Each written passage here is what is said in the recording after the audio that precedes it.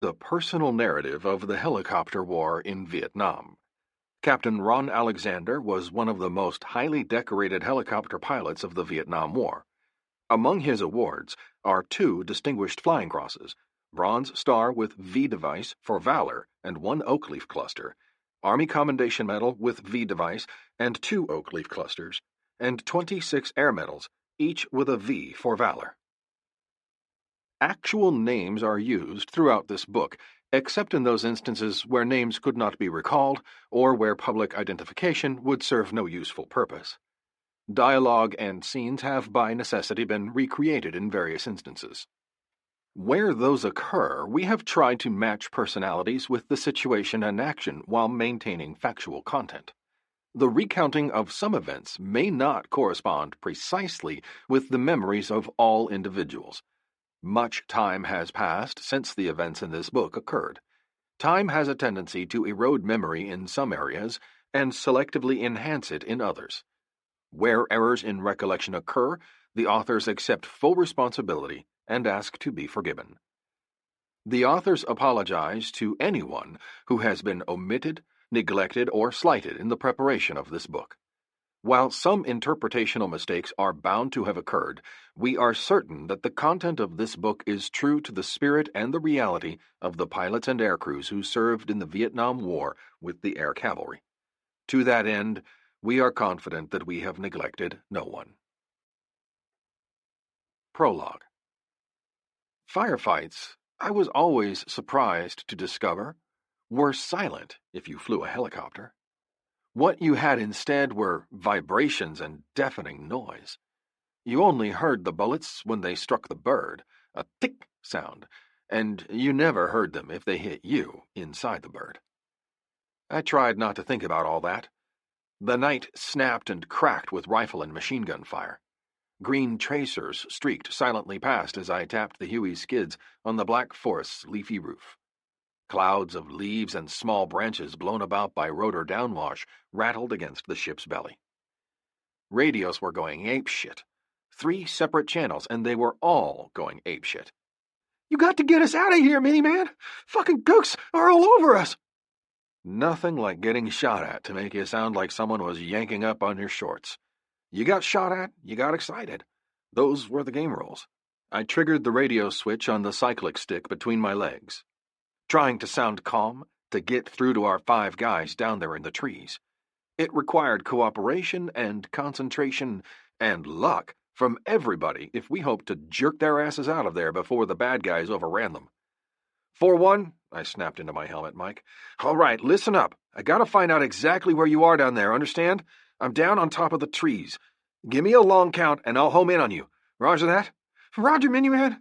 You're gonna have to hurry, man." "How far away are they, 4-1? "I smell fish on their breath. I smell their armpits." "Okay, start the long count." Immediately. 1, 2, 3, 4. Chief Warrant Stockton, my co-pilot in the right seat, kept an eye on the RDF gauge. When the 2 bars met, it meant the radio transmission was directly below. He looked stiff and tense in the faint red glow from the instrument panel. He looked like a giant insect, with his helmet and face bubble reflecting back the instruments like burning eyes.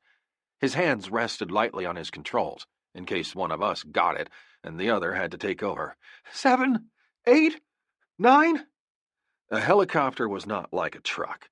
It was never designed for close-in maneuvers, but we did whatever we had to do to get our guys out. They would have done the same for us. I looked out over the black ledge of the instrument panel, or peered intently down through the chin bubble at my feet, where foliage swirled dimly violet in the glow of my position lights. I floated the Huey slowly forward, concentrating. Feet on pedals, left hand squeezing the collective and throttle, right on the cyclic. Steady. Steady.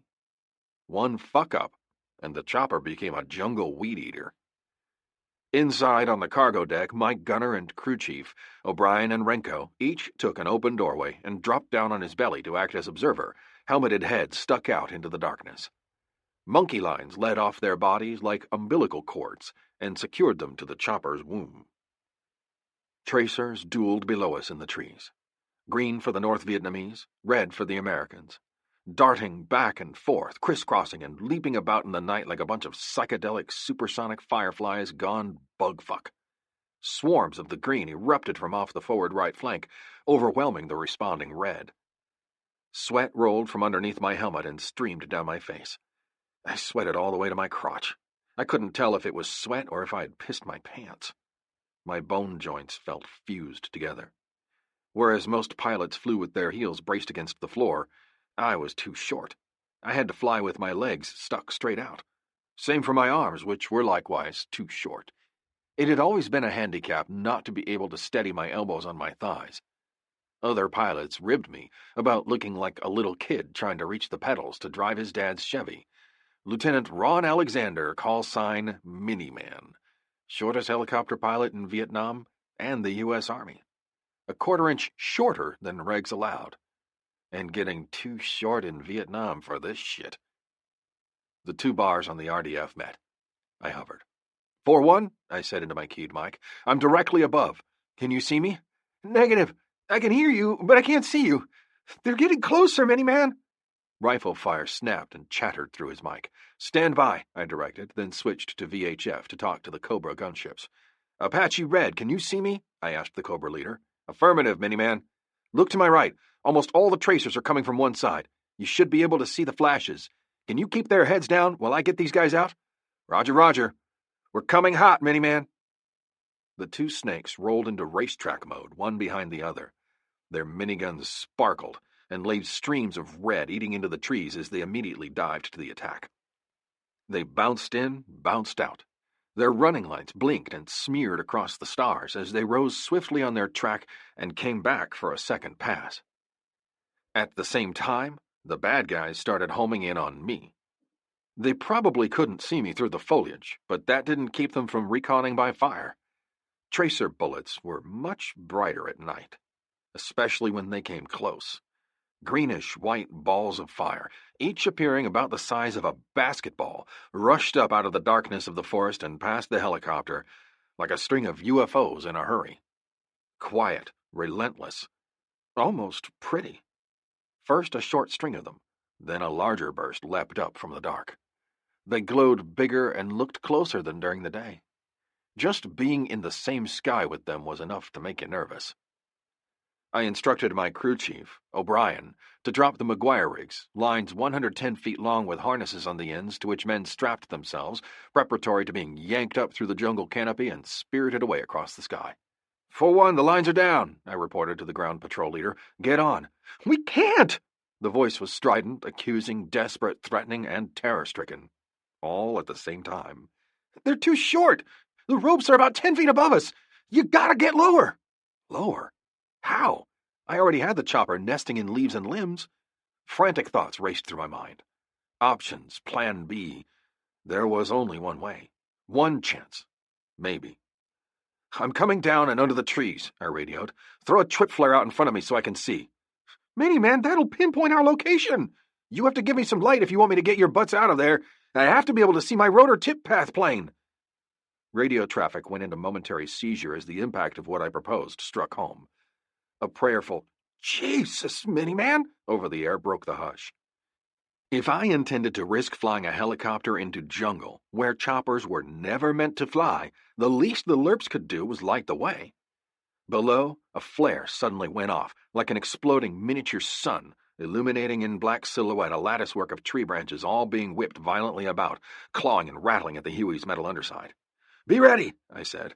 I'm coming down! 1. The way I ended up in Vietnam as a helicopter pilot was by looking for a way out of Vietnam. I was a smart-ass kid, a little brighter and a little more cunning than the average turkey off the turnip wagon. At least, that was how I figured it. My old granny always said when you weighed 125 pounds, soaking wet with a squirrel in your pocket and stood all of 5'3 3/4, it wasn't brawn that put you on top of the anthill. Brains was the only thing that kept you from going around armpit high to the rest of the world. Actually, I might not have been that bright after all. It was my idea to join the U.S. Army in the first place. Tell you what, I said to my high school buddy, Randy Huntsberry. What? Randy said, biting. Let's join the Army. I thought you were brighter than that, Ronnie Alexander. Randy and I had graduated from South Hagerstown High, Hagerstown, Maryland, in the spring of 1963 and started at a local junior college that fall. After the first semester, we were both eager to get out of Maryland and see how the other parts of the world lived. We might not have been so anxious if we had listened to the low and steady storm rumble of Vietnam over the horizon. But when you were 18 years old, you never listened anyhow. The dark clouds had not yet appeared. Besides, I couldn't have picked Vietnam out on the map if it were the only country on the map. For all I knew, Vietnam was a town in Texas or New Mexico. "Hey," I said to Randy, sensing his hesitation, "joining the army is better than hanging around this one-horse burg and watching them roll up the streets every night." It took him a few days to make up his mind. "Let's do it," he finally agreed. "We're out of here, partner." We trotted down to the local induction center and enlisted on the buddy plan as ground-pounding infantry soldiers. E1 grunts, first pay grade enlisted, earning about $70-something a month. By the time we were halfway through boot camp, I had already decided double timing in the rain and sun, digging foxholes, and getting smelly in the woods was for suckers. I looked around for a way out. "Randy, let's volunteer for the airborne," I suggested. "What?" "At least we fly to wherever we're going, instead of having to walk," I argued. "But we have to parachute." We both volunteered for airborne training after basic training. Turned out Randy was colorblind. Couldn't tell his reds from his greens. Airborne rejected him. I ended up alone in front of the gate at Fort Benning, Georgia. Through these portals passed the finest airborne soldiers in the world. A column of sweating troops jogged by, chanting a Jody call. Two old ladies lying in bed. One looks over to the other and said, "I want to be an airborne ranger. I want to live a life of danger. Airborne, airborne, all the way." It began to seem, the more I tried to get out of things, the deeper I got in. Soldiers called summertime Fort Benning the frying pan. Appropriately. Damn, it was hot. Black hats, parachute instructors, ran us through outdoor sprinklers 6 or 7 times a day, clothes and all, to keep us cooled off. In between showers, it was balls to the wall, starting at 5 a.m. every day. Double time, hoot! Don't let a black hat catch you walking anywhere, anytime. "What are you doing, leg?" Leg, spoken contemptuously, meant non-airborne personnel. "Get down, leg! Drop! Give me 50! Yes, Sergeant," bellowing it out. "Are you stupid? Don't you know my first name? It's Airborne! Got that, leg? Airborne, Sergeant! All the way!" Assholes and elbows in the front-leaning rest position. My company's black hats were Smoky Jackson, so dubbed because he brought down smoke on everybody, indiscriminately, and Drop Estelle. It was obvious where he got his name. "Drop, leg! Drop! Give me 50 push-ups!" Drop was one of the original Rangers and a Korean combat vet. He wore the scrolled Ranger patch on his left shoulder, rather than the new Ranger tab. We held the guy in total awe. He had been there, done that, collected the medals. In Korea, the bones in his left forearm had been shattered by a bullet and replaced with steel. When he scowled down at me in formation, I felt like a Shetland pony confronted by a Budweiser Clydesdale. "This ain't kindergarten. How old are you, leg?" 19, Airborne Sergeant." Jesus, they get younger and smaller every year. We'll have to strap a ton of lead to your ass to get you to fall out of the sky. "Airborne, Sergeant! All the way!" When it came time for our first parachute jump, we were more scared of drop than we were of the jump. Better to bail out and crash on the drop zone than to turn chicken shit and face the Man Mountain's contempt. Because everything was done according to the alphabetical order of our last names, Alexander was one of the first jumpers in the stick. Adrenaline pumped through my veins like water through a fire hose. We shuffled, belly button to asshole, out the open door of the C-119 flying boxcar, stamping our boots and shouting to build up courage. Out that terrible door into nothingness. The roar of slipstream in my ears. The positive opening of the T-10 parachute that turned baritones into tenors if the harness wasn't tight enough. As expected, I was the last man out of the air, although I had been one of the first into the air. I hung suspended in a thermal and watched in exasperation as heavier jumpers passed me and landed on the DZ, their chutes collapsing. They formed in ranks and looked up at me with amusement. Drop stomped back and forth. He pointed his finger up at me and shouted in make-believe rage, "Get down here, Alexander! Do you hear me, trooper? Get your bantam ass down here right now!" That was the first time he called me trooper instead of leg. He grinned when I finally did my PLF on the ground and trotted up. I was now a member of the elite airborne forces. I had leaped, fell, out of a perfectly good airplane and lived to bullshit about it. We graduated after making 4 more jumps that same weekend. Drop, and Smokey pounded blood wings into our puffed-out chests. "I've been dropping you guys for 3 weeks, Drop said. "It's your turn to drop me." "All right," somebody shouted. Drop! Give me 50. "Which hand?" "Your left." The arm with the steel in it. He did 50 push-ups so fast he was a blur. Then he bounced and switched hands, and did another 50 with his right hand. 2. December 11th, 1961. Arrival of the U.S. escort carrier Card in Saigon had received little fanfare. A war was on, and America was in it, but only in a small way. So far, the only role the U.S. military played was in advising and training the Army of the Republic of Vietnam, ARVN, in its struggle against communist insurgents from North Vietnam. After the defeat of the French at Dien Bien Phu in 1954, the country had been divided by treaty along the 17th parallel into 2 separate nations, the Communist People's Republic of North Vietnam, with its capital at Hanoi, and the Republic of South Vietnam, a democracy with its capital at Saigon. Wily old Ho Chi Minh vowed not to rest until Vietnam became a single nation ruled under communism. His National Liberation Front, NLF, whose guerrillas became known as Viet Cong, began infiltrating South Vietnam to foment its overthrow. The appearance of the Card in Saigon that December morning heralded a significant reshaping of America's low profile in Indochina. Strapped to the carrier's deck were 32 U.S. Army CH-1 Shawnee helicopters, big, dual-rotor craft well-suited to carrying troops into battle. They would be piloted by Americans, demonstrating a newfound American willingness to aid South Vietnam in combat operations, particularly with aviation support. In the space of a few years, however, this first modest inclination would explode into an enormous national commitment that would bring about 9 million U.S. soldiers to this tropical land and claim 58,000 American lives. It would be a war unlike any other ever fought by the United States, lacking conventional battle lines and waged mostly by small actions against an elusive enemy. At times, it would encompass an almost phantasmagoric fluidity, characterized by rapid shifting of men and weapons across sodden lowlands, jungle-clad mountains, and lush valleys, insertions and extractions of troops in response to a jack-in-the-box enemy. The prime agent of all that movement would be rotary wing aircraft, helicopters, the first of which clung to the deck of the Card. Vietnam would become known as the Helicopter War, a concept of air mobility that was just taking shape in 1961. Some military planners saw the helicopter as catalyzing a revolution.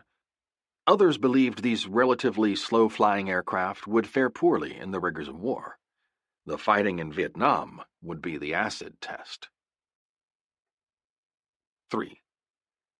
I drew orders out of parachute school to the 82nd Airborne Division at Fort Bragg, North Carolina. Clerks checked my GT aptitude scores.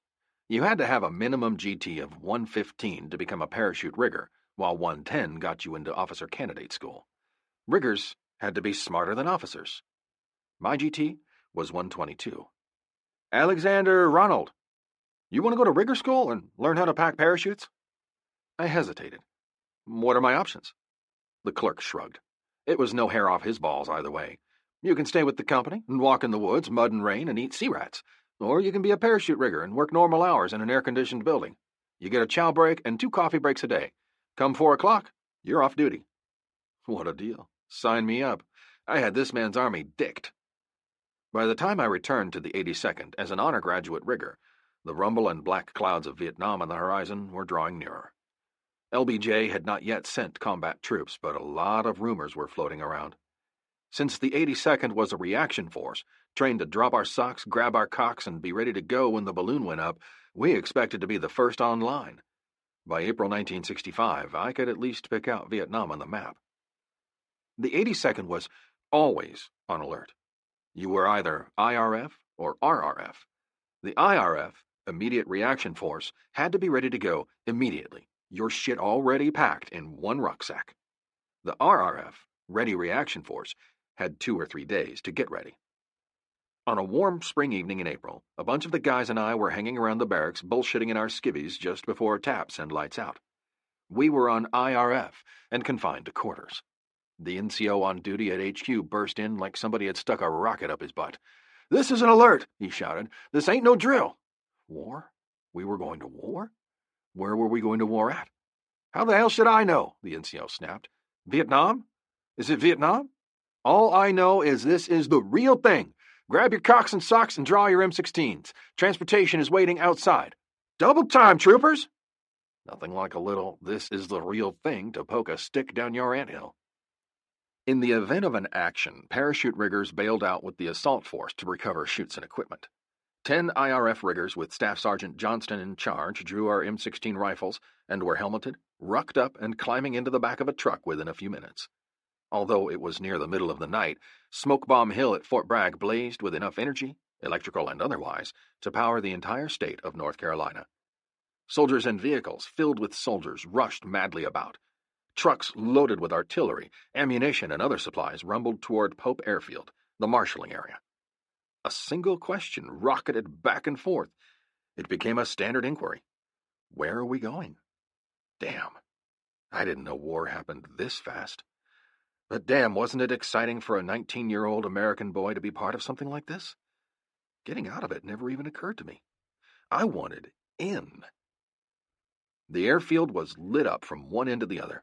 C-130 Hercules aircraft parked noses to tails lined the ramps, APUs already hooked up to them and ready to start cranking their engines. Pallets laden with materiel formed mazes, down which blunt-nosed forklifts scurried like cockroaches, moving stuff here and there and poking other stuff up the open rear ramps of the C-130s. If you were nothing but a lowly grunt, one of the privates, you never saw the big picture of what was going on. You simply followed orders. Go there, do this, get that. You bitched about it, naturally, because as an enlisted man you doubted the colonels and generals knew what they were doing. You still did what you were ordered to do. That this was the real thing took some edge off the chicken shit. That it was the real thing became even more clear when trucks drove up and issued parachutes and live ammo and grenades. It was a little sobering, what with the initial excitement wearing off. "What do you think, Shorty?" a buddy asked. "I think we're going to win combat jump wings. It can't be Vietnam. They wouldn't be issuing us ammo and parachutes now. Maybe it's a race riot. They wouldn't send out a whole brigade for a riot." Sergeants, with their jaws stuck out and their shoulders hunched, stalked around shouting, like they were afraid of being shouted at by officers unless they shouted at us first. "Okay, people, get a move on. Draw your chutes and gear. God damn it, people! This ain't no fucking tea party, ladies! Get your asses moving! Formation in front of the big hangar in 10 minutes!" Somehow, even though the colonels and generals didn't know what they were doing, the entire brigade formed up in battalions and companies on the ramp in front of the hangar. Every swinging dick was helmeted and rucked and loaded down with weapons and ammo and parachutes still in kit bags. Everyone went silent. Silent, and so tense you couldn't have driven a hat pin up an asshole with a sledgehammer. The brigade commander climbed up on a forklift to address the troops. The scuffing of his boots echoed against the front of the hangar. Floodlights behind chased his shadow across the formation. Out on the ramps, APUs shot juice to the C-130s. Props started to turn. "Men," roared the commander in his best leader's voice, "our destination is Santo Domingo in the Dominican Republic." "Where the hell is Santo Domingo?" the trooper next to me whispered. "Weren't you listening?" I shot back. "It's in the Dominican Republic." "At ease!" sergeants yelled to quell the muttering in ranks. "At ease!" The commander stared directly at us as he continued. "Rebel forces, supported by communists, have captured strongholds in the city and are attempting to overthrow the duly constituted government. The 82nd Airborne, the All-American Division, is tasked with taking them out of there. And men, that's what we're going to do. We start right now. We're skying up immediately. You can rig parachutes en route. We will combat jump onto the Santo Domingo airport, which we believe is being held by rebels. You'll receive your briefings and combat orders from your subordinate leaders. Okay, men. We have a job to do. Let's go do it! 4. Troopers packed into the C-130s like fish from a cannery. 4 long rows of us in each aircraft, 2 on each side of the airplane facing each other, so close together that our knees banged. Roar of engines and aircraft vibration made talking difficult. Some of the guys soon nodded off with chins bouncing on the tops of their reserve chutes. Others, withdrawn and reflective, stared down between their boots. Glances flitted about like ricochets, eyes refusing to meet for fear of revealing the creepy little worms crawling around inside our intestines. You couldn't let your buddies see that you were afraid. If I twisted around in the web seating, jostling awake the soldier napping on either side of me, I managed to look out the airplane's round porthole behind me. It was dark out. All the stars and a sliver of moon in the ocean below with a moon streak leading away across it into infinity. My mouth felt dry and I couldn't sleep, but I wouldn't admit it was because I was afraid. I pictured myself strutting around at the NCO club wearing a combat jump star on my silver parachute wings. I was still a teenager. I turned 20 at the end of the month. At that age, you were immortal, invincible, and stupid. From what I recalled from high school geography, refreshed by talk among the troops as we unloaded the planes, the Dominican Republic was a big island, half of which was Haiti. When daybreak filtered weak and watery through the C-130's small portholes, I twisted in my seat to see if I could see it yet. The sea still stretched away, unmarred by land. It was a beautiful cobalt color, made translucent in reflection of a cloudless sky. Other dark green C-130s flew in formation off our flank. I wondered how many aircraft there were in our flight, and how many flights there were. It was an impressive sight when the 82nd Airborne and America went to war. Word came down. Make sure your weapons are loaded. Keep them on safe until you hit the DZ. The DZ, we had been told after donning parachutes by squads inside the aircraft, was a large cane field next to the airport. I felt for the magazine in the M16 secured butt up over my left shoulder and fingered the selector switch for the safe position. I readjusted my reserve chute pack. Because of my small size, it covered most of my chest. It occurred to me unexpectedly that a combat jump was conducted from 800 feet AGL. Why were we issued reserves then? Even if your main malfunctioned, you didn't have time to activate a reserve before you creamed in. Maybe the reserve was just to make us feel better. Another thought occurred to me. What if they started shooting at us while we were still in the air? The Nazis had done it in World War II. I glanced at the guy across from me. His eyes were round and very wide. Maybe he was thinking the same thing. 30 minutes! Came the word. I looked out the window, but still saw no land. I was sweating. Judging by the odor, we were all sweating. I told myself I would feel better after the jump doors opened and we got some fresh Caribbean air. Watch out, commies. The mighty airborne is gonna kick some ass. Sergeants started pumping us up for it, shouting and slapping our helmets. We stamped our feet and bobbed in our seats. We fisted each other on the shoulders and grinned to show that, hey, the AA, the All-Americans, feared no fucking commies. I would have to call an old Drop Estelle and show him my medals when we got back. Just when we were really pumped up, more word came back. The aircraft crew chief passed it on to the jump master first. He frowned and climbed up on the webbing above the troops so he could shout and be heard above the engine noise. "The jump is scrubbed," he bawled out. "The Marines have landed and secured the airfield. We'll be air landing." Although we naturally felt obligated to boo the Marines, I saw more relief than disappointment in the faces around me. I felt actually let down, however.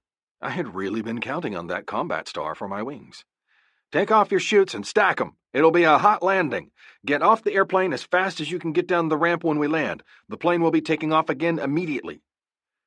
I had been looking out the window all the way for a first sighting of the Dominican Republic. I was never to see it from the air. As we bled off altitude on the final approach to the airport at Santo Domingo, the crew chief suddenly bellowed, "Get down! Everybody, get down on the deck! We're taking fire!" Paratroopers tumbled to the floor like a bunch of startled puppies. The belly of a C-130 was armor-plated, whereas the sides were only thin metal. I discovered myself crushed against the cool metal floor underneath other bodies. I could hardly breathe. I heard what sounded like dull thuds striking the airplane. Something like isolated hailstones thumping the roof of your Ford Fairlane. I later learned we took 16 hits from a 30 cal machine gun on our way in. Rebel snipers hiding in the swamps around the airport's approach shot at everything that flew by. That was the first time it occurred to me that, in an aircraft, the only thing you heard of gunfire was when the bullets hit. C-130s set down with screaming of rubber on asphalt. They slowed but never fully stopped. Ramps lowered and troopers spilled out onto the tarmac. I scrambled for cover. Everything was brought to a halt when someone shouted in surprise, "What the fuck, over?"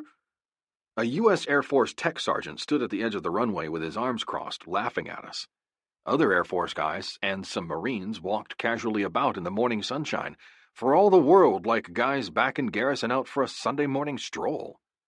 Some of them had coffee cups hooked on their fingers. "Glad you fellas could make it," the tech sergeant jeered. "Come on in, have some coffee, courtesy of the U.S. Air Force and the U.S. Marines." 5. Ironic, I thought later, considering the way things turned out, how it was in an aircraft that I received my baptism under fire. So it was only a few rounds, and they weren't exactly aimed at me. But even one bullet coming anywhere near you in the air was enough to get you court-martialed for destroying government property by putting skid marks in your skivvies. It wasn't like you could jump in a hole or hide behind a rock. Up there, you were exposed. The Dominican Republic wasn't much of a war, as wars go. A few of our guys got hit, but the only people I knew to get killed were rebels. The division commander, General Palmer, issued a directive that the 82nd would search and secure 3 square blocks a day from the rebels in the city. When GIs took 12 square blocks one day, he made them give back 9 of them.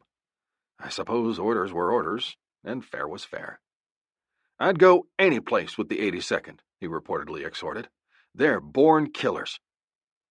My duties as rigger were almost nil. What there were kept me largely confined to the airport at first. Occasionally I heard gunfire banging in the city as paratroopers flushed bad guys out of hiding, but nobody was shooting at me.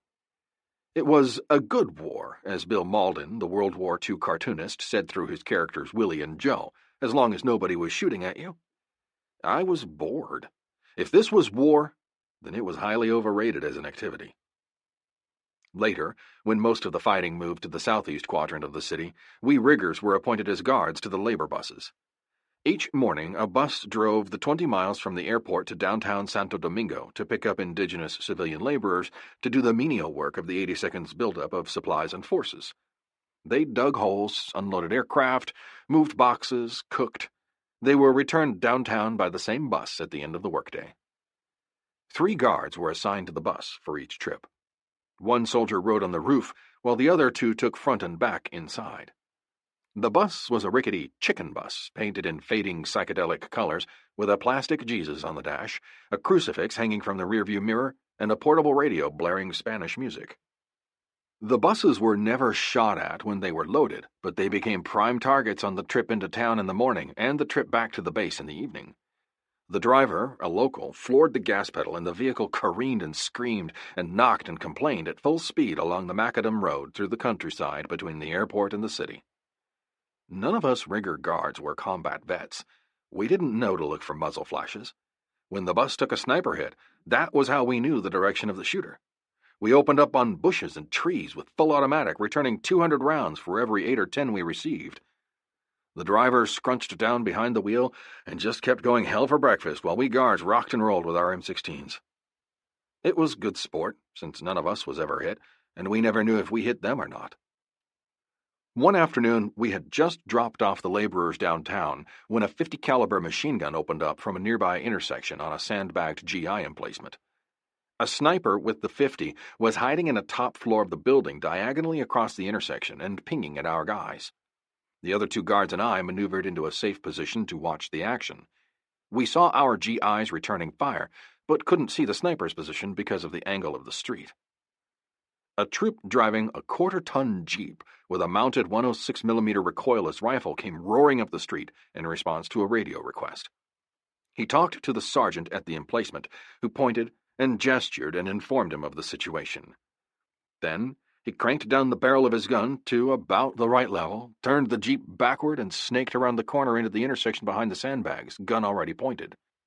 He shot off a spotter round, followed immediately by the bang, whoosh, and crump of a high-explosive shell that wiped out the entire corner of the building in which the sniper was concealed. All of us cheered mightily. Santo Domingo was my introduction to war, a rather sanitized version of it. None of my buddies was wiped out or mangled. I saw no blood and guts and eyeballs. Mostly, for me, it was just hanging out for about 6 months. I received my overseas ribbon and returned to Fort Bragg and garrison duty, where a couple of older hands showed me the ropes on how to get out of KP and guard mount. There was always a way out, if you looked for it. I bought a special helmet liner and new poncho, pistol belt, and ammo patches. I put aside one uniform on which I measured every single patch according to regulations. I kept it starched so stiff it would stand on its own. My jump boots were so spit-shined you could see to shave in their reflection. I was one short little strack trooper. I made Battalion Soldier of the Month, which carried an automatic promotion from Private E3 to Specialist 4th Class, or Spec 4. 2 months later, I made Battalion Soldier of the Year. That gave me E5 Buck Sergeant rank. I went from E3 to E5 in 2 months. No more KP, no more guard mount. A different world opened up once I became an NCO.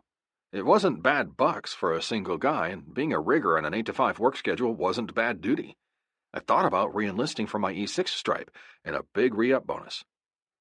By this time, of course, Vietnam was becoming a consideration. I even knew where to find it on the map. The guys were filtering back from tours there and telling their "no shit, there I was" stories. LBJ had sent in 3,500 Marines in March 1965, followed by the 173rd Airborne Division, the 101st Airborne, and the 1st Air Cavalry. The big buildup of U.S. forces in Vietnam was on. On December 31st, 1965, there were 184,300 U.S. servicemen in country.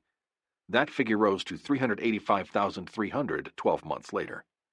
It was a real war this time. No Santo Domingo with a few rounds popped into the belly of a C-130 or the sides of an old laborer's bus. I figured the odds. I had watched all these young second lieutenants running around giving orders. Most of them, in my opinion, were dumber than dirt.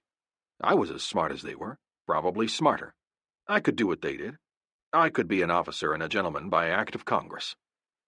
The way I figured it, officer candidate school and branch training would eat up almost a year. The war should be over by the time I finished training and received my commission.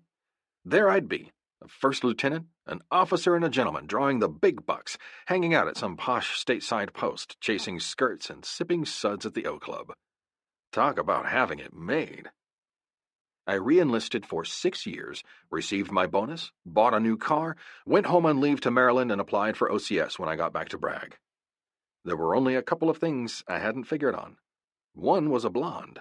The other was how long this war was really going to last in Vietnam. 6. April 19th, 1962. Senator Mike Mulroney of Oklahoma spoke for a sizable faction of the military in viewing the helicopter as too complex and too vulnerable to rate a major role in combat, other than hovering behind the line and doing a fine job of directing artillery fire or other jobs that could be done with a Piper Cub. I get kind of nervous when I read of a UN helicopter over Africa being shot down by a bow and arrow. General James Gavin disagreed. Gavin had commanded the 82nd Airborne Division during World War II and served in the Pentagon as Army Chief of Operations afterward. In several articles he published on helicopter mobility, he suggested that the low-level airspace over a presumed combat zone was the very place for helicopters. They could operate well forward of friendly lines to identify and pinpoint targets for artillery and airstrikes, airlift troops quickly to key defensive points, and provide logistical support. He cited the potency of the cavalry of Alexander the Great, Roman legions marching along the strategic roads of the empire, and the German Blitzkrieg in World War II, all strikingly innovative blends of force and mobility. He believed helicopters held similar promise. The Soviets were already experimenting with helicopters, and had been for some time. On June 24, 1956, during a celebration of Soviet Air Force Day at Tushimo Airport, a horde of low-flying helicopters burst into view and disgorged an assault force of troops, vehicles, and support weapons. While the troops carried out a mock attack, the helicopters roared away, then returned in waves carrying additional vehicles, ammunition, and fuel. The Soviets were practicing what General Gavin had been preaching for years. On April 19, 1962, Secretary of Defense Robert McNamara sent an important memo to the Secretary of the Army. Although helicopters had been in Vietnam since the previous December, when CH-1 Shawnees were delivered by the escort carrier Card, McNamara proposed the formation of a group to study tactical mobility and the further use of helicopters. New organizational and operational concepts, possibly including completely air-mobile infantry, artillery, anti-tank, and reconnaissance units.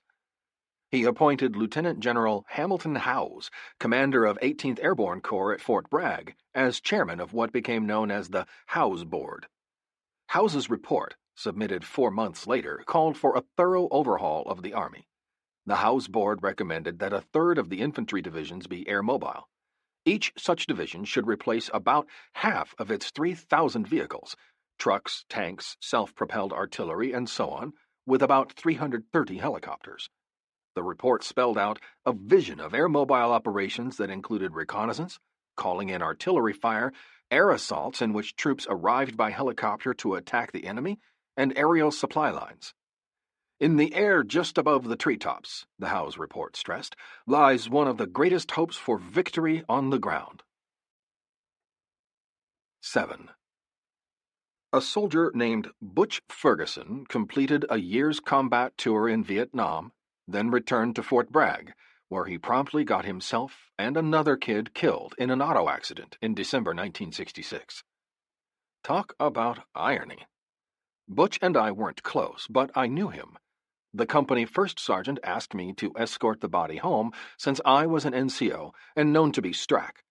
Sounded like good duty for 10 days at $15 a day per diem extra. All I had to do was catch a commercial flight with the casket to Tulsa, Oklahoma, make sure the body was transported feet first according to protocol, attend the funeral, and present the flag off the coffin to the next of kin, which in this case was the mother. I packed my bag, put on dress greens with scarf and blouse, spit-shined jump boots, and flew to Tulsa. A hearse from Moore's funeral home met me at the airport. I rode to the funeral home in the hearse with Butch and stayed in the viewing room with the body as military escort. About 8 o'clock that evening, mother, father, and little sister came in. I snapped to attention like a well-drilled toy soldier and introduced myself with a little canned speech. I'm Sergeant Ron Alexander. I accompanied Butch home. If you need any assistance with paperwork or anything else, that's what I'm here for. I'll be here as long as you need me. I bowed politely and formally. Little sister Sandy was tiny.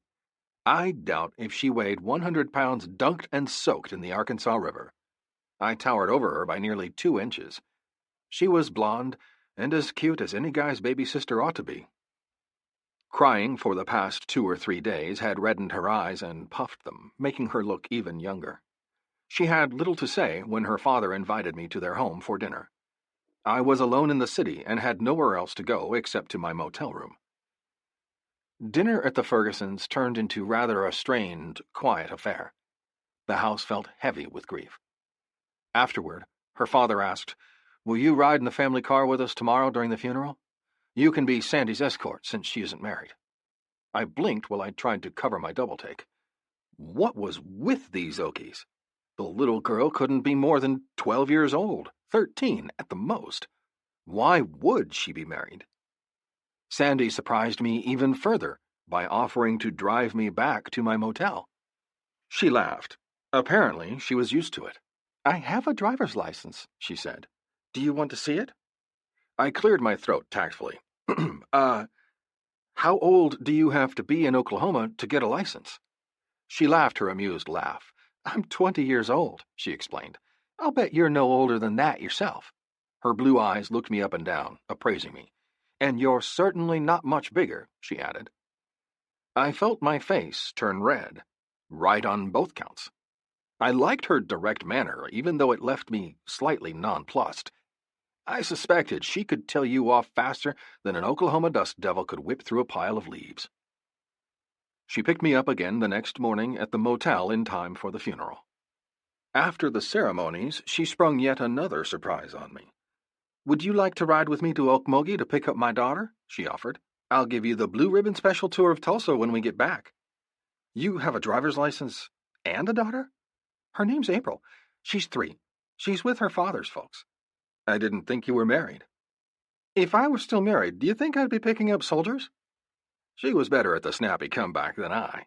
We were old friends by the time the afternoon was half over. We word-dueled, wise-guyed, and laughed, totally at ease and comfortable with each other.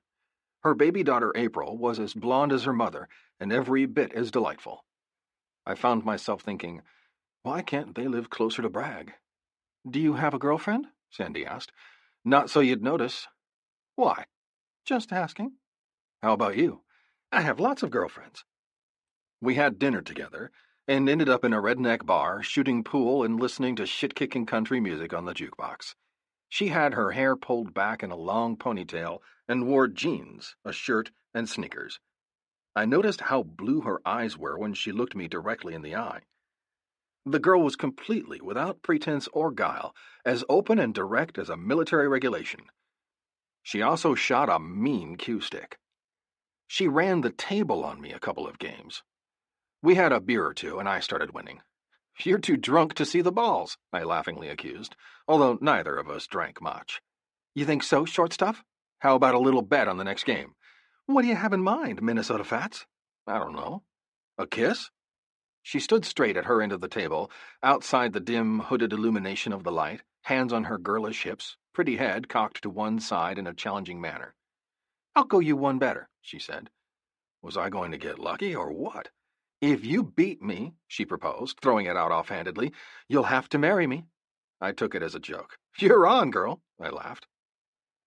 I beat her. We were married at a Justice of the Peace in Nowata, Oklahoma, the next day at 4 p.m., less than 72 hours after I met the little blonde girl with tear-reddened eyes in a Tulsa funeral parlor. When I returned to Fort Bragg, I learned that the escort for the other crash victim had gone to a bar, picked a fight, and got the shit kicked out of him. I ended up married. The first sergeant exploded. "Nobody from this outfit goes out on escort duty again, ever!" In January 1967, I went before the OCS board, passed, and received orders to report to Artillery OCS at, of all places, Fort Sill, Oklahoma. I was going to be an artillery officer. "This is great," I exhorted. "It's not far from Tulsa." Sandy was more cautious. We were only married a month. "What about Vietnam?" she worried. I brushed her fears away with a dismissive gesture. "Don't worry, honey. I can get out of it. By the time I graduate from OCS in 5 or 6 months, most people won't even remember where Vietnam is." 8. The U.S. military did things back-asswards.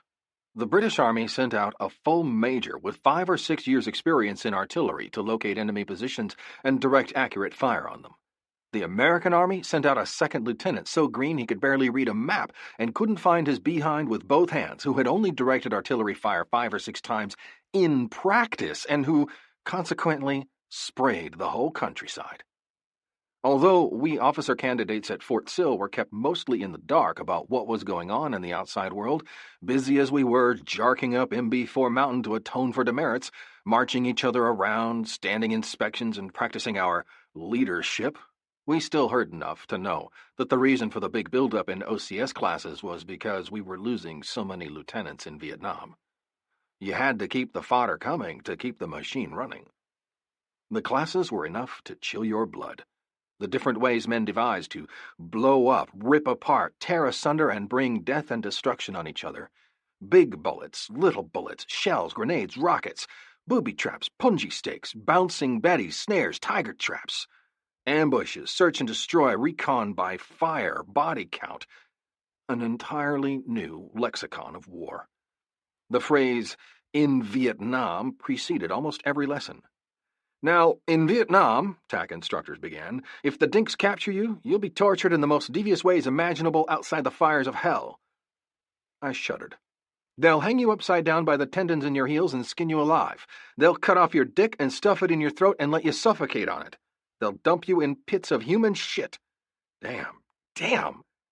During E&E, escape and evasion training, we found ourselves dunked gagging into pits full of pig shit, a reasonable substitute.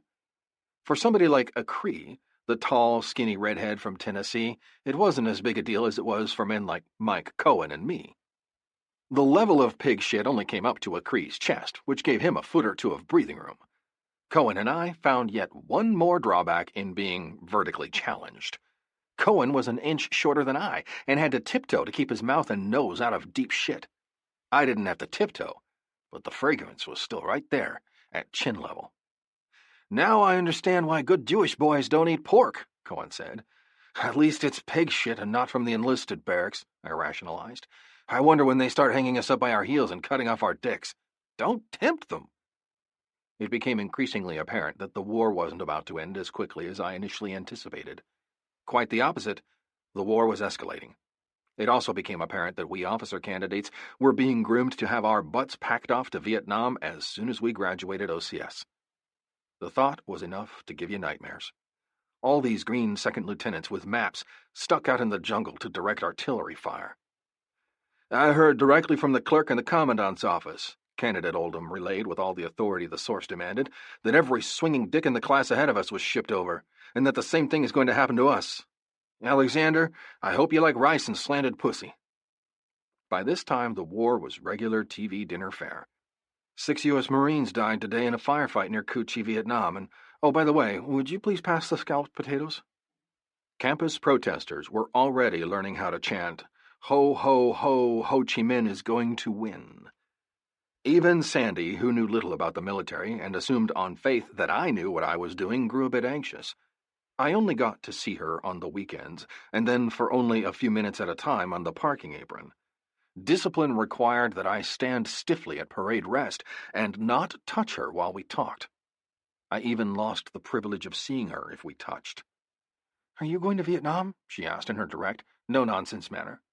I brushed it off. Leave it to me. I'm working on not going. You'd better not go, you little short shit. I love you and don't want to lose you. Marriage presented me with an entirely different outlook on going to war. Santo Domingo had been an adventure. I looked upon Vietnam as an intrusion. It occurred to me that there was one way to make war obsolete. All you had to do was pass a law that required all young men to get married and stay home to work. If nothing else, I learned one thing as an enlisted man. There was always a way out if you wanted out. An old officer's saying went something like, the enlisted are deceitful and cunning and not to be trusted. I was still an enlisted man until I graduated from OCS. I commandeered every ounce of deceit and cunning I possessed, trying to honorably avoid going to Vietnam, but things weren't looking good. I could almost see myself all alone with a map in a foreign and exotic place where little itty-bitty guys like myself tried to kill me. It wasn't until I reached Happy Battery, however, which was the last week of OCS before graduation, that an out unexpectedly presented itself. From out of the blue, so to speak. TAC officers showed up one afternoon. The Army needs helicopter pilots, they announced. Apparently, more than it needed artillery forward observers. I also thought most chopper pilots were warrant officers. The Army needs commissioned pilots to command units as well as to fly. If you want to go to flight school, raise your hand. I did some quick math in my head. Say I hung around a couple of months waiting for flight school, then pissed off another 9 months learning to fly. That was almost a year. Vietnam would surely be over by then. Otherwise, I was out of here in a couple of weeks, with my ticket punched Destination Vietnam. Just me and an RTO.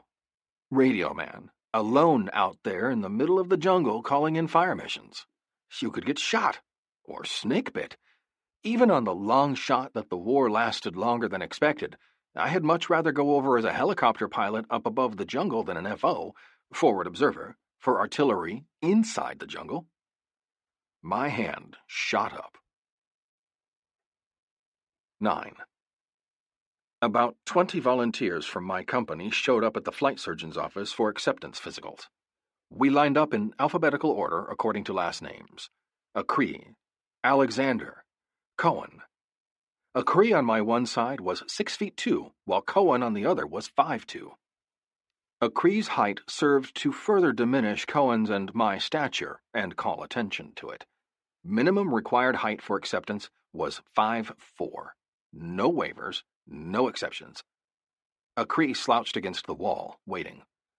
Cohen and I, looking like a pair of scrawny, plucked bantam roosters in our skivvies, stood as tall as possible. A Spec 5 medic strolled out with a clipboard and looked us over. I stretched my spine. Cohen quivered from the strain of tiptoeing while trying to hide it. "How tall are you?" the medic asked, directing the question at both of us. 5'4", we responded in eager unison. One or both of us was obviously lying. Both couldn't be 5'4". I was 1 3/4 inches taller than Cohen. "You two, come with me," the medic snapped. He led us directly to the height chart on the wall and flunked both of us on the spot. My face blazed with humiliation as I slunk out past all the tall guys. I felt smaller than ever. What I lacked in the category of stature, I made up for in perseverance. I went through the chain of command all the way to the Fort Sill Commandant seeking a height waiver. It was only 1/4 of an inch, I argued. General Charlie Brown, that was his real name, looked me over. Cartoons were always being stuck up around base, lampooning his name. A pregnant Lucy. "Damn you, Charlie Brown." "Candidate Alexander," the general said, "you must live by regulations like everyone else. There are absolutely no waivers for flight school." I left this court of last resort in a pissy mood, determined to flack General Brown myself with a new barrage of cartoons. My ass was bound for the jungle. Move over, snakes. I was walking by the post dispensary in this mood, so low the bill of my cap shaded my bootlaces when I heard my name called. "Hey, Alexander!" I looked up. Staff Sergeant Smith, a medic I knew from the 82nd at Fort Bragg, ran out of the dispensary. He had been transferred to SIL. We got to talking about old times in the airborne. I told him how I had failed my physical for flight school. "Do you really want to go?" he asked. "I think I do. Chopper pilots don't live long in Vietnam," he cautioned. "Do they live longer than FOs?" "Yes. Then I think I want to be a pilot." He thought about it a minute. "Come on in and let me make a phone call to a buddy over at the flight surgeon's office." I overheard only Smith's side of the conversation. "Yeah, an old friend from Bragg." "Yeah? He really wants to go." "He's already been over and flunked because they said he's 1/4 inch too short." "Yeah, he's a really good guy, and he really wants to go." "Okay, I'll send him over tomorrow." He hung up and turned to me. "Go over in the morning at 9 o'clock and take your physical." The same Spec 5 medic who turned me down before now had all my paperwork filled out when I reported to him. My height was already listed on the chart as 5'4". He didn't even measure me. I passed the physical. My application for flight school was approved. I was going to be a helicopter pilot after all. The shortest one in the entire U.S. Army. Saved at the last minute from Vietnam. Officers were right about enlisted being deceitful and cunning. I had to remember that when I became an officer myself. 10. January 18th, 1963. General Earl Wheeler, Army Chief of Staff, summoned to his office Brigadier General Henry Kennard, Assistant Division Commander of the 101st Airborne. "Harry," Wheeler said, "I want you to determine how far and how fast the Army can go and should go in embracing the air-mobile concept." To accomplish this, Kennard was to create an air-mobile division at Fort Benning, Georgia, the 11th Air Assault Division, TAST, and use it to explore the issues and problems posed by the House Board recommendations. A West Point graduate, Kennard had parachuted into both Normandy and Holland during World War II as a battalion commander with the 101st Airborne. He earned the Distinguished Service Cross, the nation's second highest medal for valor, and was promoted to full colonel at age 29. He developed a strong interest in the helicopter and its potential the first time he saw one. He began building his air mobility test unit from a base of 3,000 soldiers, 1/5 the strength of a combat-ready division, and 125 helicopters. Some of the men had never even seen a helicopter. Training texts did not exist, and there was no SOP, standard operating procedure. The division had to work out methods of communications, modes of formation flying, and countless other basics. How to lash down cargo, how to disperse troops onto a landing zone, how to rappel from a helicopter by rope, how to achieve surprise, how to deal with anti-aircraft fire, how to refuel in the field. The standard drill he and his subordinates worked out aimed for maximum shock effect. It began with artillery and airstrikes softening up the LZ, landing zone, prior to the insertion of troops. As troop ships headed into the LZ, artillery stopped firing, and rocket-firing gunships took over in air support of the landing. Other helicopters picked up and shifted artillery as needed to more advantageous positions. Still other choppers resupplied troops, evacuated wounded, brought in replacements, and extracted the force when it finished its work. The Air Mobile Commander directed all these activities from a control helicopter flying 3,000 feet above the fray. A new generation of rotor-winged aircraft began to arrive even as the test division worked out tactics. The twin-rotor CH-47 Chinook supplied an unprecedented degree of heft. It could haul 44 battle-ready soldiers or carry a 105mm howitzer plus ammunition slung underneath its belly. The UH-1 Iroquois helicopter, soon to be known simply as Huey, provided the bulk of the unit's capability. A smaller, more nimble, more versatile bird, it carried 8 combat-equipped soldiers along with a crew of 4 airmen, hauled equipment and supplies, and could be rigged into a gunship to support ground forces. Kennard conducted a long series of field tests throughout 1963 and 1964. They climaxed in one of the largest post-World War II war games maneuvers ever staged in the United States. The 30-day trial, held during October and November 1964 in the Carolinas, pitted the 11th Air Assault against the 82nd Airborne, reinforced. It began with some initial sparring, followed by both offensive and defensive phases. On deep penetration raids, helicopters roared in just above the treetops, hit the opposition guerrilla style, then withdrew just as quickly, only to strike again and again. On the defense against heavily armed ground troops, air mobile forces melted back while counterpunching with gunships. Referees were impressed.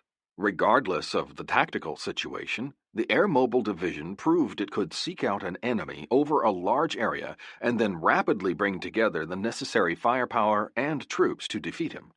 While the division's ground mobility was not particularly good, and its vulnerability to armor was something of a problem, Kennard's sky soldiers, as they called themselves, could simultaneously fight in several directions, could react quickly, and could carry out operations at an amazingly high tempo. Army recommended that the test division be moved to the active list. On June 28, 1965, the 11th Air Assault Division test was deactivated. Men and equipment were transferred to the 1st Division, now to be known as the 1st Air Cavalry Division. Mere weeks before this transaction, General William Westmoreland, commander in Vietnam, reported that the enemy's spring offensive had been devastating. South Vietnam, he said, could not on its own stand up successfully to this kind of pressure. President Lyndon Johnson responded by deploying 200,000 combat troops to Southeast Asia. General Kennard received orders to prepare his 16,000-soldier force for deployment. The 1st Air Cav, whose 400 helicopters exceeded the total number of aircraft possessed by South Vietnam at the time, would be the first full-strength Army division to go to Vietnam. 11. Typical Army. I graduated from OCS in October 1967, received my commission, then hung around Fort Sill until April the next year. The Target Acquisitions Battalion was stuffed with 323 second lieutenants when TO&E tables called for only 10. At the annual St. Barber's Day dinner, St. Barbara being the patron saint of artillery, the battalion commander was given a joke DX card allowing him to trade a dozen second lieutenants for one private. Trade me, trade me! The more time I killed around here, the better chance I had of not being killed in Vietnam. In April 1968, I reported to U.S. Army Primary Helicopter School at Fort Walters, Texas, located at Mineral Wells between Dallas and Fort Worth. Flight school was 9 months long, 5 months at Walters and ground and primary flight training, another 4 months of advanced flight training at either Fort Rucker, Alabama, or Savannah Beach, Georgia. As I drove through the main gate, I watched helicopters swarming about overhead and flitting over the nearby flats.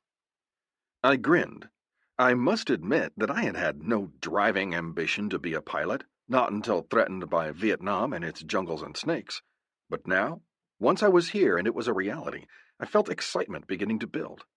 I was going to be out there soon, flying, provided no one double-checked and discovered I had arrived on a fraud of a quarter-inch too short in height.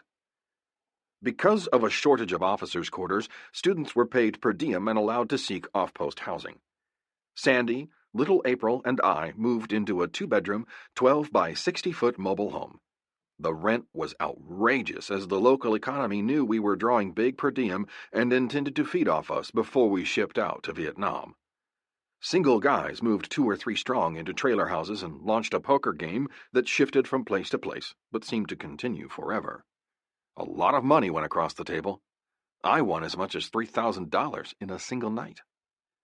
Flight candidates were issued gray flight suits that were like lightweight coveralls with neck-to-crotch zippers and a dozen pockets all over. Flight helmets, flight gloves, aviators' sunglasses, Jepson course plotters, wind face computers, bags full of textbooks, and blue baseball caps. Since 5 or 6 classes were being conducted at the same time, the different colors of baseball caps distinguished classes from each other. Everyone knew the color of the new guys' hats. Trainees were marched to a low building next to the main heliport and divided into groups of 4 students to each gray table. Everybody attended flight school here: Army, Navy, Air Force, and Marines, as well as Vietnamese, Iranians, Italians, and a half-dozen other nationalities. We were given a brief orientation talk about what to expect. Then the IPs, instructor pilots, came into the room and were introduced.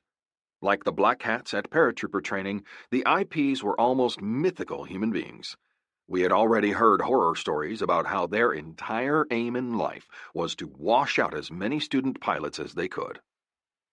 The IP assigned to my 4-man group, all 4 of whom coincidentally were Americans and Army, was a granite block of a man with jet-black short-cropped hair and a swarthy Latin complexion.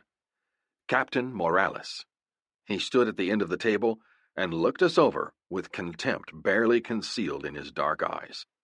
"Today is your only free ride," he growled in a voice as rough as gravel washed downstream. "You had better enjoy it, because I'm not here to be nice. I'm here to teach you to fly helicopters, after which you'll go to Vietnam. We're not going to be friends. We're not going to be buddies. I expect a lot from you. I expect you to deliver." My group immediately dubbed him Captain Nice. Flying began from day 1. Captain Nice escorted us one at a time out to the flight line for our orientation ride. The training helicopter, a Hughes 300, was such a comical-looking little machine that but for the scowl on the IP's face, I would have laughed out loud. It was nothing but an oval-shaped plastic bubble out of which stuck the tail boom. I thought it looked like an Easter egg with a heart on. The blades had to be phased in by hand before starting the engine. Captain Nice indicated I should buckle into the right pilot's seat while he took the other seat. Unlike fixed-wing aircraft in which the pilot flew left seat, helicopters were normally flown from the right. That was not the case in Vietnam, as I was to find out. Pilots flew Hueys there from the left because that side was less cluttered with instrumentation and permitted an unobstructed view downward through the plexiglass chin bubble. "Can you reach the pedals?" Captain Nice asked. He shook his head in a mixture of amusement and scorn at how my arms and legs stuck straight out in order to manipulate the controls. He tossed me a flotation cushion. "Put this in the seat behind your back." He gently lifted the Easter egg off the helipad and flew it to 1,000 feet altitude while he explained the purposes of the various controls. There were 4 main ones: the collective, in the left hand by your side, if you flew left seat, which controlled up and down movements; the throttle in a hand grip on the end of the collective stick, which increased or decreased power and had to be coordinated with all other maneuvers; the cyclic stick between your legs for forward, backward, or side flight; and the rudder pedals, which changed flight direction and controlled torque caused by the spinning rotor blade. Halfway through some explanation about the instruments, Captain Nice unexpectedly chopped the throttle. The engine cut to idle in a sudden, heart-stopping silence. The bird seemed to float for a moment through the sound of wind rush and the pounding of blood in my ears. Then it nosed down, and the earth rushed up kaleidoscopically into my face. I felt like a panicked cat stuck to a screen door. A terror-filled glance at Captain Nice showed him to be remarkably unperturbed. His gravelly voice smirked into my headphones. "Even if the engine quits," he explained smoothly, "you can still land it. It's the safest thing in the world." "Yeah, right. Convince me of that. It's called auto-rotation. You immediately push in full right pedal to compensate for lack of torque and push the collective full down to neutralize pitch angle of the blade. The weight of the helicopter will keep the blade spinning once the pitch is flat, providing lift. It's like the little whirligigs you get at carnivals." All this time we were dropping like a greased anvil. I could taste what I had for breakfast. If you tried to keep flying at level without power, the rotor blades would slow and stop, and you would fall out of the sky. It's fatal not to push down collective and right rudder. Remember that. I couldn't even remember my name. He pointed to a field about a mile away. "We're going to land over there. We have enough altitude to make it. As long as we don't put too much lift on the blades, we'll continue to glide. If your rotor speed bleeds off, you can increase it again by making a few slow S-turns." He demonstrated. I held on. "Just don't increase the rotor speed too much, or you'll spin off the rotor." "What? What?" "Now, on top of all this," he said coolly, "imagine that you have about 400 mean little bastards down there shooting up at you and waiting for you to crash in the middle of them." I couldn't even remember why I wanted out of artillery. I swallowed what tasted like my asshole a half-dozen times during the descent. Captain Nice could have been sitting at home watching The Tonight Show on TV for all the excitement he displayed. He calmly explained, step by step, how at the last moment you flared to bleed off speed, and then you landed. It was a bit of a jolt, but we were safely on the ground without damage other than to my suddenly fragile ego. Captain Nice shot me a twisted, humorless grin. I managed to grin back rather than let him know how unnerved I had been. The demonstration was intended to be a confidence-building maneuver. "How did you like that?" the IP asked. I feigned nonchalance as much as a pale-faced man could. "Can we do it again?" We would do it many times in the days ahead. IPs taught us to fly the machine as though the engine were temperamental and might quit at any moment. All through training, whether taking off, landing, hovering, or cruising at altitude, the instructors would suddenly cut power to see how we reacted. You didn't solo until they felt confident you could survive a real emergency. 12. Students spent an hour or so each day in the cockpit and the rest of the day either in the bleachers watching classmates fly or attending classes in aerodynamics, weather, navigation, and maintenance. We lived and breathed flying. Alan Borden, an OCS classmate and now in flight school with me, contended we were in an accelerated program designed to get us to Vietnam as quickly as possible. I still thought the war would end soon, but I wasn't nearly as convinced of it as before. We started by learning the controls, one at a time. Sitting in the bleachers watching, you could always tell whenever a student took over the helicopter. The hues went from a perfect, steady hover to a penduluming Easter egg hopping all around all over the airfield. The more advanced classes jeered at the efforts of the newest blue hats. "Hey, newbies! Have you found the hover button yet?" What the hell was a hover button? I had a feeling our chains were being jerked, but I discreetly looked for it in the cockpit anyhow. The first control we learned was the pedals. I practiced using all 4 controls in a chair at home, and therefore thought just one of them would be a breeze. Captain Nice took me out and held the bird in a low hover above a large practice field. Each field had its own color, marked with painted auto tires. White tires meant a large beginner's area, yellow signified intermediate, and red, as Captain Nice put it, was a Vietnam LZ, barely large enough to set a helicopter down in and get it out again. Any student who landed a helicopter in a red area without an IP in the cockpit with him automatically washed out. Never mind that his landing there meant he had to be a pretty good pilot in the first place. "See that hill out there?" Captain Nice said, pointing. "Yes, sir," I replied through the intercom. "All I want you to do is take the pedals and keep the helicopter pointed in the direction of that hill. I'll take the rest of the controls." "Think you can do it?" "Yes, sir." The harder I concentrated, the more the helicopter wanted to go its own way. It oscillated around its axis, sweeping back and forth across the horizon. Blades whirled madly overhead, spinning relentlessly while the engine roared and growled at me.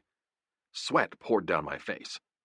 I felt overwhelmed by the bird's bouncing vibrations and clamor. "Okay, I got it," Captain Nice said. "You got it." That exchange always preceded turning over controls from one pilot to the other. Captain Nice settled the helicopter down. "Alexander, you do see the hill I mean, don't you?" I acknowledged I did. "Well, try to at least keep it pointed in that general direction, if you don't mind." "I don't mind, but it seems this helicopter has a mind of its own. You're supposed to be smarter than it, Alexander." I began to understand why there was a minimum height requirement for flight school. Everyone else had legs long enough to reach the pedals while resting their heels on the deck and arms of sufficient length to brace their elbows on their thighs while flying. I pulled the seat all the way forward, let out the pedals to their maximum extension, and used a flotation cushion in the seat with me, but my legs and arms still stuck straight out with nothing on which to rest and steady them. Captain Nice next added the collective and throttle. That meant coordination between pedals and the collective and throttle. Then came pedals, collective and throttle, and cyclic. Cyclic was the main control. I felt like a little old lady trying to sweep out the cockpit with the cyclic stick as I fought valiantly with the bird to at least keep it within a 50-acre field. Everyone else in the class learned to hover while I continued to bounce the Hughes around like an Easter egg on a bungee cord. I was so frustrated I felt like crying. So was Captain Nice. "Damn it, Alexander," he fumed. "I can teach a monkey to fly this thing if you give me enough bananas and a bottle of compose. Now why can't you learn?" Just what I needed for self-confidence. A monkey to take my place in flight school. I knew I was in danger of flunking out. I'd be back in artillery tomorrow and in Vietnam next week. The next morning, during my regularly scheduled flight time, Captain Nice appeared especially surly. He didn't speak to me as we cranked up the Hughes and buckled in. He flew out and landed in the middle of a white practice field. Still without speaking, he screwed everything down so the chopper would squat there on its own while the engine continued to run. He removed his hands from the controls, unbuckled his seatbelt, and turned toward me. "Alexander, you either learn to hover this son of a bitch, or I'm going to leave this chopper like it is, take you out there in the field, and whip your puny ass. Have I made myself clear, Lieutenant?" He had at that. That was all he said. He let me stew on it while he took off and silently flew directly back to the airfield. "Tomorrow, Alexander, you'd better hover this thing," he said in parting. "Think artillery, Lieutenant. Think FO, 'cause that's where your butt is headed if you don't hover this bird." I don't know which motivated me the most, the threat of Captain Nice whipping my ass or the prospect of going to Vietnam to muck around in the jungle with snakes. Whichever, the very next day, I discovered the hover button. I did nothing differently from before, but suddenly everything seemed to click. I looked out to a reference point some 200 meters away, which cured overcompensating for every little drift, and instead of sweeping out the cockpit with the cyclic to cause the chopper to do all kinds of crazy things, I hovered. Captain Nice grinned. He meant it. "I told you you could do this," he almost chortled, as though it were as much a personal triumph for him as for me. 13. "I think it's time," Sandy said, shaking me awake. "Time for what?" I grumped. "To go to the hospital." "Have you timed the pains?" "No." "You time them. When they're a minute apart, we'll go." We had gone through a number of similar false alarms during Sandy's pregnancy. The baby had been due in July. Here it was August, and still no baby. About midnight, Sandy woke me again while crashing and banging around the house. I knew she was provoked by the way she was stuffing things in a bag with one hand, clutching her belly with the other, and glaring miserably at me. She was about the size of one of the Easter eggs I flew, only with stick arms and legs instead of that other protrusion. "What are you doing?" I asked her. "I'm going to the hospital whether you take me or not," she snapped. "I'll take you," I capitulated, "but if you get me up again in the middle of the night for nothing when I have to fly tomorrow, then you're fired." I deposited her at the hospital while I drove April to stay with friends who promised to watch her. A nurse ran up and hustled me to delivery as soon as I returned. "She's gonna shoot you," the nurse warned. "She's in there having the baby right now." I walked in at 2:00 a.m. Angela was born at 2:14. I was a family man with a wife, a stepdaughter, and now a new daughter. All reasons to keep my scrawny little undersized ass out of Vietnam. 14. Learning to hover was, at least for me, a major training milestone. I advanced rapidly after that. I was among the first to solo. I felt more than a little cocky when Captain Nice got out and told me to take it. I made a smooth, hovering takeoff, pushing the cyclic slightly forward, pulling up on the collective and twisting the grip throttle to keep my RPM. The helicopter accelerated across the tarmac until the rotor system moved into undisturbed air and reached the speed of transitional lift. It immediately jumped into a climb. A pilot on his solo flight kept his landing lights blazing, sort of like a student driver sign. I made 3 trips around the traffic pattern, came in, and landed. Damn, was I hot or not? I went through the traditional ritual of sewing solo wings on my blue cap and getting dunked in the pool of the local Holiday Inn, above the entrance to which the management had erected a huge portal sign made of helicopter rotor blades. Through these rotor blades pass some of the finest aviators in the world. Advanced maneuvers followed, takeoffs and landings in the confined areas of the red tires, 8s around pinnacles, night flying, day and night cross-country navigation, and, always, emergency drills and auto-rotation procedures. I received a strong jolt of reality during our first night cross-country exercises. This, I realized, was more than a game. It had life-or-death consequences, which grew more acute as the reality of Vietnam inevitably approached.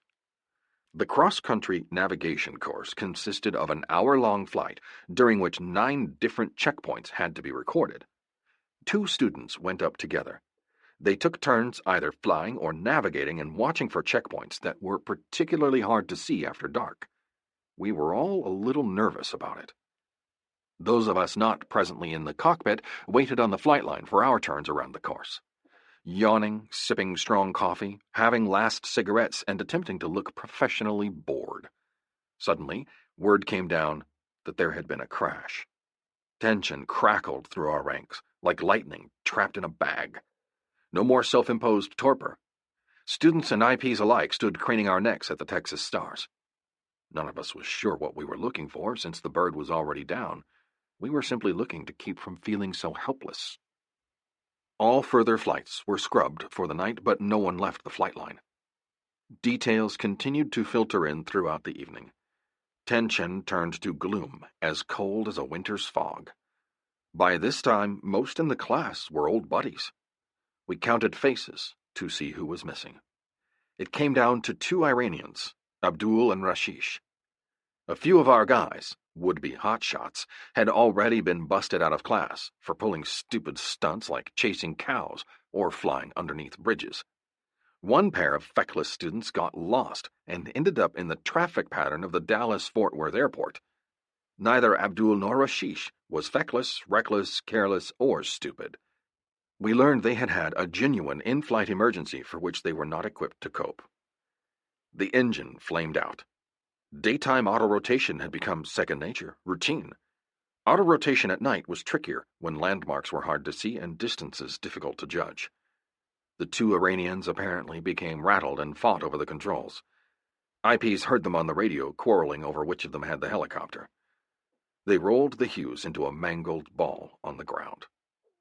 Both were dead by the time rescue reached the site. IPs took their small groups of 4 aside. "In Vietnam," Captain Nice said in a softer tone than normal, "you'll find pilots will be somewhat distant. They don't make friends. They only have acquaintances.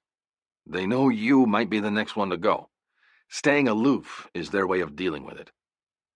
He hesitated, glancing away. The look on his face said he had been there, that he had personally experienced loss of comrades. His dark eyes hardened, and his voice returned to its former gruffness. While I had first thought him insensitive and callous, I soon understood that he was merely being realistic. "Get used to it," he said, "because things like this are going to happen when you get to Vietnam."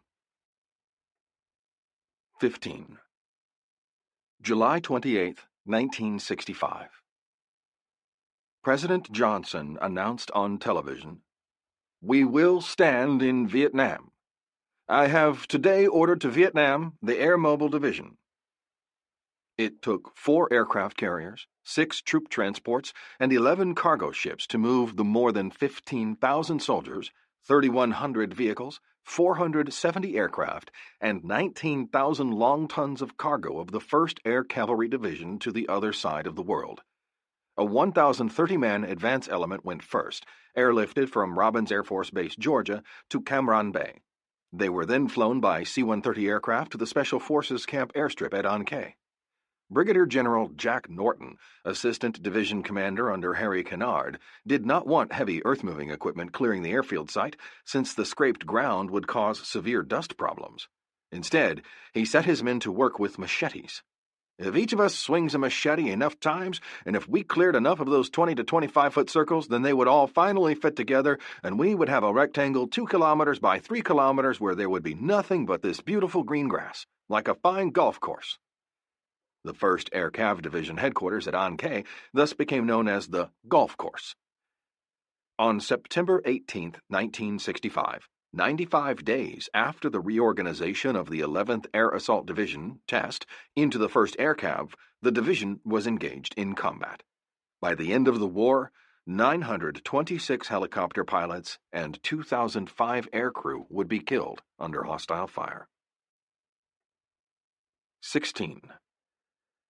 Graduates among the top 10% of the class from primary helicopter school at Fort Walters were provided the option of choosing the site of their advanced training, either Fort Rucker, Alabama, or Savannah Beach, Georgia.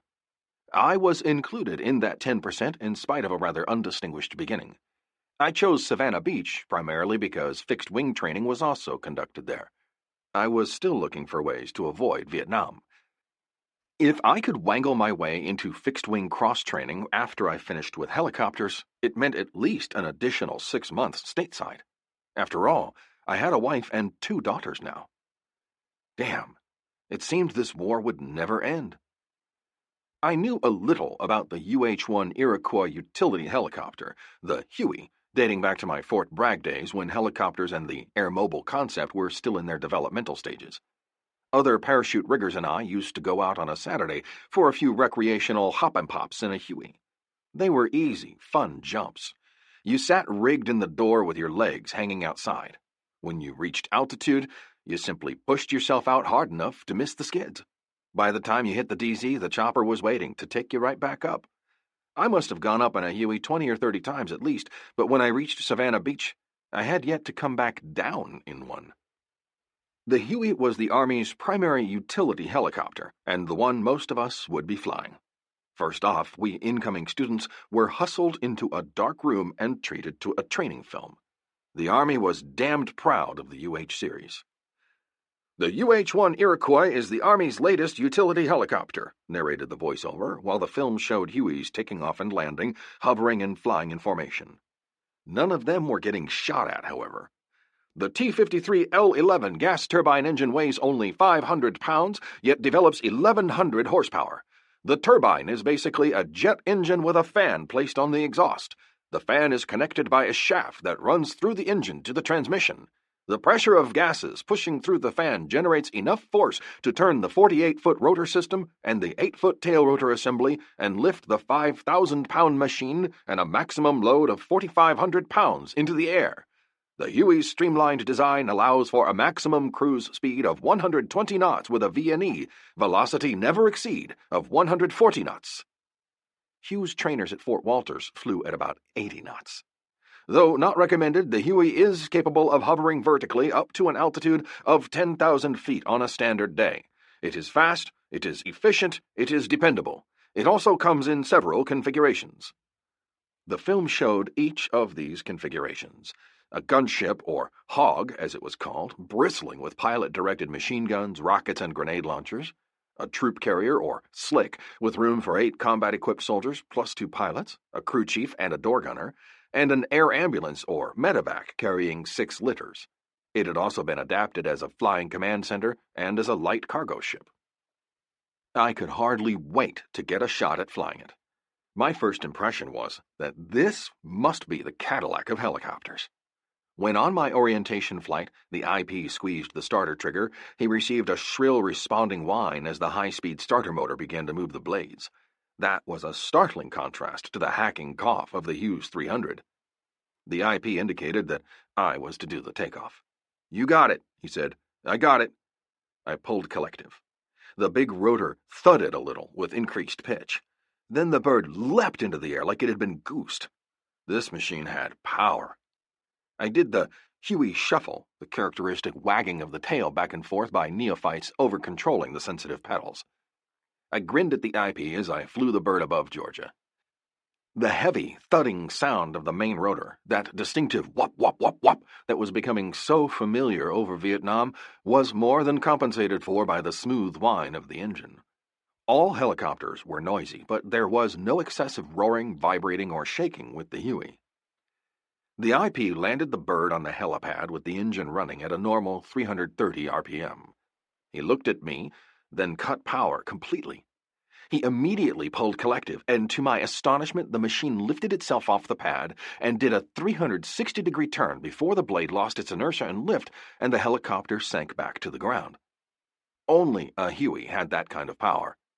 Ballast weights on each of the 2 main rotor blade tips gave the system tremendous inertia. I was much impressed. Training at Savannah was what we had received at Walters, except more of it, more advanced, and all of it in the UH-1. We did a lot of instrument training under the hood when all you saw were needles and bubbles on the instrument panel, while your body told you you were flying on your side or upside down. Traditionally, helicopter pilots maintained visual contact with the ground. VFR and IFR were the same thing. Visual Flight Rule, VFR, stood for Visually Follow Roads. Instrument Flight Rule, IFR, meant I follow roads. If weather came in and you couldn't fly lower and slower, you sat down in a field and waited. That wouldn't work in Vietnam, we were told. Monsoon season produced a lot of rain and fog. You had to really fly IFR in it, because if you set your ship down, you might be nesting in the middle of a bunch of pissed-off commies. All training was geared toward a single goal: Vietnam. Combat flying techniques generally meant contour flying, low to the earth, to keep down exposure to enemy ground fire. Skimming along only feet above the treetops at 100 knots with the world passing by underneath in a green blur. As part of the confidence course, we sailed choppers under power lines and made low turns so steep the blade tips almost chopped into the ground. It was thrilling, it was exciting, and, we were told, we would find it practical and useful when we got to Vietnam.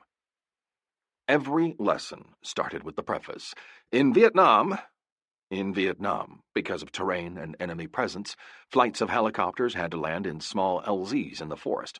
They had to get in quickly, do their business, whether that meant depositing troops or picking them up, then get out again just as quickly.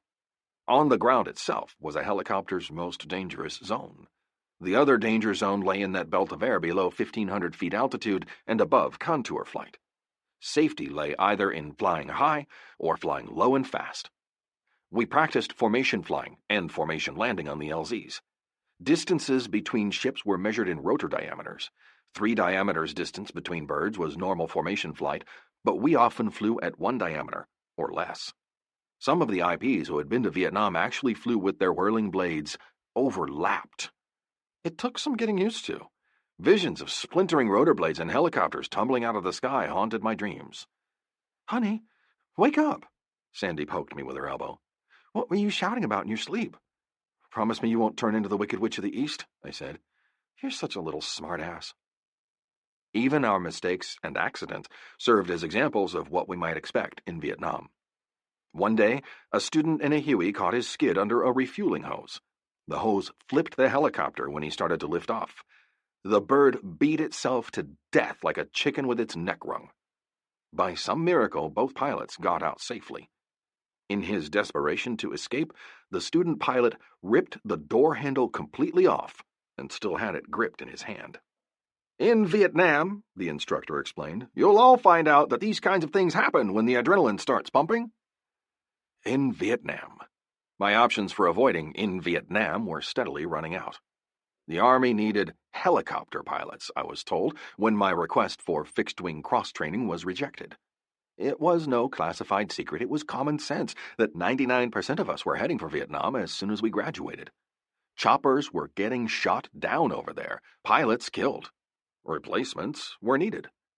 "At least flying choppers is safer than being in artillery," I tried to reassure Sandy. I wasn't so sure about that anymore. It seemed that in attempting to circumvent Vietnam, I had got myself caught up in a whirlwind that was bearing down upon that which I most wanted to avoid. I resigned myself to the fact that I was going. I saw no way out. All doors had been closed to me except the one opening into Southeast Asia. I cast around looking for an outfit in the war zone that might give me the best survival chance, wondering how I could get myself assigned to it. It was common knowledge that of all the American units fighting in Vietnam, the 1st Air Cavalry Division was seeing the most action. Pilot survivors of the 1st filled us in on the situation. "Within the 1st Cav," they explained, "the most dangerous place to be is in the 1st Squadron of the 9th Brigade. Apache troop of the 1-9 is always in deep shit. You don't want to go there." How could I avoid it? I was still pondering that question in January 1969, looking for an out, when I graduated from advanced flight training. It was the beginning of the bloodiest year of the war. The entire graduating class assembled in formation in front of the TAC office to receive our orders. The training commander called us forward in alphabetical order. "Abraham! Akins! Alexander!" I frantically scanned my orders. There it was. "Report to 307th Transportation Company, Vung Tau, South Vietnam." Where the hell was Vung Tau? "Have you ever looked out, Lieutenant?" an IP exclaimed. Vung Tau, he explained, was a coastal in-country rest and recreation center on the seacoast. No guns were allowed inside city limits. Even the Viet Cong there played by the rules. It was a place where warriors from both sides went to drink beer, chase pussy, and bask in the sun. Had I ever lucked out, and I hadn't done a thing to engineer it? Luck. That was all it was. If I had to go to war, this was the way to go. Lieutenant Ron Alexander was going to lie around on white sand beaches, haul ass and trash, and fly steaks to generals in safe rear areas. I had this war dicked. 17. New meat was flown to Vietnam in commercial airliners, a load at a time, complete with pretty stewardesses, airliner meals, and free drinks. Just like you were going on vacation to Hawaii or Miami Beach, except everybody was in uniform, there were no women other than the stews, and everybody was a little tense. There were 2 types of men on board. Loudmouths bragging about how they were going to kick ass and win the war single-handedly, and the silent, scared, introspective types, which were the majority. Vietnam had 2 primary debarkation points for incoming replacements. Loads intended for assignments to units fighting in the Central Highlands and north to the DMZ were offloaded at Cam Ranh Bay. Replacements for the southern peninsula down through the Mekong Delta were landed at Bien Hoa. Bien Hoa was our destination. It was a major airfield and supply point located about 20 miles northeast of Saigon and 40 miles northwest of Vung Tau. After what seemed an eternity of flying over water and brief landings at Anchorage, Alaska, and Tokyo, Japan, we newbies received our first glimpse of Vietnam, a thick finger of emerald green in a cobalt sea. The loudmouths got louder, and the silent types got quieter. Funny, I thought. It didn't look like a war was going on down there. "Gentlemen," came a sweet Stu's voice over the cabin intercom. She stood up front, speaking into the mic and smiling at us. "We would like to be the first to welcome you to lovely Vietnam. We hope your tour here will be safe and that we'll be seeing each of you again for your homeward flight. We will be making our landing in Bien Hoa in about 20 minutes. The plane was crammed, shoulder to shoulder, with infantry, clerks, artillerymen, officers, and enlisted, chopper pilots and APC drivers, a mixture of replacement parts for the military machine. Even the loudmouths went temporarily hushed. I looked around at the strained faces of men, all gone inward to contemplate this last step before they were forced to confront the harsh reality of war. It occurred to me that some of these men and boys would never return home, at least not alive. I inspected the faces of those nearest me as though I might be able to determine their fates. Which ones would be dead next week, or next month, in 3 months, or 6 months? I am really in Vietnam, I thought. I've really had it done to me. I looked away with a jerk. I didn't want the knowledge of other men's fates. I had my own to contend with. But at least I had a relatively safe PUD job with the 307th, so I was going to be a REMF, a rear echelon motherfucker. I never claimed to be a hero. I was becoming comfortable with the idea of our arrival when the pilot came up on the intercom. "Gentlemen, I'm sorry about this. We have good news and we have bad news." Always a comedian somewhere.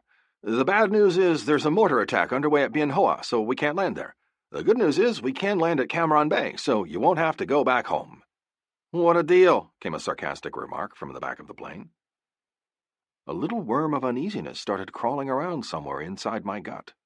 I had been in the Army long enough to know that people got screwed whenever there were sudden changes. I had a sudden bad feeling about this. "Don't worry about it," said my seatmate, a lieutenant colonel on his way back to Vietnam for a second tour. "They'll process us at Cam Ranh and get us where we're supposed to go."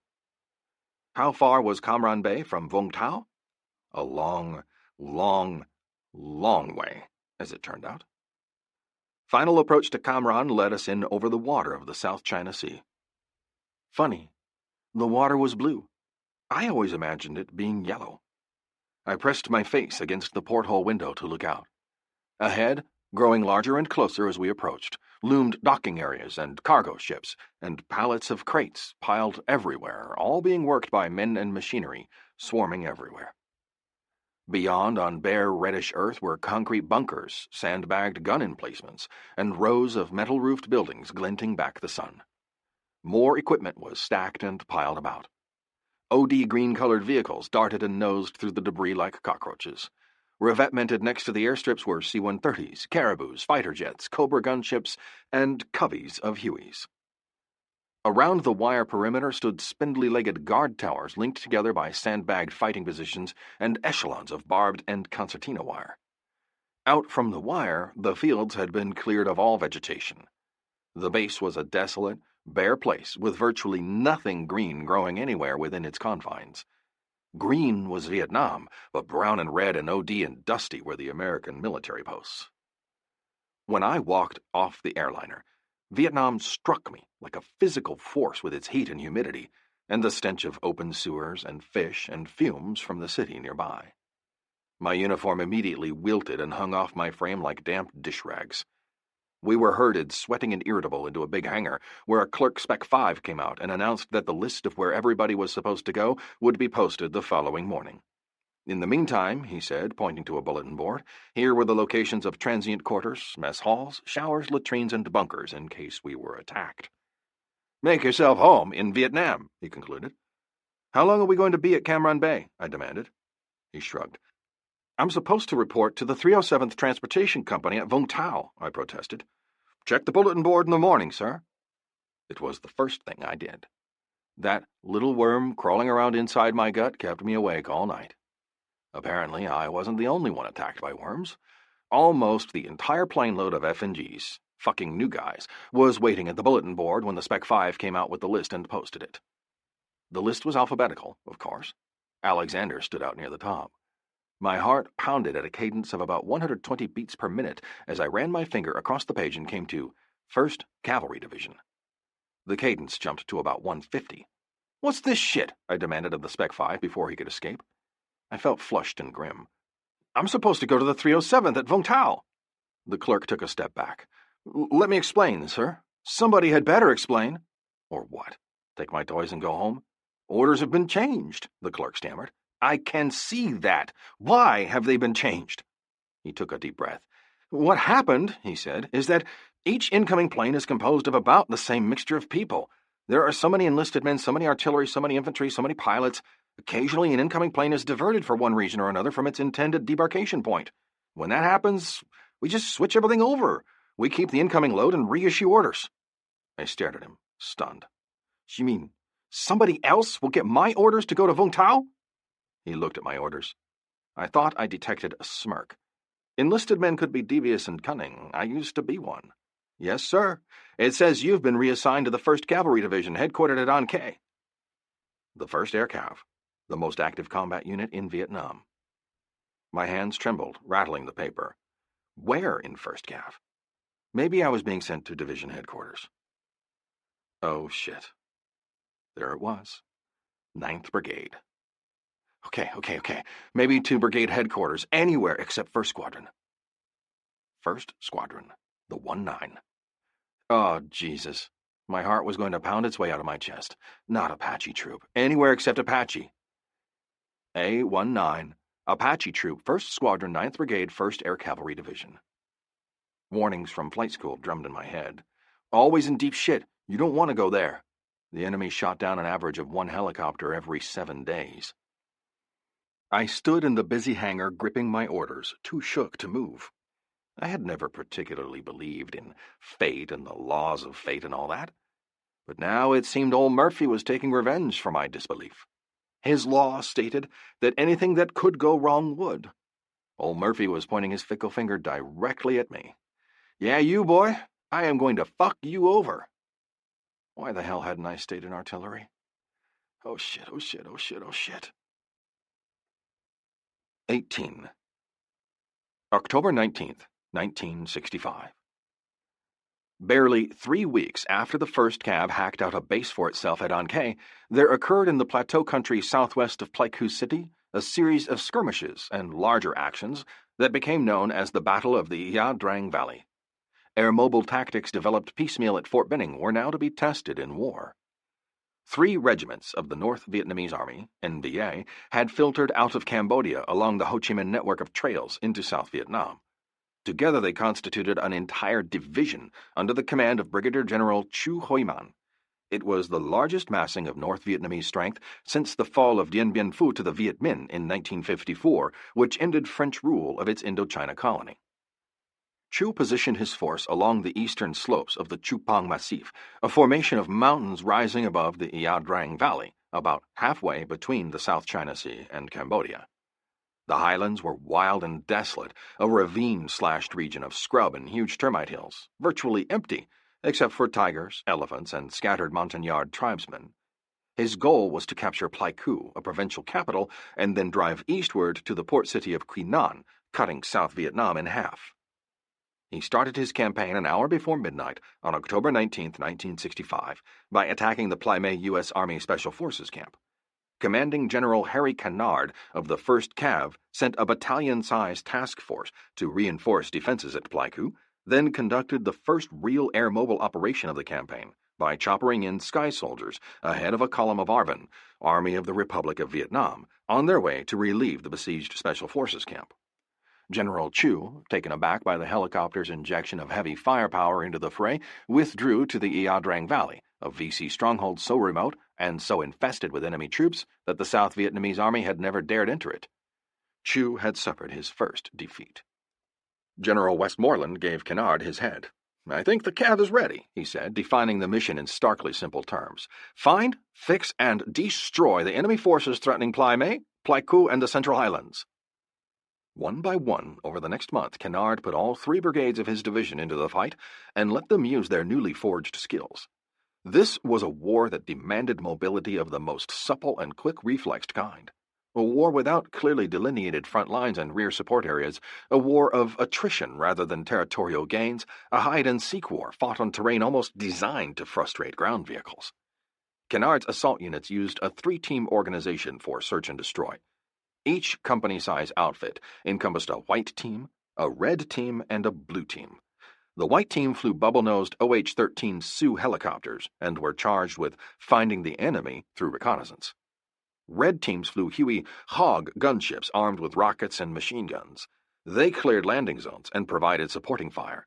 Later, Huey gunships were replaced with the more deadly AH-1 Cobras, specifically designed and equipped as attack choppers.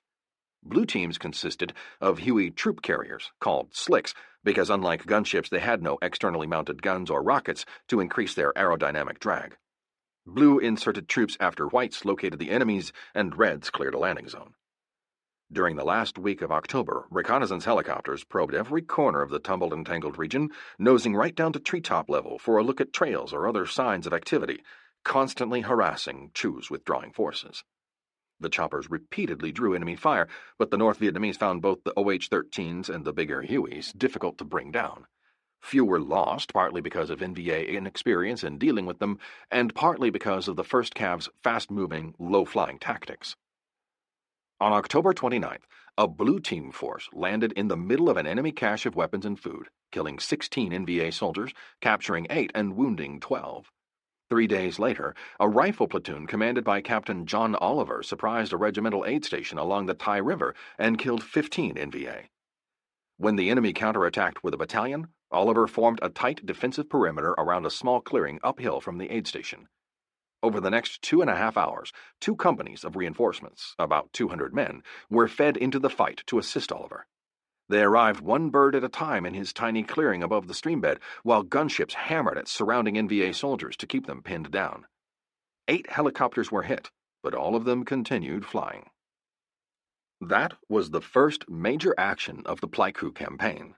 The Sky Soldiers stopped the NVA counterattack cold and quickly regained the offensive. When the NVA 33rd Regiment withdrew in defeat the next morning, they left 99 dead soldiers on the field. The 1st Cav casualties were 11 dead and 51 wounded. General Chu sent his fresh 66th Regiment into the fight against Kennard's Sky Soldiers, giving the North Vietnamese a substantial edge in numbers. But the helicopter proved to be what military planners called a force multiplier, a technological advantage that changed the odds. On the afternoon of November 3rd, 4 platoons of the 1st Cav established a patrol base on a hilltop clearing north of the Chupong Massif and sent 3 platoon-size ambush forces into the enemy stronghold of the Ia Drang Valley. One of the forces ambushed a heavy weapons company of NVA and then beat a hasty retreat back to the patrol base. Barely had the platoon reached the base than the NVA attacked in battalion strength. Night flying skills practiced back in the United States now came into play. A company of reinforcements landed in the clearing in 6 helicopter lots. The first lift, escorted by a red team of armed helicopters, swept in under the light of flares. Subsequent runs used only the light of the full moon. A platoon leader dubbed the landing zone LZ Spiderweb because the sky was crisscrossed by a brilliant pyrotechnical webbing of red tracers fired by the Americans and bluish-green tracers from NVA weapons. General Chu once again lost what should have been an easy victory against outnumbered U.S. forces. He suffered 72 dead to 2 Americans killed. By November 7th, when Kennard began to withdraw the 1st Brigade and replace it with Colonel Thomas Brown's 3rd Brigade, the 33rd NVA Regiment alone had lost, by U.S. intelligence estimates, about 900 of its 2,200 men. American losses so far were 59 dead, 196 wounded. The decisive battle of the campaign, the ultimate test of air mobility against ground infantry, occurred around an opening in the trees, no more than 100 meters long, that nestled near the foot of one of the mountains of the Chupong Massif. When white team helicopters, dipping below treetop level, spotted well-used trails and communications wire nearby, no one suspected the size of the force in the vicinity. As it happened, the clearing that would gain fame as LZ X-Ray was located almost on top of the headquarters and staging area for Chu's regiments. On November 14th, the 1st Battalion of the 1st Cav's 7th Regiment, commanded by Lieutenant Colonel Harold Moore, was inserted onto the LZ as the starting point for search and destroy missions. At 12:30 p.m., platoons of B Company spread out to explore the ground toward the Chupong Heights. One of the platoons, led by Lieutenant Henry Herrick, ran head-on into about 150 NVA soldiers. Herrick was killed immediately and his platoon pinned down. While survivors of the surrounded platoon fought for their lives, Alpha Company of LZ X-Ray battled waves of khaki-clad NVA regulars in pith helmets. Through the rest of the day and night, enemy troops attempted to break the Americans' perimeter. Meanwhile, at the Brigade Operations Center, Kennard orchestrated his air mobile resources. Chinooks lifted 2 batteries of 105mm howitzers, 12 guns in all, to LZ Falcon, a clearing about 5 miles east of the battle. During the 2 nights during which the battle raged, artillery at LZ Falcon pumped more than 4,400 rounds of high explosives into the fight. Many fell within 50 meters of the X-ray perimeter in an effort to prevent NVA troops from getting into a bear hug with us, as Moore put it. Between artillery barrages came flights of Navy, Marine, and Air Force fighter bombers to bomb, strafe, and napalm enemy positions. Huey transports, escorted by gunships pouring 7.62mm machine gun fire and 2.75-inch rockets into the trees, continued to bring in reinforcements and supplies and to carry out the wounded. X-ray was a scene of mayhem. Choppers rose and descended through dust and smoke, exploding artillery shells and rockets hammered at the air, and staccato bursts of machine and rifle fire mixed with the screams and shouts of the combatants. By the second nightfall, the Americans were well dug in all around the clearing. Mortars and artillery were calibrated to drop shells within 25 yards of their lines. Helicopters stopped shuttling in and out of the LZ at 10 o'clock. Some of the pilots had been flying for 16 hours straight. "When I tried to get out of the aircraft," said Slick Pilot Major Bruce Crandall, "it caught up with me. My legs gave out, and I fell to the ground, vomiting and shaking." The inside of his helicopter was awash with the blood of the wounded. Having slackened their efforts during the night, the NVA struck hard at first light on November 15th, sending a force estimated at 1,000 against the X-ray perimeter. Fighting was so furious, including violent hand-to-hand combat in some places, that mid-morning arrived before the battle waned sufficiently for helicopters to begin landing a company of reinforcements from Anke. A larger battalion-size unit landed at a clearing 2 miles away and started a forced march to flank the enemy and relieve X-ray. By noon they reached the battlefield. One soldier said, "My God, there's enemy bodies all over this valley. For the last 30 minutes we've been walking around and over and through bodies." The North Vietnamese continued to attack until 10 in the morning, when they withdrew under fire. Scores of corpses and weapons were left to litter the battleground. Shortly after 3 that afternoon, a rescue force from X-ray fought its way to the position of the trapped 2nd Platoon. By 4:30, the survivors and the dead were back on X-ray. The NVA returned to the fight that night and continued it into the next day. By that time, Moore had been reinforced in battalion strength and amply resupplied with ammunition. In the end, American firepower, climaxed by the bombing of the Chupong Heights by B-52s based on Guam, proved too much for the North Vietnamese. General Chu's command was all but destroyed. The body count of NVA dead was 634. Additional dead and wounded were estimated at more than 1,200. American casualties were listed as 79 killed, 121 wounded. General Kennard's 1st Cav had more than lived up to the expectations of air mobility advocates such as Gavin and Howes. From October 19th to November 28, 1965, the 1st Cavalry Division had played a pivotal role in rescuing the Plaimé Special Forces camp. Sky soldiers had applied new air mobile tactics to chase the enemy back to its stronghold in the Ia Drang Valley, and then, outnumbered 7-1, had won a huge victory. In doing so, the 1st Cav moved complete infantry companies 193 times, conducted 6,000 sorties, logged 27,000 hours of flying time, airlifted 13,000 tons of supplies, moved entire artillery batteries 67 times, provided close air support, conducted reconnaissance missions, and virtually obliterated 2 of North Vietnam's best infantry regiments. Only 4 cavalry helicopters were shot down during that period, and 3 of them were recovered to fly again. Vietnam became the helicopter war. By the late 1960s, more than 2,000 Hueys would be in the air over Vietnam on any given day. Inevitably, the VC and NVA adjusted to the new challenge. They learned how to fire at choppers flying overhead, how to mine likely landing zones, how to lure sky soldiers into ambushes.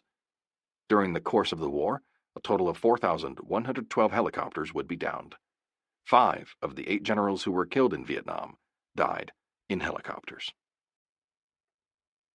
19. Sayonara to flying steaks and grits to generals in safe rear areas. After the initial shock of having my orders changed wore off, however, I experienced an awakening sense of curiosity about war, accompanied by a faint stirring of excitement and expectation. Deep inside all young men lurked a thirst for adventure. Just because I was married and had 2 daughters didn't change that. I was only 23 years old. Of course, I would rather have gone to Vung Tau, but now that I wasn't, it surprised me to find that I wasn't nearly as pissed off as I should have been. I couldn't figure it, what with all the energy I'd invested in attempting to avoid Vietnam combat. It must be something genetic in males. I boarded a Caribou airplane along with a bunch of other FNGs, both officers and enlisted, and flew from Cam Ranh Bay to 1st Cav Division headquarters at An Khe for a week of in-processing and orientation. There I was issued jungle fatigues, boots, socks, poncho liners, and mosquito netting. Immunization records were updated, physicals given, malaria pill regimes started. I would take the big pills for the rest of the time I was in Vietnam, and we were all indoctrinated into the organization and work of the 1st Cavalry, as well as in how sneaky, underhanded, cunning, and vicious Charlie could be. Charlie? I asked. Charlie, it was explained, was short for Victor Charles, the phonetic alphabet pronunciation for VC, Viet Cong. Charlie and Mr. Charles were common terms applied to the enemy, along with other, more disparaging labels such as dink, gook, slope, and shithead. The Vietnamese called us Big Nose or Cat Eyes. I was sure they also used their own, less complimentary terms for us, as we did for them. General George Forsyth was now commanding officer of the division. I learned that the 1st Cavalry Division, at approximately 15,000 men, consisted of 3 major subordinate units, the 1st, 2nd, and 3rd Brigades, along with division artillery, a support command, and an aviation group. Within this structure were 9 battalions of infantry, 5 battalions of artillery, 3 assault helicopter battalions, 4 support-type battalions, an aerial reconnaissance squadron, 1 engineer battalion, 1 signal battalion, and a number of independent specialized companies and detachments. The outfit I was joining, the Aerial Reconnaissance Squadron in the Aviation Group, was a division asset employed wherever it was needed. The 1st Squadron of the 9th Cavalry, the 1-9, consisted of fewer than 1,000 men and some 100 helicopters divided into 3 troops, A through C.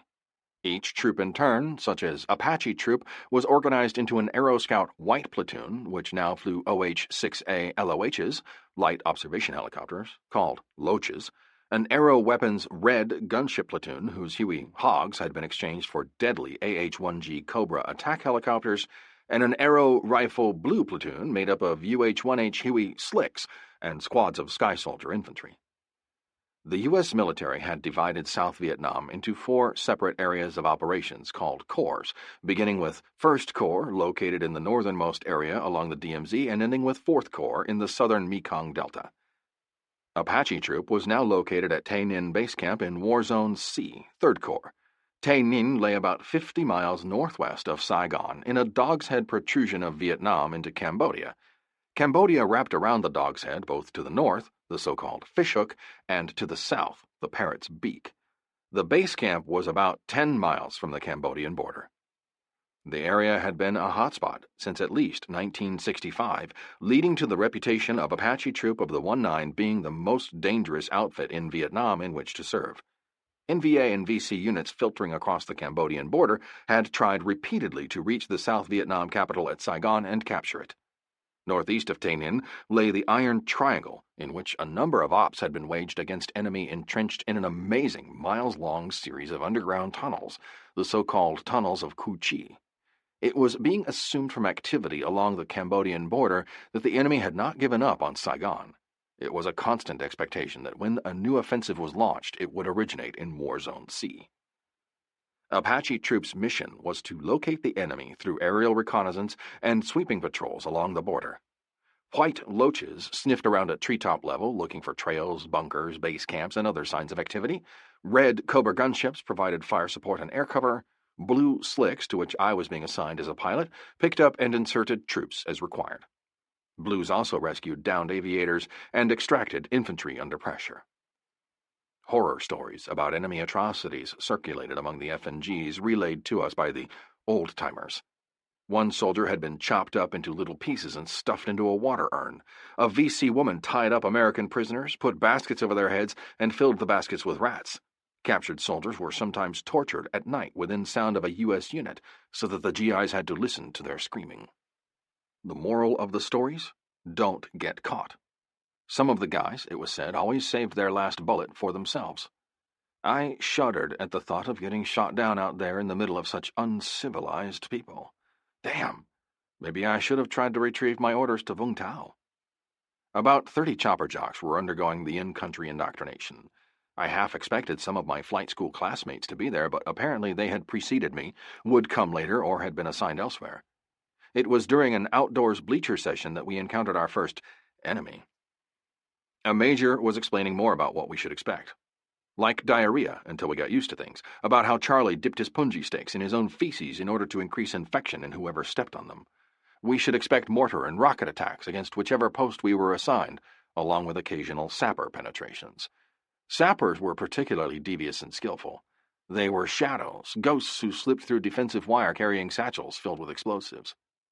As he talked, the major paced slowly back and forth between his audience in the bleachers and a berm of mounted earth. Beyond the berm stretched rows of concertina and barbed wire, part of the perimeter at Ankei. He was nearing the end of his spiel when a scrawny little Asian wearing only khaki shorts popped up from behind the berm. He yelled something and at the same time hurled a heavy canvas bag at the bleachers. All eyes fastened horrified on its slow-motion progress as it arced high into the air. The major screamed a warning, "Satchel charge!" We damn near killed ourselves, diving, leaping, scrambling, stampeding, and falling off the bleachers. I ended up on the ground with my face buried in the dirt. I couldn't get any lower. My buttons were in the way. I could have crawled underneath a pebble. I braced myself against the expected explosion. After a few moments, when nothing happened, I heard a nervous titter and cautiously opened one eye. The major stood at parade rest, displaying a shit-eating grin. The Asian sapper stood soberly at his side. The guy next to me got up off the ground wearing a sheepish look and dusted himself off. I got up and looked around. The explosives still lay in the bleachers, undetonated. As the class slowly and suspiciously reassembled, the major asked, "Gentlemen, do you understand? Did anyone here see men slip through the wire right in front of your eyes and get close enough to wipe us all out?" No one had. "Remember what happened here today when you reach your assignments," he cautioned in a funereal voice. "Min is a Chiu Hoi, a former VC who has come over to our side and serves as a Kit Carson scout. Lack of vigilance is exactly what will get you killed. This is a war in which you never know where the enemy is, how he will appear, or even who he is. Trust nobody except your own." I looked Min over closely. So this skinny little fella, no taller than I, was what the bad guys looked like? "I'll sleep in a flak jacket," I murmured. 20. Another caribou flew replacements from Ankei to Phuoc Vinh, which was where the first cav was in the process of moving its headquarters. We remained overnight and flew in a Huey to Tay Ninh the next morning. A veteran pilot returning from an admin trip to cav headquarters sprawled in the canvas next to me as the chopper prepared to take off. In Vietnam, anyone in country over a month or 6 weeks was considered a veteran. I was tense and introspective, as were the 4 other FNGs bound for the combat base camp. The veteran stuck out his hand. "Name's Norm Bilby," he said. "Everybody calls me Snake Eye.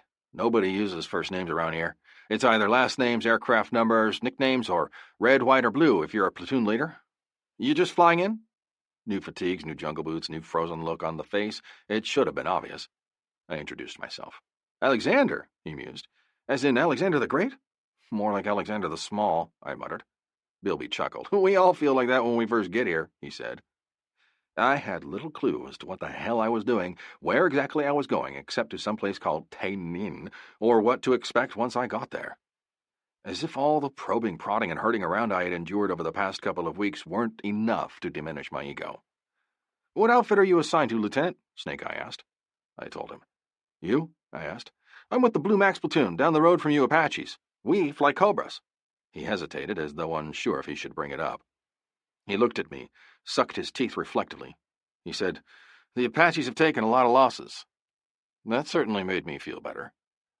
The flight lasted about a half hour, during which time Snake Eye kept up a running commentary on the terrain, the Cav, Vietnam, and how fucked up the world was in general. We flew over green jungle so thick you couldn't see down through it.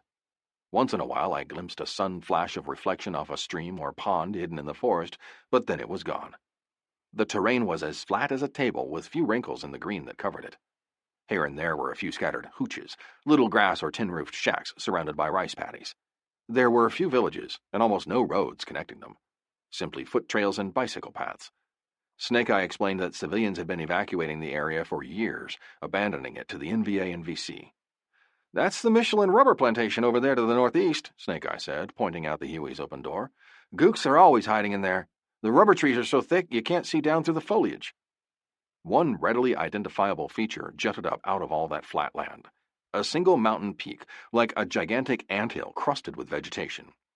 It was about 5 miles north of the base and protruded to about 3,000 feet in height. It appeared about a quarter mile in diameter at its base. "That's Nui Ba Din, the Black Virgin Mountain," Snake Eye said. "That's your principal checkpoint because you can see it from anywhere in the AO. We have a radio relay station on top. We own the top and the bottom. Charlie owns everything in between. The whole damn mountain is hollowed out with VC tunnels. Charlie can sit over there and see the entire base at Tay Ninh to direct in mortar and rocket fire when he has a few rounds to spare. He must have a surplus lately, because we've been taking a lot of incoming." "Why doesn't someone go over there and run the enemy out?" I asked naively. "You think that hasn't already been tried? We lost a lot of men. Finally, I guess, we decided to let them keep their share of it if they want it that bad. Coexist." A small brown river ran between the large military base at Tay Ninh and the city of Tay Ninh. Most posts were named after the nearest burg. Other than size, I saw little difference between this base camp and the larger ones at An Khe and Phuoc Vinh. The base was about a mile long and ran from north to south. Irregular in shape, the perimeter ranged from about a half-mile wide on the north end and narrowed to about 100 yards in width on the south end. The small end pointed toward Tay Ninh, the city, and the river about 5 miles away. A long runway ran from north to south for the landing of conventional aircraft and warplanes. There were 2 shorter runways to one side, and a number of helipads, aircraft parking ramps, and sandbagged revetments. C-130s, caribous, and helicopters were secured here and there, while other choppers were taking off as we approached. 3 flight control towers stuck up above a shack city of tin-roofed buildings with screened-in sides. Artillery emplacements, guard towers, and sandbagged fighting positions ringed the perimeter. The base camp seemed as cluttered and as devoid of vegetation as Cam Bay. A depressed-looking ghetto of red and brown clay, brown or gray unpainted buildings, and drab OD green vehicles and aircraft. The Huey landed near the center of the base, where a 3/4-ton truck waited to transport the 5 newbies to our assignments. Coming down from cooler, rarefied air at altitude, my jungle fatigues immediately soaked with sweat. As if the heat and humidity weren't bad enough, a breeze blowing off the city smelled as bad as a stale anchovy and onion pizza left out too long in the sun. "I'll be seeing you around," Snake Eye said. "Do you know how to spell my name?" I looked at him, puzzled. "It's Bilby," he said with a grin. B-I-L-B-Y. I hope you remember that, so you don't forget me in your will. 21. The truck dropped me and 2 grunt troopers off at the end of a red clay street. The troopers were as green as I, greener, actually, since they had probably only been in the army 6 months at the most.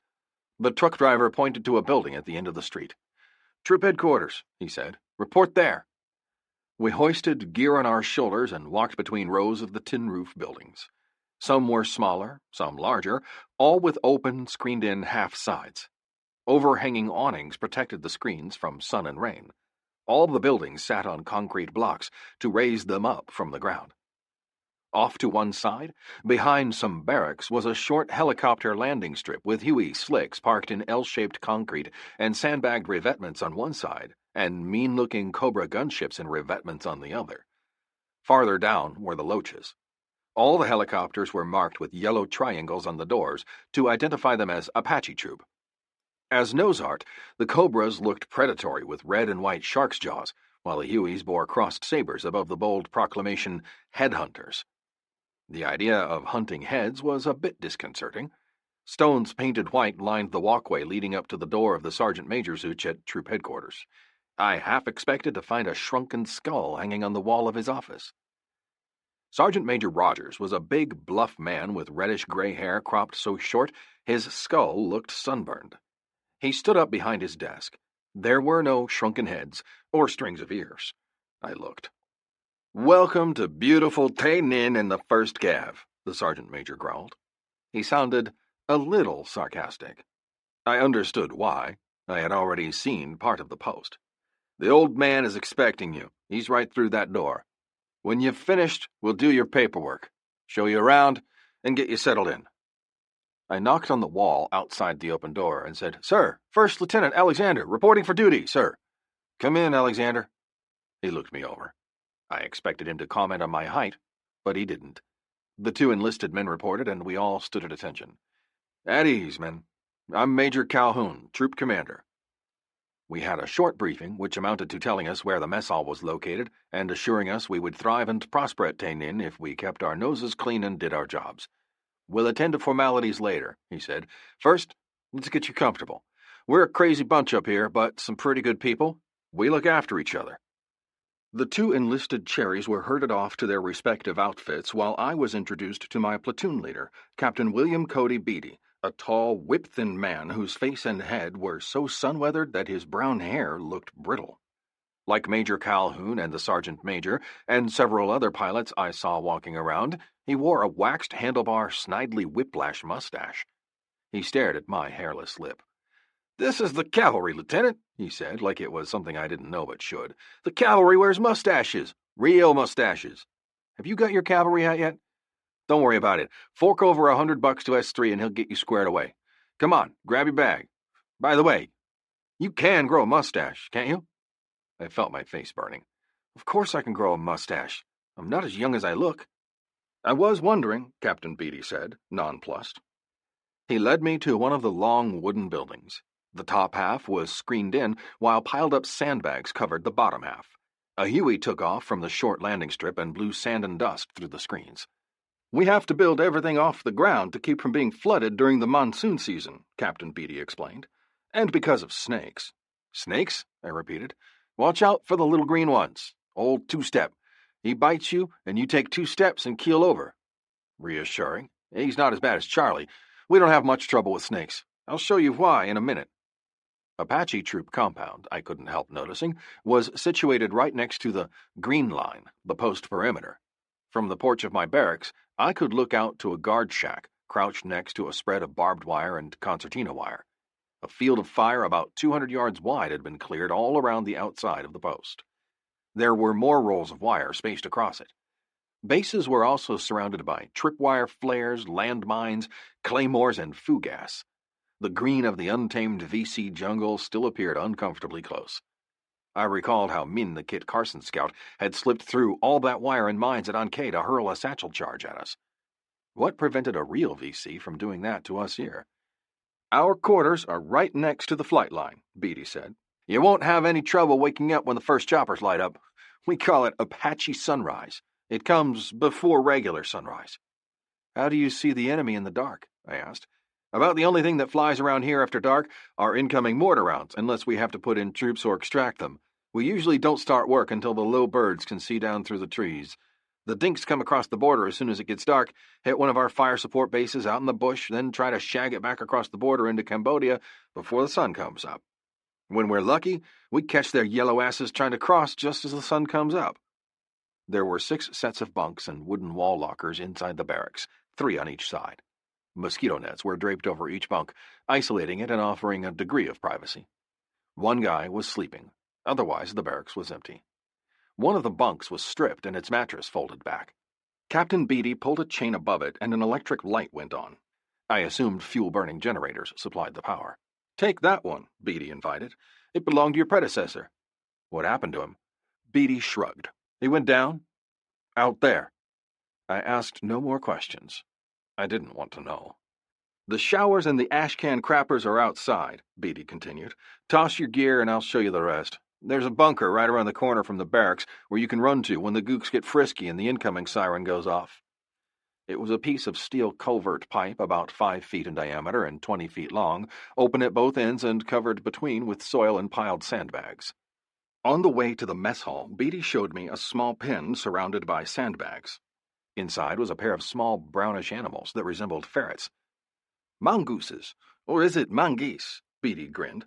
"That's why we aren't bothered with snakes. Yosemite Sam and Pepe Le Pew are little snake and rat getters. They have the run of the place. Sometimes one of the blues catches a cobra out there, and we really have a show." The way I felt about snakes, Sam and Pepe were going to be my best friends. When we walked through the door to the mess hall, I noticed a kitchen area to my right and two large dining areas studded with wooden tables to my left. One area was for enlisted, the other for officers and warrants. We had coffee while Captain Beatty explained my duties as a slick pilot. Apache Troop was made up of 5 platoons plus a small headquarters platoon, maintenance, white team scouts, red team Cobra gun ships, blue team lift ships, and a blue infantry platoon of about 30 ground soldiers. My blue platoon currently had 8 Hueys, 16 pilots, 12 door gunners, and 8 crew chiefs. Captain Beatty said we were always short of aircraft because of normal maintenance, combat attrition, and lack of spare parts. Basically, the headhunters' mission was to find the enemy, gather intelligence, act as artillery spotters, secure crashed aircraft, rescue downed pilots, insert and extract infantry and LRRPs, long-range reconnaissance patrols, pronounced LRPs, search and rescue, reconnoiter, support ground troops, provide air cover and air surveillance, haul ass and trash, and whatever other duties the CO tasked us with. "Most of the guys are out on mission now," Beatty said. "Some of them are probably down at the volleyball court. All the pilots are warrants, except you and me. Even though you're a commissioned officer, you'll still fly second seat to a warrant. He's the aircraft commander. We want you to have at least 3 months in country before you become AC. Understand that?" "Clear, sir." "Can the sir shit, Alexander.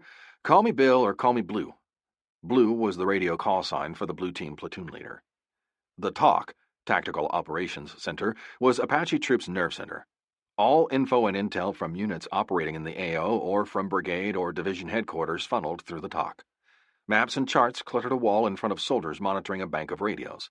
The TOC was usually a busy place to be and was manned 24 hours a day. On one wall hung a large poster headlined, "Charlie Kills." It was my first look at a body count chart. Tick marks in squares denoted the number of kills for each day of the month. I added them up. So far in February, it seemed Apache Troop had killed, wiped out, greased, exterminated, or otherwise got rid of more than 60 enemy soldiers. Gooks, dinks, slopes. Someone with a ghoulish sense of humor had drawn 2 cartoonish vultures above the board. One vulture was saying to the other, "Patience hell, let's go out and kill something." "The objective," Beatty commented, "is to kill more of them than they kill of us. People's lives depend on how well we keep our cool when everything is turning to shit. I'm not asking you not to let me down, Alexander.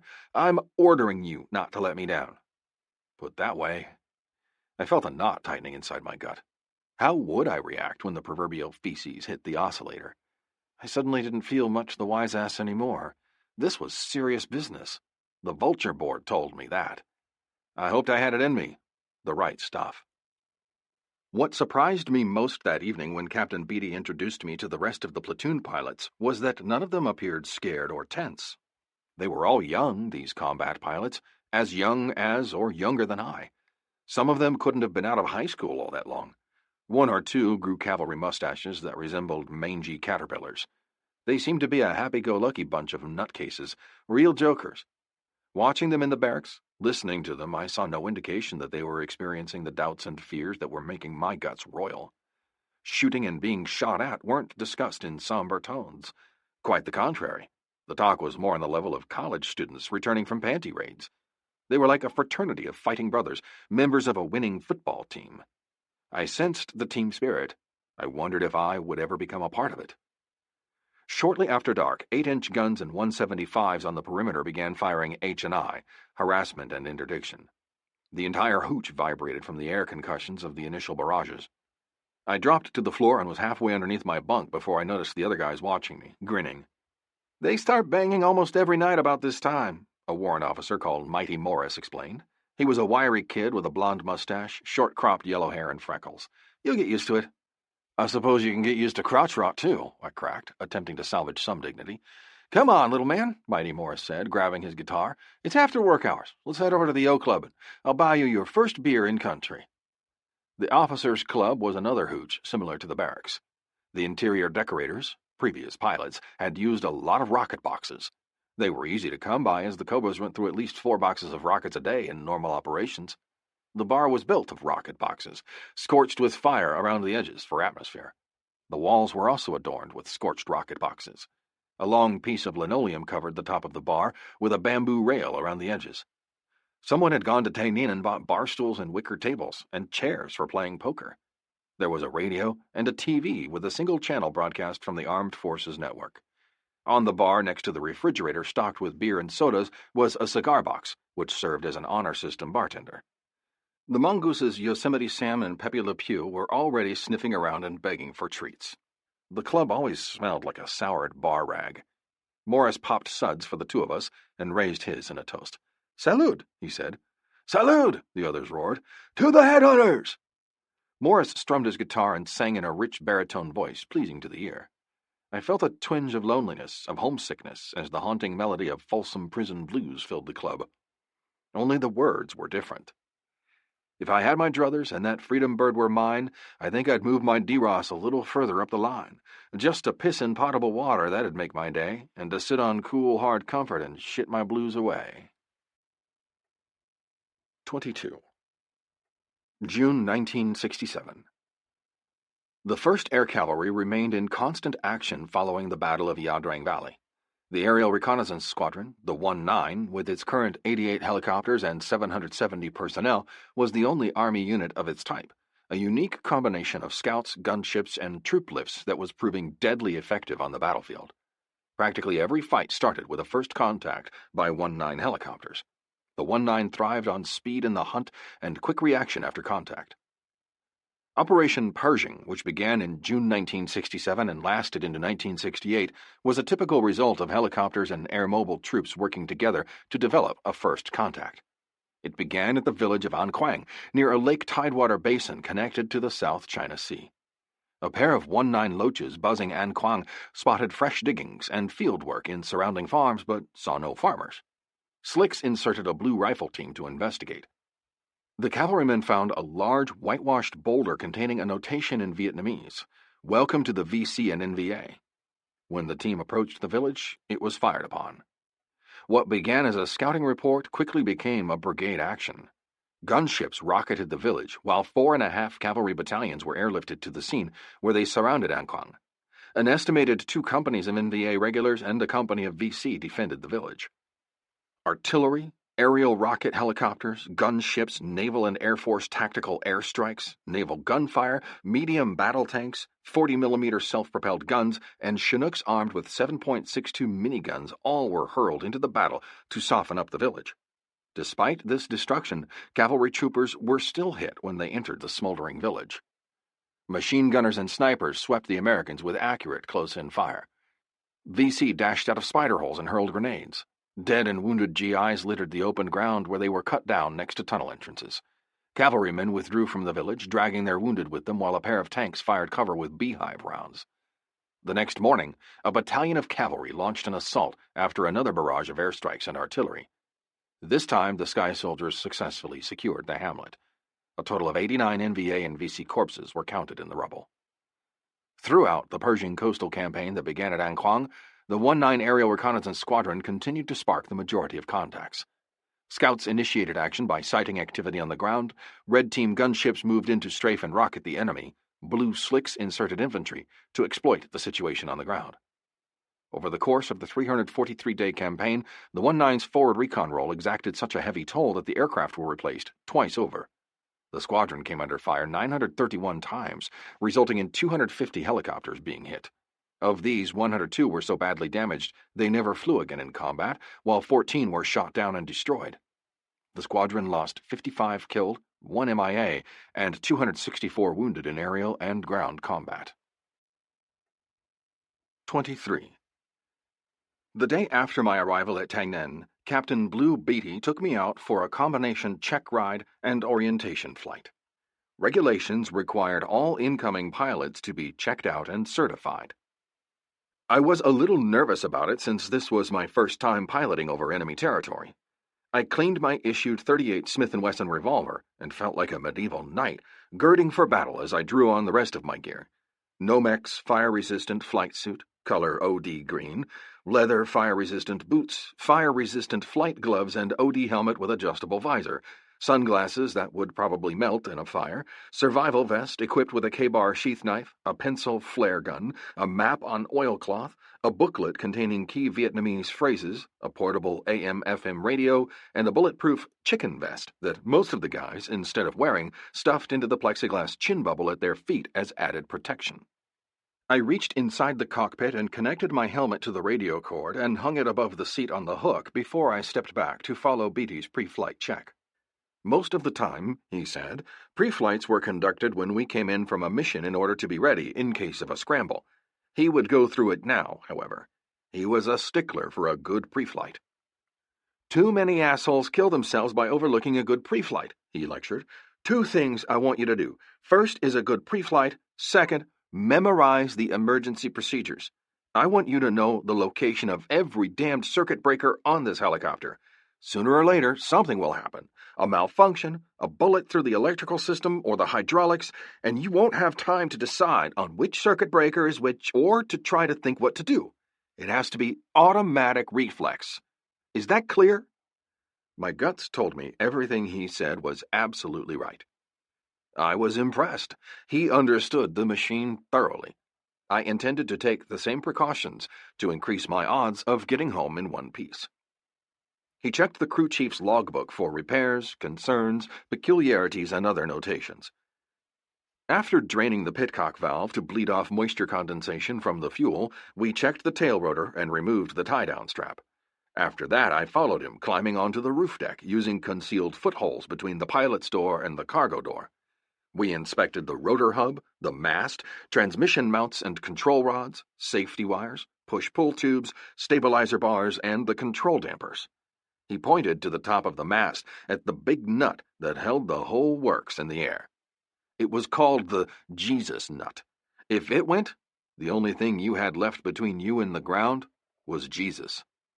But what good does the Jesus nut do if you don't look for hairline cracks in the blade root laminations at the same time? He asked rhetorically. If the blade splits and breaks off, you're coming down like an anvil, Jesus nut or not.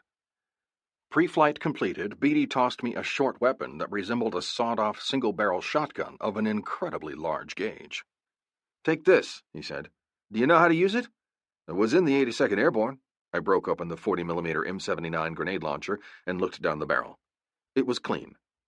Take it with you from now on, in case we go down and have to fight our way out. I started to climb into the right seat. Take the left, Beatty said. Over here, most ACs fly left seats so they can see down through the chin bubble. He was the one conducting the check ride. I stashed the M79 in netting behind the seat where I could reach it quickly. Blue stuffed an M16 standard-issue infantry rifle behind his seat. I climbed in, donned my helmet, and switched into the intercom. A crew chief called Shaky, a lanky Texas kid with a hay-straw cowlick and a drawl, helped me strap in. Following Beatty's example, I slid the armor plate across the door. There was also armor behind the seat and underneath it. That left the pilots most unprotected and therefore vulnerable from the front. I detected another drawback to being short when I pulled the seat all the way forward. It left me partially unprotected by the side armor. You can help protect your family jewels by sliding that there pistol around between your legs, Shaky suggested. I looked at him. He shrugged. It's your jewels, he said. Any time today will do, Beatty commented, waiting for me to fire up the bird. I gotta be able to reach the pedals first. I adjusted the pedals to their farthest extension. With the seat forward and the pedals extended, I could fly it all right. Shaky murmured something about making me pedal extenders out of wooden blocks. He grinned and ducked into the cargo bay to tend to his machine gun. From now on, I knew, pilots who flew after me would be cussing me while they tried to let out everything and get their knees out from underneath their chins. I pressed the starter trigger. The rotor moved slowly until the turbine caught. Then it blurred overhead. Stress patterns spiderwebbed brightly in the plastic windscreen canopy against the morning sun. I eased in power to get the Huey light on its skids. When the nose came up light and shifted, I corrected for drift, then added power and lifted the tail. Nose down, I hovered away from the bird's revetment before climbing out of the base and roaring over the trees east of camp at a steady speed of 80 knots. Not bad, I thought. I looked to Blue for his endorsement. He stared out the side window, pretending indifference. I was actually flying a helicopter above Vietnam, a war zone. Once we crossed the brown ribbon of the river that ran through Tai Ninh, the city, Beatty directed me up to 4,000 feet, well out of most ground fire range. That suited me. There were no clouds. The sky was a fine cobalt blue, a rare good day for flying. Blue pointed out the Michelin rubber plantation, the relay station and antenna on top of Black Virgin Mountain, and in the distance, the cities of Bien Hoa, Saigon, and Cu Chi. I thought of Bilby. "Where's Vung Tau?" I asked. He pointed far off to the sparkle of the South China Sea. I sighed. Our AO was an irregular-shaped 30 kilometers by 80 kilometers. It included more than 100 miles of border with Cambodia. The border was our primary concern. Flying near it, I studied the trails webbing the other side, part of the Ho Chi Minh Trail network. Beatty said Cambodia was full of NVA troop staging areas and camps teeming with military activity. The NVA engaged in maybe a week or two of fighting each month. They would come across the border, attack our FSBs, and conduct a few ambushes, then hightail it to safety to recuperate for the next round. Not being able to cross the border and strike the NVA in their backyard was a real source of frustration for the pilots at Tai Ninh, but we had strict orders forbidding it. The rear echelon pukes issued lots of such orders regarding rules of engagement. For example, said Beatty, if you were shot at, the source must be positively ascertained before the target can be attacked. You got your tail in a wringer if you didn't. Blue ran me through a series of movements, emergency procedures, and an auto-rotation. Then he relaxed in his seat, hands in his lap, and sighed. "I've had enough for one day," he said. "I take it I passed my check ride?" He looked at me. "What if I'd failed?" He shrugged. "You'd still be flying until you went down. We're always short of pilots. Now, see if you can find your way home." "How could you get lost?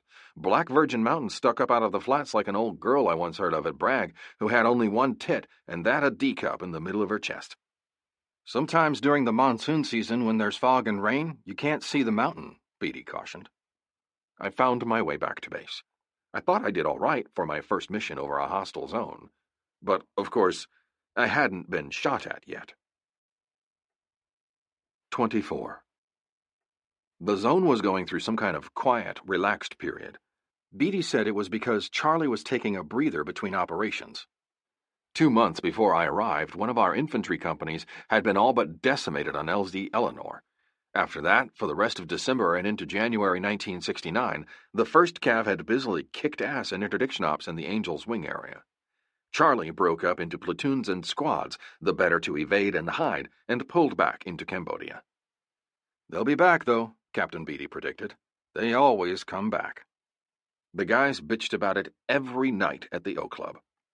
"They sit over there giving us the finger and waiting until we're not looking to slip over and kick us in the balls," Mighty Morris fussed. "We could cut the activity in War Zone C to zilch if they'd let us raid Charlie's camps in Cambodia," said a warrant named W.B. Farmer. He was a big, raw-boned farmer from Alabama with speech so slow you almost went to sleep before he finished a sentence. Everybody called him Farmer. "If y'all fly along the border, you can actually see them bringing arms and supplies down the trails from North Vietnam, and there ain't a cotton-picking thing we can do about it." Some of the Cobra jocks had a crafty way of dealing with it. Rather than return to base with unexpended firepower, they pointed their shark's jaws toward Cambodia, and all of a sudden they experienced an electrical short or malfunction that released all their rockets in that direction. "Oh, hell! It was an accident. We don't know what happened. Them rockets just took off on their own." Vietnam wasn't so bad. I had seen more action riding shotgun on buses in Santo Domingo. We still patrolled out there, searching for enemy activity, but no one was getting shot at and no one saw anything. Blue complained that it was almost too quiet. Some of the guys were getting jittery about it. Mighty Morris said he could almost hear Van Heflin or Victor Mature in some jungle movie muttering after the native drums stopped beating. Quiet. Yeah, too quiet. One of the problems with being a snuffy in war was that you rarely saw the big picture. You knew only what was happening in your immediate vicinity. As far as you were concerned, there wasn't even a war if you weren't personally being shot at, while a few miles away other guys might be fighting for their lives on isolated FSBs. The days were hot and muggy and dirty. I got diarrhea because of the malaria pills and had to be grounded to the ashcan crappers for a few days. Chow wasn't too bad. Mostly it was D rations heated up in the mess hall. Ds were like Cs, only more of them in bigger cans. Now and then somebody made a supply run to Vung Tau or Ku Chi and returned with steaks. The volleyball game was the cultural center of Apache Troop. It continued day after day. The same game, it seemed, as though it had started at the beginning of time and would still be playing when Gabriel blew his horn. Much like the poker games at Fort Walters. Somebody had built a private bunker next to the court out of sandbags and construction steel. A cobra jock presently lived in it. He often brought a chair out, leaned it against the side of his little residence, and sipped coffee contentedly while he watched the game. Blue explained that the bunker was for short-timers, guys who were nearing the ends of their tours. They got nervous when they got short, afraid something freakish might happen to them, like a mortar round in the bed when they only had a few weeks to go. Each guy in turn, when he got ready to de-Ross back to the United States, auctioned the bunker off to the next paranoid short-timer with the highest bid. On the volleyball court was where guys got acquainted. Fortunately, I had learned long ago as the shortest kid in high school not to be sensitive about my size. The guys were going to be on you about something, even if you had a hair lip. That was the way it was. All the old short jokes were brought out, dusted off, and spiked into my hip pocket. My radio call sign was Blue Apache 37. The others changed that to Squatty Body 37. Mighty Morris wrote his songs and played them in the O Club. He stood in the steeple and pissed on the people, but the people couldn't piss on him. Beer cans flew in the O Club like mortar rounds. In the middle of a session, Mighty Morris stood up and lamented, "I'm so damned bored. If I knew I was going to be killed before I got out of this shitbag country, I'd just as soon it be now to get it over with rather than put up with all the bullshit and waiting." I had no complaints. I liked it boring. I kept busy hauling ass and trash, conducting low-risk troop and LERP insertions and extractions, and growing a mustache. I flew mostly with Blue Beatty, but sometimes with Warrant's Mighty Morris or the lumbering Alabaman Farmer, who flew almost as clumsily as he walked. Our most exciting mission was flying 2 Hueys full of boisterous pilots to Phuoc Vinh, where 1st Cav had moved its division headquarters for a squadron hail and farewell party. Hail to new arrivals like me, farewell to departing vets. I wore my new expensive black Stetson cavalry hat with the gold braid and my new mustache. The mustache was a pitiful, mangy thing compared to some of the others, whose waxed ends were perfectly capable of stabbing you to death if you got too close. Everybody got drunk except the designated drivers. It was a singing, laughing, boisterous, quarrelsome bunch of chopper jocks and crews who returned to Tainan late at night. The chopper cargo doors were closed to keep us from falling out. Major Calhoun demanded to know who left a booby-trapped bottle of piss at the entrance to the mess hall. Nobody confessed. "That's all right," he said. "You had what piss was left in the bottle with your breakfast oatmeal." Alexander, I told myself, you are one lucky little bastard, all in all. Flying over Vietnam, I looked down and saw that it looked very big and glowed very green with its thick covering of jungle, spotted darker here and there from clouds passing by. It was a great place for a guerrilla war, if you were the guerrilla. But here I was, high and safe in the sky. Nobody was shooting at me, and I was perfectly happy to be up above it all rather than down inside it directing artillery fire missions. There was a big air horn on top of the TOC at base camp. It sounded whenever there was an emergency that required our services, like a ship going down, or a blue platoon getting caught in deep kimchi. I kept expecting it to go off, but it remained as mute and aloof as a bleached blonde at a bar before midnight. I was one lucky bastard. War wasn't nearly as bad as I expected it to be. At least my war wasn't. 25. October 26th, 1968. VC units penetrated Saigon itself during the Tet Offensive of January and February 1968, even attacking the U.S. Embassy. They doubled the political embarrassment to the American government when they invaded Saigon again in May. General Creighton Abrams, who replaced General Westmoreland as commander of Military Assistance Command Vietnam, MACV, learned in October 1968 that at least 4 North Vietnamese divisions were building up strength in Cambodia, along the border of 3rd Corps. It appeared another major attack might be imminent against Saigon. Determined to prevent it, General Abrams ordered the 1st Cavalry Division on October 16, 1968, to be shifted from the Central Highlands and points north into 3rd Corps. The division would act as a screen to meet the NVA if and when they came across the border. Although Abrams did not expect a single American division spread out over such a large area to stop a multi-divisional enemy advance, he knew the cavalry's air-mobile infantry and firepower could wreak havoc among the enemy and delay him. He ordered 1st Division CO General George Forsyth to move his cavalry into position along the Cambodian border at once. If they come across, he directed, ride them with your spurs all the way down to the point where, if and when they do get to the populated areas, they will be a relatively ineffective fighting force. Movement began 90 minutes after Forsyth received the order. Code-dubbed Operation Liberty Canyon, it was the largest Allied intra-theater deployment of the war. The division withdrew its scattered battalions from one end of the country and moved them more than 550 miles by air, land, and sea in order to commit them against the enemy at the other end of the country. Over a frantic period of 16 days, the Air Force shuttled 11,550 troops and 3,399 tons of cargo from Quang Tri, An Khe, and Phu Bai to Tainan, Quan Loi, and Phuoc Vinh. At the same time, the U.S. Navy sailed another 4,037 troops and 16,593 tons of cargo from Hue to Saigon. The 1st Cavalry Division formally occupied new headquarters at Phuoc Vinh, a former 1st Infantry Division brigade base, on November 7th, but would not completely move in until March 1969. By November 15th, the division was in place to commence operations. Operations began with a screen stretched across 4,800 miles of the northern frontier with Cambodia, a belt of fire support bases similar to the Indian forts once used on the American frontier. It covered the Sheridan Sabre area, the Fishhook, and the northern NVA-VC approach route to the flat rice fields and the marshy plain of reeds of the western Saigon corridor facing Angel's Wing and Parrot's Beak. 9 U.S. cavalry battalions on one side of the international boundary were thus squared off against perhaps 4 divisions of North Vietnamese on the other side. 26. I soon developed a particular regard, almost an awe, for the LRPs, the long-range reconnaissance patrols. These guys had balls so big they should have been pushing them around in wheelbarrows. If King Kong had had balls like that, he would have swatted all those helicopters like flies, torn down the Empire State Building, turned it into a parking lot, married the girl, and been elected to the Senate out of Texas. While Charlie might have been taking a breather, the LRPs weren't. They continued their snooping and pooping out there, looking for the bad guys. Sooner or later, Charlie was going to get active again, and when he did, the LRPs would probably be the first to know.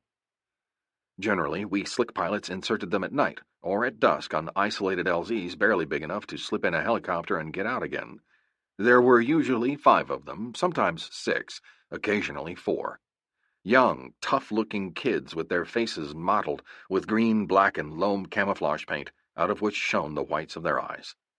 They went in loaded to their eyeballs with claymores, grenades, C4 explosives, rifles, shotguns, 2 pistols each, and about 80 billion rounds of ammo.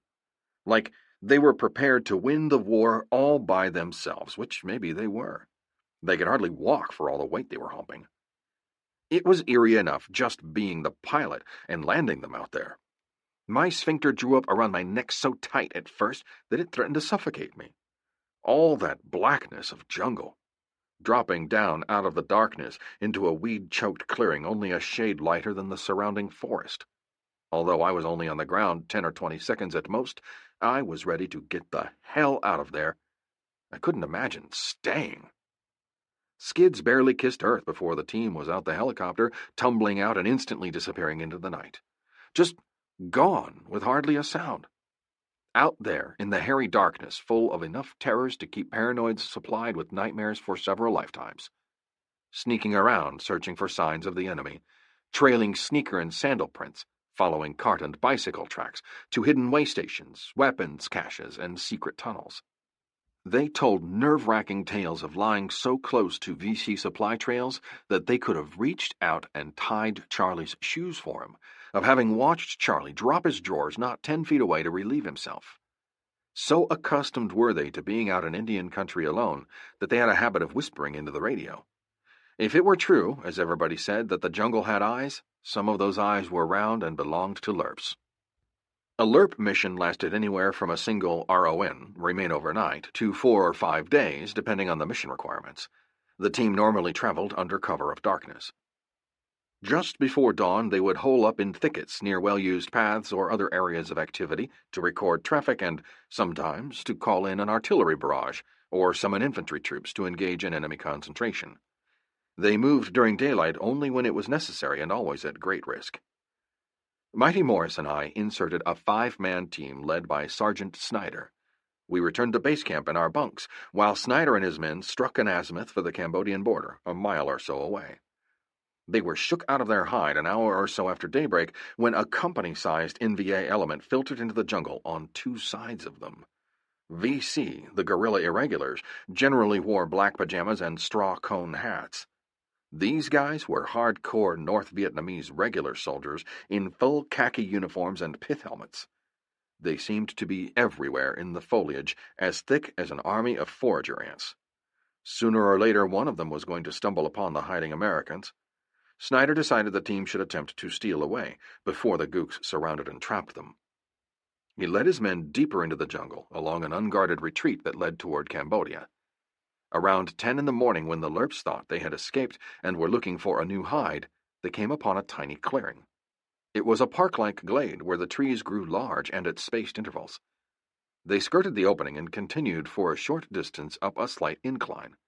Sergeant Snyder, who had marked the location of the NVA company on his map, huddled with his RTO, radio telephone operator, to call in a sitrep pinpointing the enemy for an artillery fire mission or an airstrike. One of the other boonie rats scouted the immediate vicinity. He came upon campfire ashes. He stuck his hand into them. They were still warm. Live coals smoldered in a second bed of ashes. He soon located even more fresh campfires. The surrounding grass was well trampled, as though quite a large army had slept the night here. Hooch poles to support shelters remained stuck in the ground. Apparently, Charlie was on the move again, preparing for another round with the Americans and their South Vietnamese ARVN allies. Suddenly alarmed and wary, the scout backed out of what had surely been a VC or NVA temporary cantonment. The lerps cautiously retreated. Too late. Charlie had already heard them coming. The enemy opened fire in a withering ambush from the tops of trees and from behind rock piles, anthills, and jungle giants. 2 Americans dropped hard, already dead before they hit the ground. Snyder's anguished plea for help filled the airwaves and set off the scramble alarm at Apache headquarters. He was whispering out of habit, but it was a shrieking whisper. "We need help! We've been ambushed! God! Get us out of here, please!" The crackle of rifle fire in his radio background accentuated the urgency of his message. 27. Since I had flown the night before while putting in Sergeant Snyder's lerp team, I was on 5-minute standby and not scheduled to fly today unless there was an emergency. 5-minute standby meant you had to be in your helicopter and in the air within 5 minutes after the alarm went off. I was enjoying a leisurely cup of mid-morning coffee and a cigarette at the mess hall when the scrambler horn on top of the talk suddenly emitted a single, long, shrill blast. There were 2 different signals. A single peal meant troops in contact. 3 short barks signified a downed bird. It damned near froze my blood. Adrenaline started pumping, and nerves jumping. This was my first alarm. My feet hit the floor, and I was out the screened door, letting it slam behind me, before my breath and ass caught up with my heart and feet. Chopper drivers were more like grunts than pilots in the classic sense. Grunts who learned to fly. We slept with grunts, drank with grunts, identified with grunts. We raced to our choppers to be first in the air. First in the air meant you were the retriever, the one who went into the shit to get the good guys out. Why the hell would anyone race for that honor? Because you knew if you were the one down out there, you wanted the other guys to do the same for you. You expected it of them. They expected it of you. We weren't going to let any of our grunts get killed if we could help it. As I dashed for my duty chopper, I caught a glimpse of Shaky paralleling me from the direction of the enlisted quarters where he had been reading a crotch novel. He was a long-legged South Texas boy, but he wasn't moving like molasses over corn pone this morning.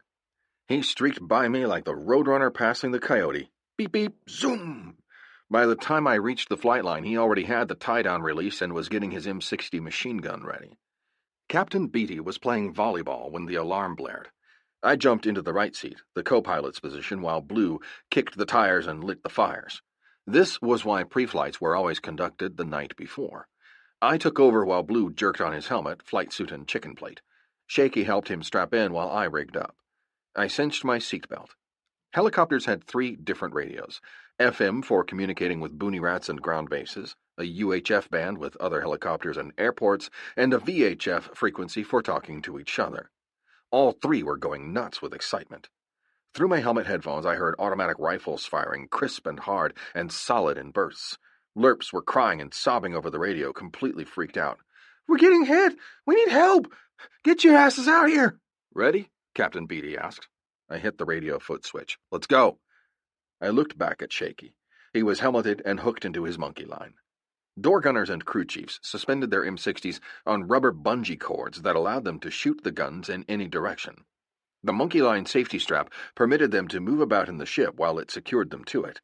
They could stand out on the skids and shoot underneath the helicopter. Shaky fed a belt of 7.62 into his gun and slammed the receiver cover. He cranked the handle, chambering the first round, then turned his head to look at me. I saw myself magnified in his sun visor in wraparound Panavision. He gave the thumbs up. Blue had the machine light on its skids. He hovered it out of the L revetment and over the green line. We took off in less than 3 minutes from when the alarm sounded. Beatty pulled pitch and pressed cyclic toward the firewall. The Huey leaped into the air and soared out over the perimeter wire and across the river. Tainin, the city, sprawled off to our right with the river running through it. Black Virgin Mountain, Nui Baden, stuck up ahead of us. Farmer and another warrant named Miles flew wing with us in the second slick. We were out a minute ahead of them. A pair of cobra snakes with their red and white shark-mouth noses bright and fierce in the tropical sunlight overtook us and poured on the coal. They pulled a good lead on the much slower Huey slicks as we strung out across the sky. "Looks like we're it," Beatty commented. We were first slick in the air. He got on the radios with talk to obtain grid coordinates and with the lerps to reassure them that help was on the way. Excitement vibrated through the airwaves, transmitting itself to us. My heart pounded as I broke out the map, plotted grids quickly, and gave Blue a compass heading. It gave me something to do. I was flying into my first combat mission. I was more stunned than scared. "We'll be on station in 10 mics, Blue promised Sergeant Snyder. "We got 2 men down. You copy?" We were really scooting at about 110 knots, high enough at 1,500 feet to avoid most ground fire, but low enough not to waste time climbing. In the distance, the cobras circled over an unseen ground point like a pair of wasps, darting and dodging. Their air chatter merged with that of the frightened and frantic GIs trapped on the ground. White smoke streamed behind the gunships as they got into a racetrack pattern and made their runs. Rockets and miniguns exploded earth and vegetation into the air. Blue dropped down to 1,000 feet and made a long approach from 5 miles out. Farmer and Miles trailed in their bird. Everything was new to me. I had never seen tracer tracks before. Bluish-green tracer bullets probing for the cobras made long, silent, lazy-looking flights upward. In between each tracer, I knew, were at least 4 more unseen bullets. A Kami 51 caliber machine gun spat out slugs a half-inch in diameter and an inch long. They had incredible power and range when blasted out of a gun at better than 3,000 feet per second. We were going to fly into that? Bilby. Blue raised the Cobra leader on VHF. "Apache Red, this is Blue." I couldn't help admiring the calm, firm tone of his voice. I wasn't sure I could even speak. "Red, we're approaching now from about a mile out to your west." "Roger, roger. I got you in sight, Blue." "Red, we're going to do a flyby to check out the situation. Stay to the north of us, Blue. Copy? That'll also put you north of our guys on the ground." "Roger that, Red." From the FM, the lerps were screaming and sobbing. "Hurry! Hurry! God damn it, hurry!" Our wingmate hovered at altitude while we soared over low at full speed. Tracers were flying everywhere. I expected us to be riddled like a mallard on opening day of duck season. I looked down through the tops of scattered big trees into a fairly open area, park-like with short grass, a few bushes, and a number of boulders scattered about. Little men in either black or greenish-brown garb, some wearing pith helmets, were darting and scurrying around all through the trees. They seemed heedless of the cobras diving at them from the sky and peppering their ranks with rockets. Smoke swirled and eddied in the park. Less than 50 yards down a slight incline from the enemy's leading soldiers, the lerps were making their stand behind a windfall of downed trees. We flew directly over them. 2 GIs knelt behind the logs, returning fire uphill. The other 3 lay motionless on the ground in helter-skelter fashion, as though they had been dragged there on the run and dropped. They looked dead. One of the live grunts, I recognized Snyder's face, stopped firing long enough to glance up as we buzzed over. There was a pleading, desperate expression on his face. Charlie appeared bent on finishing off the other 2 GIs before we could get them out of there. Shaky opened up with his M60, spraying the park with it, hammering hard. Frozen in my seat, I didn't glance back, but it sounded like he was out on the skid. The noise impact of the gun was like someone rapidly slapping my ears with open palms. A mixture of odors assailed my nostrils: cordite, the bite of the acrid smoke from rocket explosions mixed with rich, pungent smells from the rainforest. Scents, sounds, and sights threatened to overwhelm my sensors. "Piss on you, motherfuckers!" Shaky screamed as he sprayed the park. "Piss on you! Piss on you!" Blue's voice over the intercom jarred me back into my body. I felt like part of me had tried to escape it. "There," he said, trying to get my attention. "There!" That shook me back into the game. I saw what he was pointing at. It was a small clearing, about 60 feet to the rear of the lerps. I attempted to mentally record everything about it in the second or two it took to fly over, before Blue pulled out in a fast, sweeping climb to the left. We dared not come back for a second look. The gooks would be ready for a repeat performance. I estimated the opening in the trees to be about twice the length of a Huey one way and about 1.5 times its width the other. Some small stuff grew on it, saplings and grass, but I observed no major obstacles such as boulders or tree stumps. Blue pulled up at altitude and asked through the intercom, "What do you think? Is it big enough for a PZ?" A pickup zone. I shrugged. My voice sounded surprisingly calm. I couldn't believe I was saying it. "If you think we can do it, let's go for it. It's either that or nothing." There wasn't another clearing of any size within 500 meters. Beatty nodded. I saw him take a deep breath, as though girding himself for it before he announced our decision over the air. He asked Farmer to stand by and hang loose, ready to make his own attempt in the event we failed. It occurred to me that if we crashed or got shot down going into the clearing, there wasn't enough room for another bird to try it. We would be marooned down there with the 2 surviving lerps. Charlie would surely get us all. Cobra Red leader was talking tactics. "We're going to run hot on enemy positions from east to west. We're starting the run now. We'll stay to the south side and try to give those guys some cover. Come in as soon as we get them pinned down." "Affirmative, Red," Beatty responded. "We're going to make one sweeping left-hand turn and into the hole."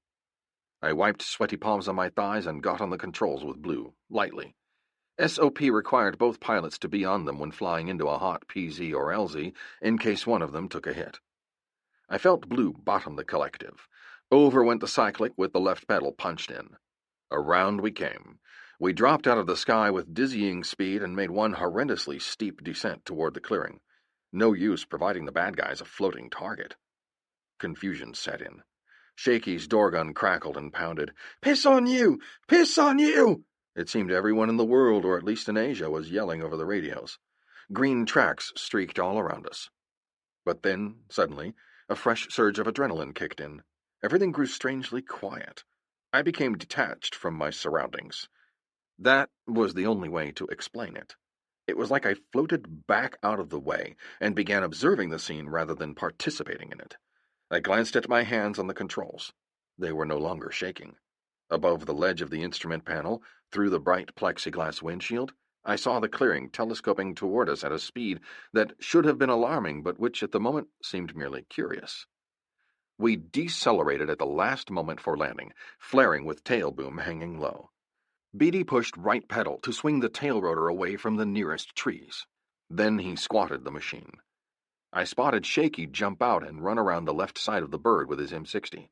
He fell to his knees at the edge of the jungle and rattled off a burst at targets unseen.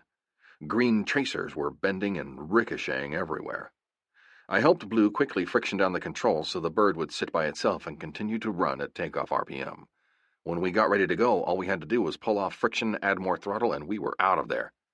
"I'm going in to get our guys," Blue called out, jumping to the ground with his M16. "You return their fire. Keep them pinned down." Right. When I ripped off my helmet, the firefight sounded like my head was underneath a bucket with about 100 kids pounding on it with steel bars. I snatched the grenade launcher from where it hung by its carrying strap over the back of my seat, grabbed a box of ammo, and dashed toward the nearest tree. Peeking around the trunk, I watched the two lerps making their desperate stand out in front of me and to my right. Blue was beating foot toward them, crouched over almost double as he ran. Shaky shouted something. Then he darted back to the helicopter and tossed his machine gun inside before following the captain. I guess he thought he needed both hands free to drag the casualties. Two of the three guys on the ground lay dead still. The third writhed in agony. He looked to be crying out in pain and terror, although I heard nothing he said because of the din of the firefight and the rush of blood in my ears. Bad guys were jumping all around in the park, appearing and disappearing behind trees, bushes, and rocks.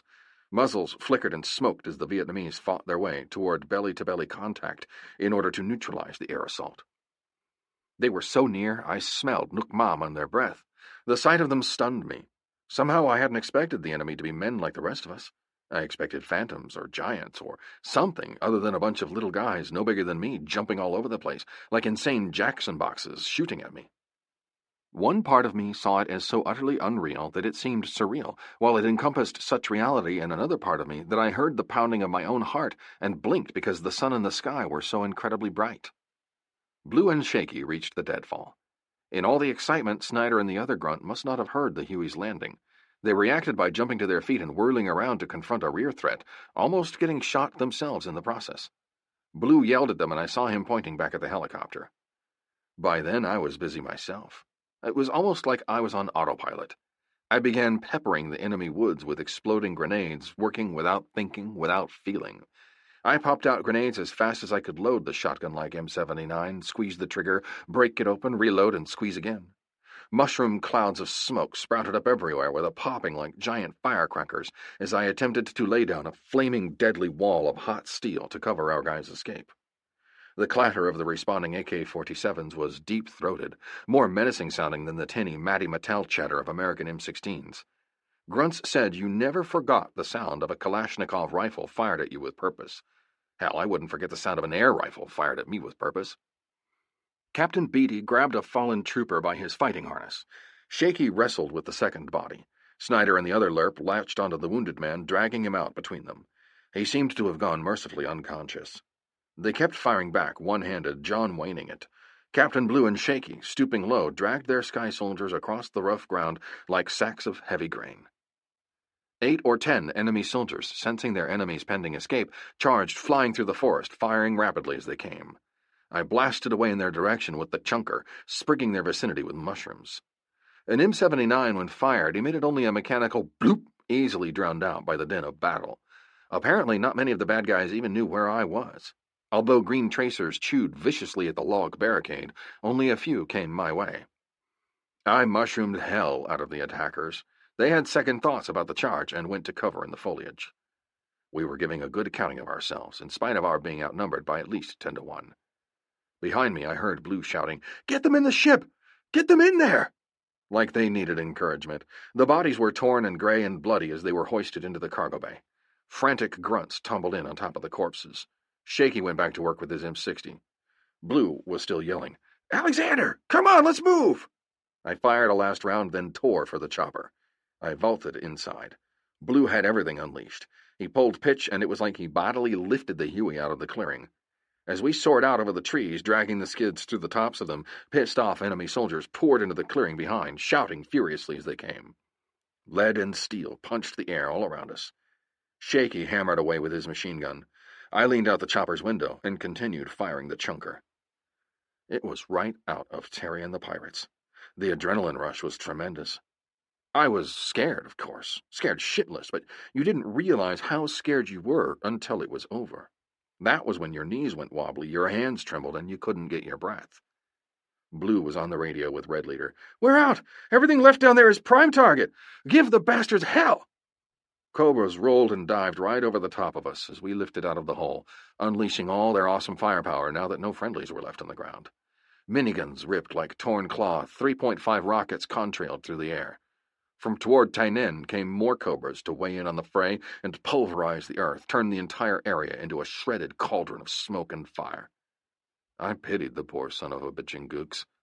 At the same time, I hoped every one of them suffered the most excruciating of deaths. 28. I turned around once in the quiet and peace of altitude on the way back to Tainan, and looked into the cargo bay at the dead men. It was an image I would carry with me forever. Shaky stood long-legged, leaning forward against his monkey line in the open door with his back to the carnage, as though distancing himself from it. Slipstream whistled past. Sergeant Snyder sat cross-legged on the blood-smeared deck with the battered and bloodied head of his wounded teammate cradled in his lap. Blood oozed from a flesh wound in his upper arm. He stared wearily out the door past Shaky, his face flat and drawn and looking so old as to have gone beyond time. Like he, too, was attempting to separate himself from all that surrounded him. The second live trooper appeared unscathed but exhausted. He lay belly down on the steel deck, too spent to move, his head turned toward the open door. He still clutched his M16 with one hand. It was difficult to tell him from the two dead guys who lay crumpled next to him like empty sacks of flesh, one almost on top of the other. They were all covered with blood. His free hand grasped the boot of one of the dead guys, as though to prevent him from vibrating out. It was a tender and haunting gesture to see. A thick puddle of blood seeped out of all that mangled humanity, pooled on the steel-riveted deck, and quivered and throbbed from the vibration. I turned away quickly and concentrated on the green sweep of earth creeping past underneath and the wide stretch of sky above. I still smelled the rich, metallic odor of warm blood mixed with the acrid stench of cordite. It was great to still be alive. That thought raced through my mind again and again. I felt bad about the dead guys, but wasn't it great that I was still alive? I felt vaguely guilty, but I couldn't help it. If somebody had to get it, wasn't it better that it was someone else rather than me? At least we got 3 of them out alive. The odor of death stayed with me, cloying in my throat. Most people under normal circumstances failed to realize that blood had an odor. You didn't smell it when you cut yourself shaving, but when there was so much of it pouring out all over everything, it had a primordial stink that seeped into your soul and memory banks and remained there forever. It oozed into crevices and cracks in the helicopter. It took us weeks to get it all out. It dried and returned at unexpected times as a thin pink powder vibrating throughout the ship, triggering the sights and sounds and scents of that day. I had to glance back each time it happened to assure myself that the dead guys weren't still crumpled on the deck. It was like their ghosts stayed in the ship.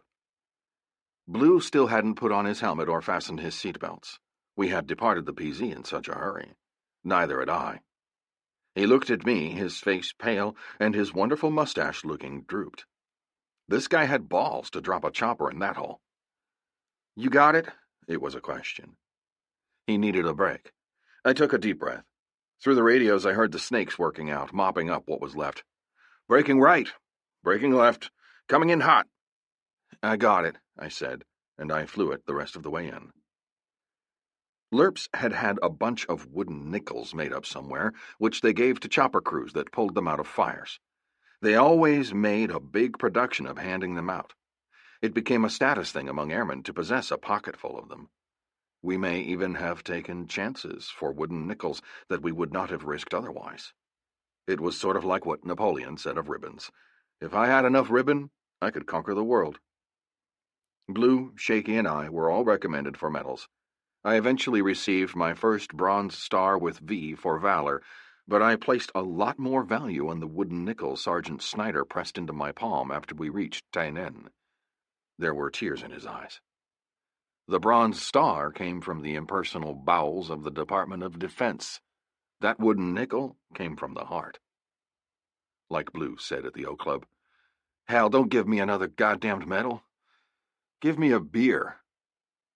The action provided some nice stats for the brass.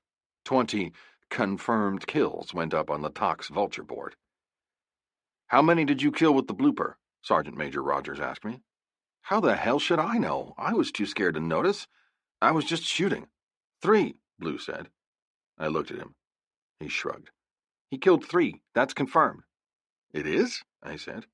What difference does it make? Blue asked. It doesn't mean anything. The brass add up all the numbers to claim we're winning the war. The most amazing thing was that there was not a single bullet hole in our helicopter. Farmer, and Miles landed directly behind us at Tainin. Shaky was looking for bullet holes that might cause structural or mechanical damage, while the dead and wounded were being loaded into a truck ambulance for transportation to the hospital and morgue. He stepped back in amazement. The other pilots looked the ship over, even getting down on their knees and peering underneath. Blue and I checked it out. How in pea-picking hell did you manage that trick? Farmer demanded. From where we sat, it looked like you guys were flying into a spider web of tracers. My God! What could we say? That the gooks were bad shots? 29. December 3rd, 1968. Screening forces of the 1st Cavalry Division sometimes paid a high price in detecting and harassing large advancing enemy formations. One of the highest was paid by Company D, 2nd Battalion, 3rd Brigade when, on the morning of December 3rd, 1968, the 116-man company air-mobiled onto LZ Eleanor to operate against enemy supply lines. The company met no initial resistance. The signal LZ Green was given, meaning a safe or secured LZ.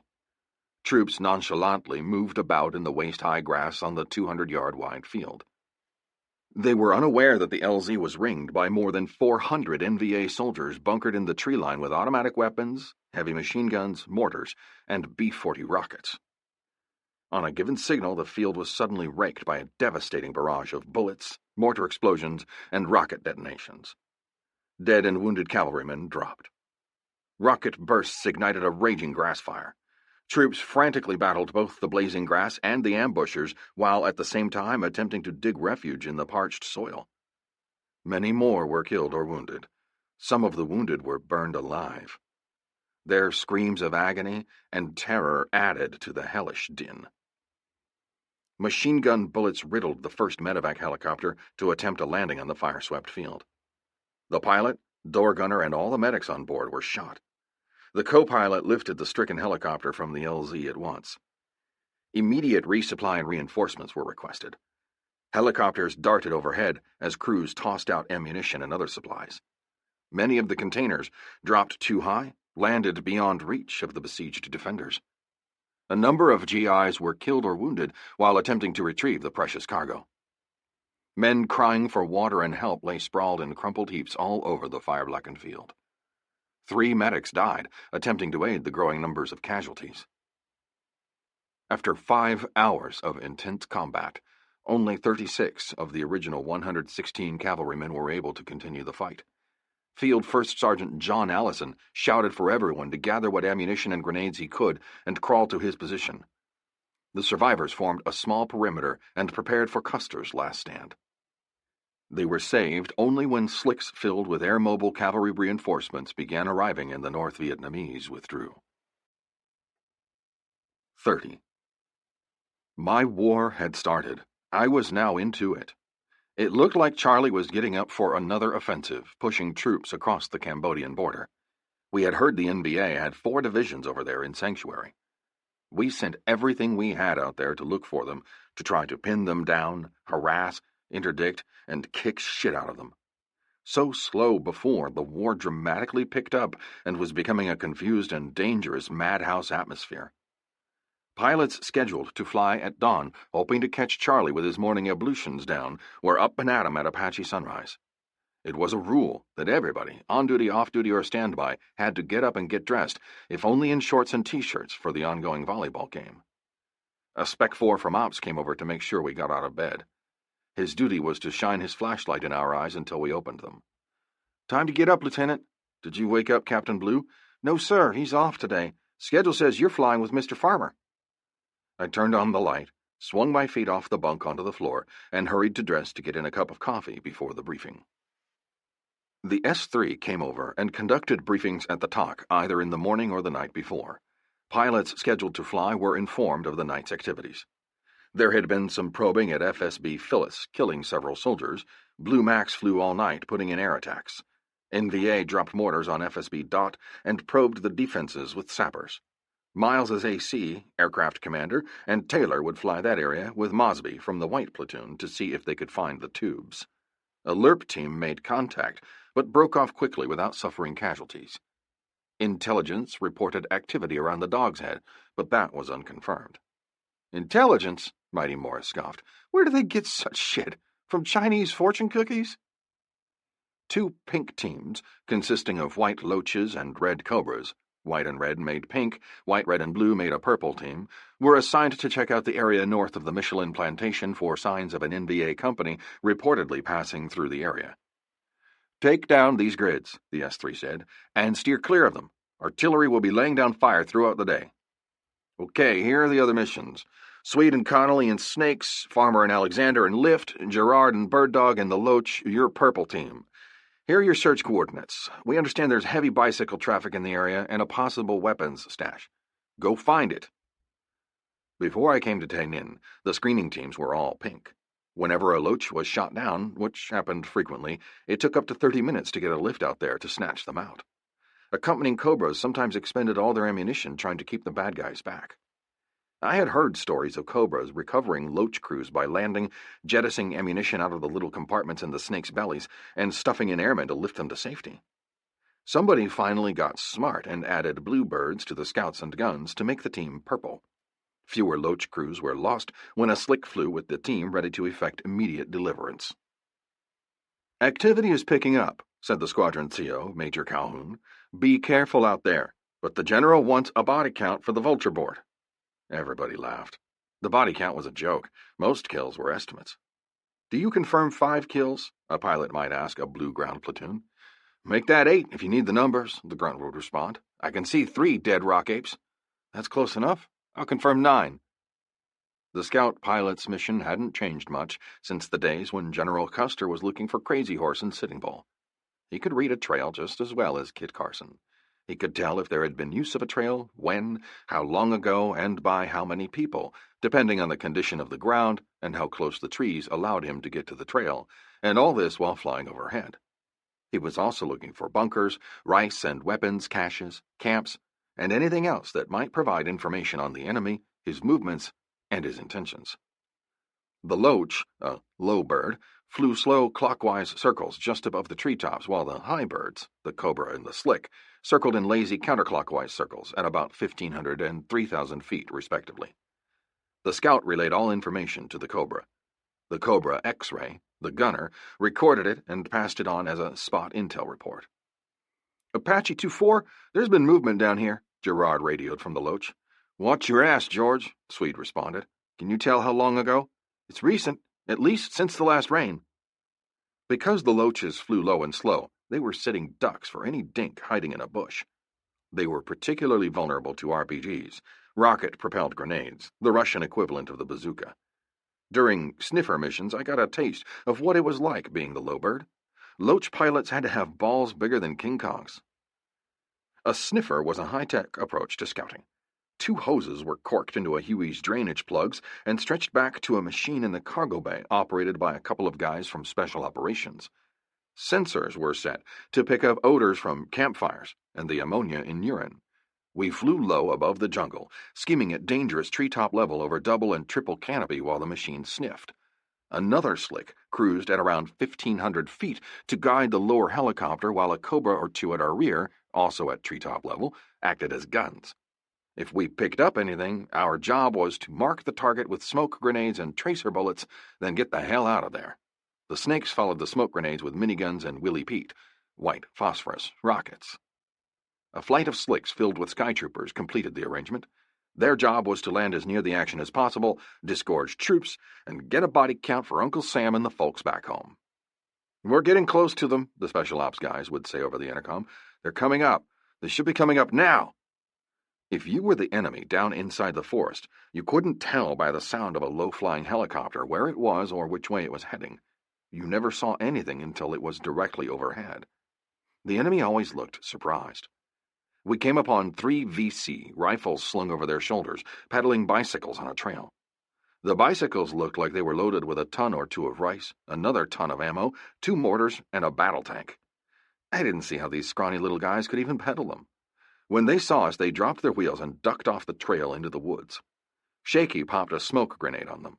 Then he and O'Brien, the door gunner, one on each side, got in a few licks for God and country with their M60s, while I pulled pitch and climbed out of the way. Snakes dived on the fleeing VC, chasing them like ducks after June bugs. They shredded and burned and tore hell out of the terrain. I almost felt sorry for the poor little bastards down there. But who I really felt sorry for were the victims of ArcLight missions. During talk briefings, we were provided the flight path info for attacking B-52 bombers and assigned safe zones. The Guam-based B-52s flew so high, you neither heard nor saw them. You didn't see the bombs falling either. The first and only sign you received was that awful second coming of awesome power. Air waves seemed to crack and shimmy from the force. The earth shuddered all the way to Saigon. I knew many guys on ships out in the South China Sea who swore the ocean even rippled from the concussions. It was at dawn that I witnessed my first one. I thought the sun was either coming up brighter than ever before, that the horizon had suddenly erupted in flames, or that Jesus was coming back. Apparently, my AC, Mighty Morris, also observing his first, felt the same way. "Jesus God," he murmured in awe. Helicopters swarmed to the site as soon as the smoke and dust cleared in order to conduct a BDA, a bomb damage assessment. The jungle looked like a moonscape pocked with monstrous craters.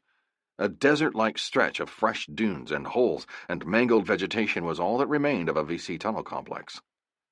I flew low over it, stunned, while Shaky leaned out the cargo door and counted isolated arms and a leg here and there, or a face, all of which we reported and which was multiplied or divided by some factor at higher to get a body count. I thought nothing could survive a pounding like that. But survive the enemy did. Shaken and mud-caked and his ears undoubtedly ringing, he scurried out of the ground like rats in a city dump to open fire, still full of fight. I had to hand it to the little commie men.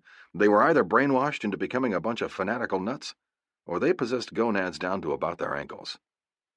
Door gunners worked out on them. Snakes followed. Then the little men packed what remained of their ditty bags, shook off the dust, hauled ass to Cambodia, and returned the next night to dig more tunnels. You bombed them, rocketed them, shot them with everything short of a nuclear device, and they just kept coming back.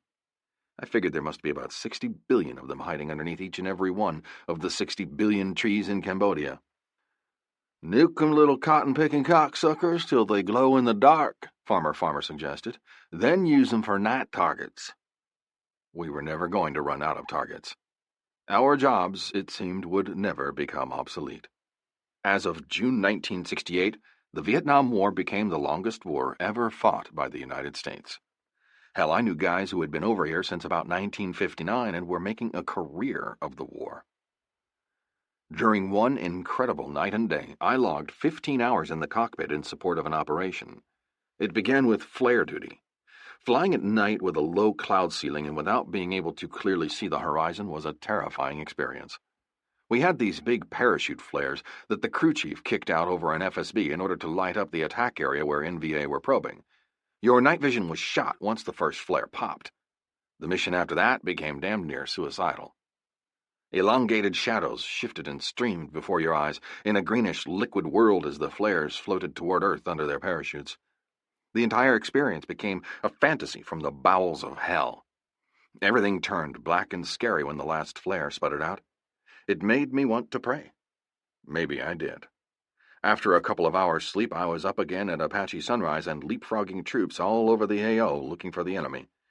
Grunts, all helmeted and flak-jacketed and grim-faced, piled into the cargo bay with their weapons. 3 grunts would squeeze in on the canvas bench across the back of the cargo deck, 3 more onto the deck in front of them, while the remaining 2 filled up the 2 pockets. It was a load. Overloaded helicopters unable to hover could still fly if they made running takeoffs.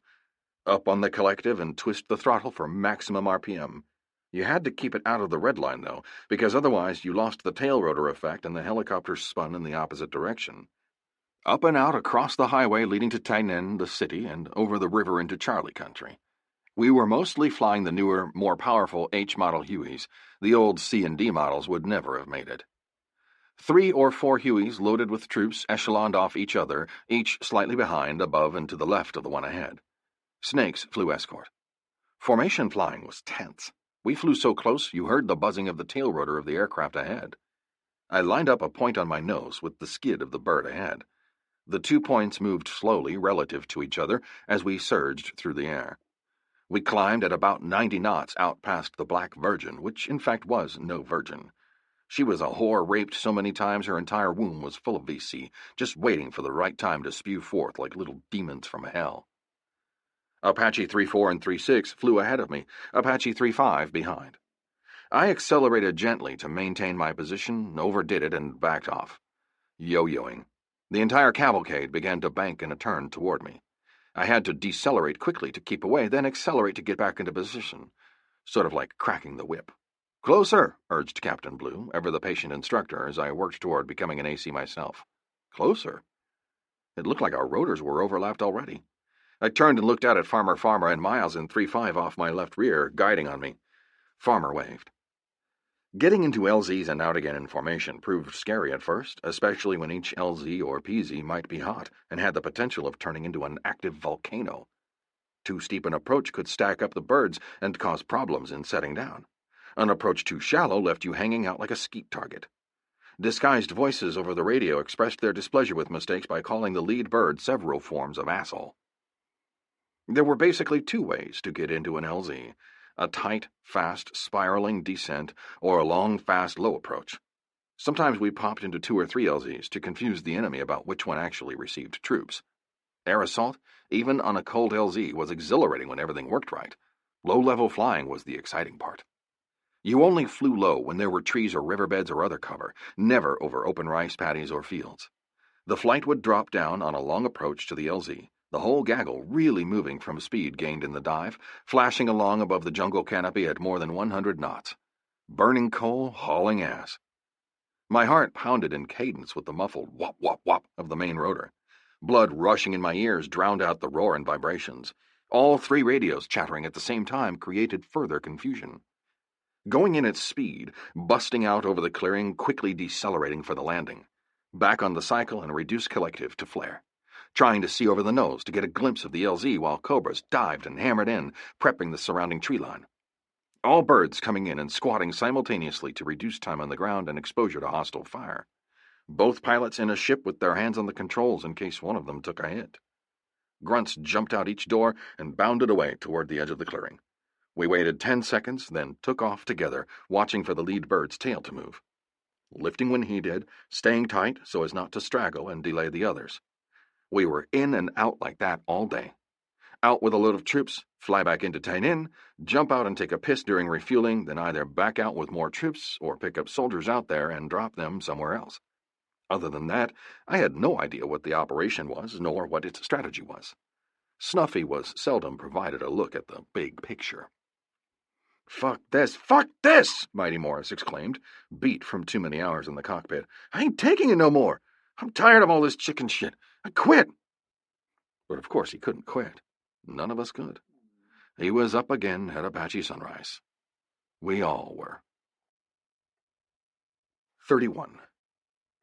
Squatty Body, which was what the other pilots dubbed me, somehow lacked the devil-may-care, yellow, scarf-wearing elan associated with a flying cavalryman. I suppose it was better than being called Shorty or Half-Pint, but none of this nomenclature befitted a pilot who would soon take Captain Blue's place as platoon leader when he derossed back to the States. "Why do you think the Army sent us a lieutenant instead of another warrant officer?" Captain Beatty asked rhetorically when the question of his replacement came up. "Squatty Body's mustache is looking pretty good. Don't you think it looks commanding?" Everyone guffawed. A man got no respect in this outfit. "Looks a little short to me," Farmer ventured, launching another round of short jokes. "My legs reach from my ass to the ground like everybody else's." "Yeah, but our asses don't drag over bumps." Because I was sent here to take Blue's place when he rotated didn't mean I automatically received the command. Probably I would, barring some fuck-up. Everybody continued to look for a suitable sobriquet for the pending platoon leader. The question of what I would be called began resolving itself on the volleyball court.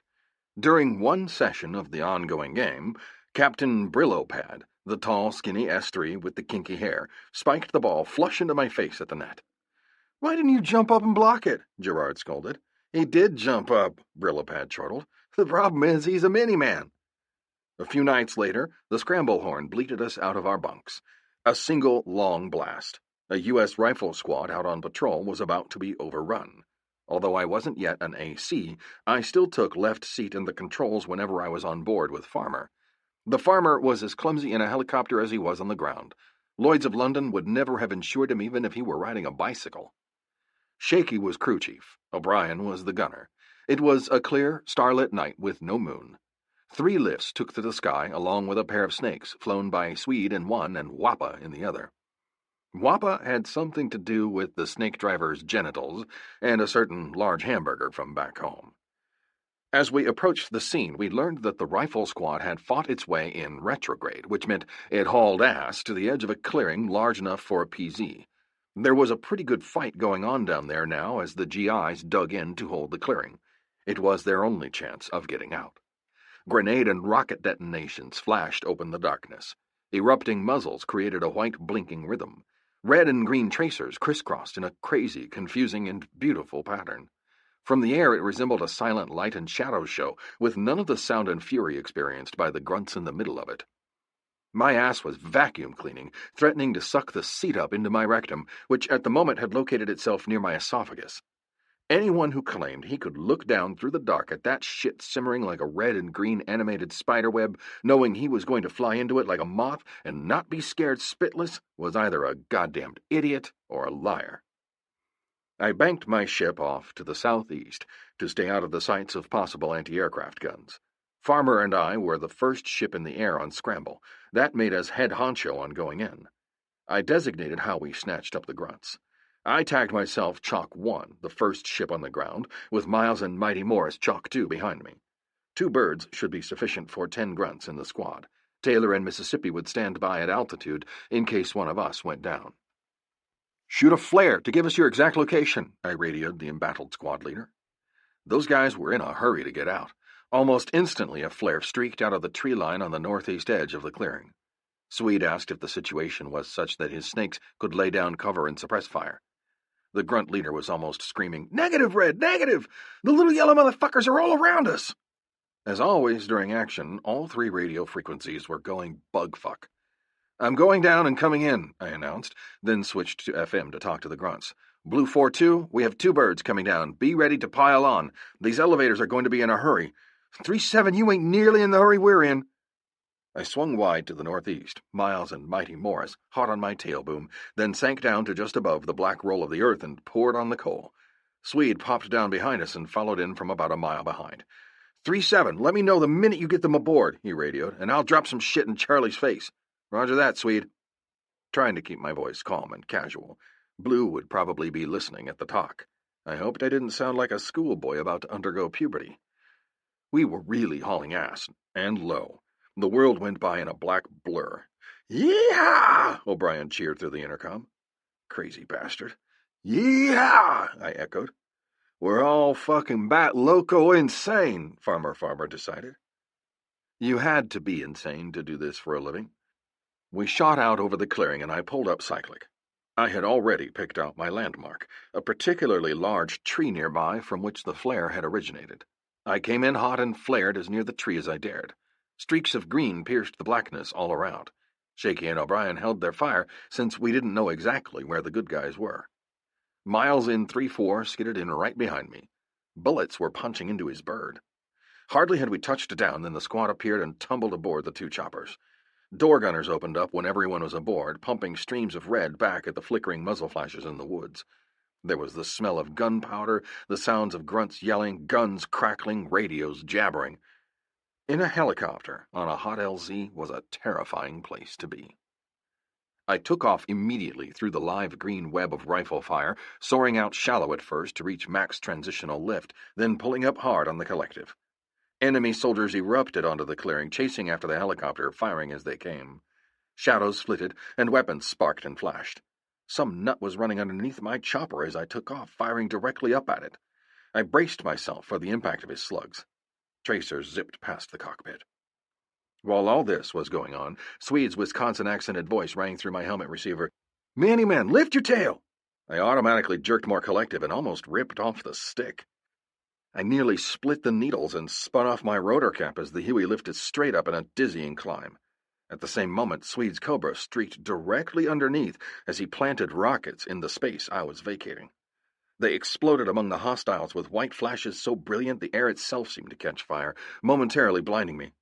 The concussion shook the UH-1, rattling it to its bones, but at the same time nudging it higher into the sky and out of the enemy's reach. Unable to see, I held on and kept climbing until my vision returned. "Well done, Mini-Man," Swede radioed. The name stuck. No more Squatty Body. I adopted as my radio call sign Apache Mini-Man. Along with the name began a growing myth that Mini-Man flew charmed, that bullets couldn't touch any ship in which I flew. Miles and Mighty Morris had 5 bullet holes in 3-4. Luckily, none had struck anyone or anything vital, although Miles claimed to have a bruise on his ass where a slug thumped the armor underneath his seat. In contrast, there wasn't a single dent in my 3-7. The guy running underneath shooting up at my belly must have emptied an entire clip and missed every shot. It became a bit embarrassing as word spread that Mini-Man flew charmed and that you were safe if you reached my bird. Lerps, stumbling into deep kimchi, got on the radio and started yelping for help. "We're in heavy shit! Get us out of here! Send us Mini-Man!" I collected so many wooden nickels, I had to keep them in my locker. Guys made a point of coming out to the flight line after every mission to check for themselves. It got to where the tower recognized my voice and the sight of the white visor cover with which I accessorized my OD helmet. "How are you today, Mini-Man?" Tower would ask. "Any bullet holes?" One of the crew chiefs was an excellent artist.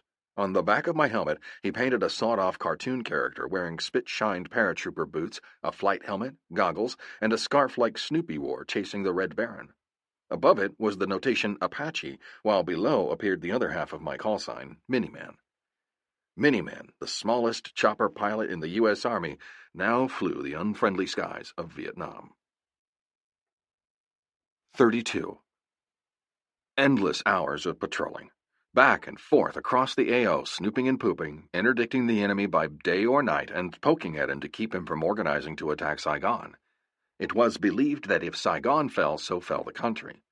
Events all seemed to run together after a while. Scramble alarms shrilling in the middle of the night. Apache sunrise.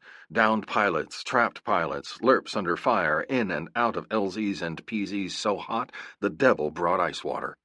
A blue Max gunship went down, and both pilots were killed. Headhunters came in after missions and walked around their ships, counting bullet holes. "How about 3-7?" they asked each other. "Any bullet holes in Mini-Man?" Like a wise ass, I made a big show of not checking for bullet holes, as though I knew there wouldn't be any, so why check? I took pride in being the little guy with a big set of balls. War was a game whose few and rudimentary rules I quickly mastered. Old Crazy Horse thought the spirits would protect him from General Custer's bullets, Mighty Morris mused. "Mini-Man, you ain't into the spirits, are you?" "Crazy Horse finally got shot," Farmer pointed out.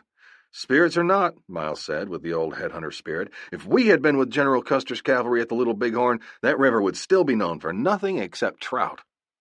"Don't get cocky," Captain Blue warned me. "There's only one way to keep bullets away, and that's a one-way airplane ticket home." Which was where Captain Beatty would be heading shortly, leaving the platoon in my command. Thinking about taking over made me nervous.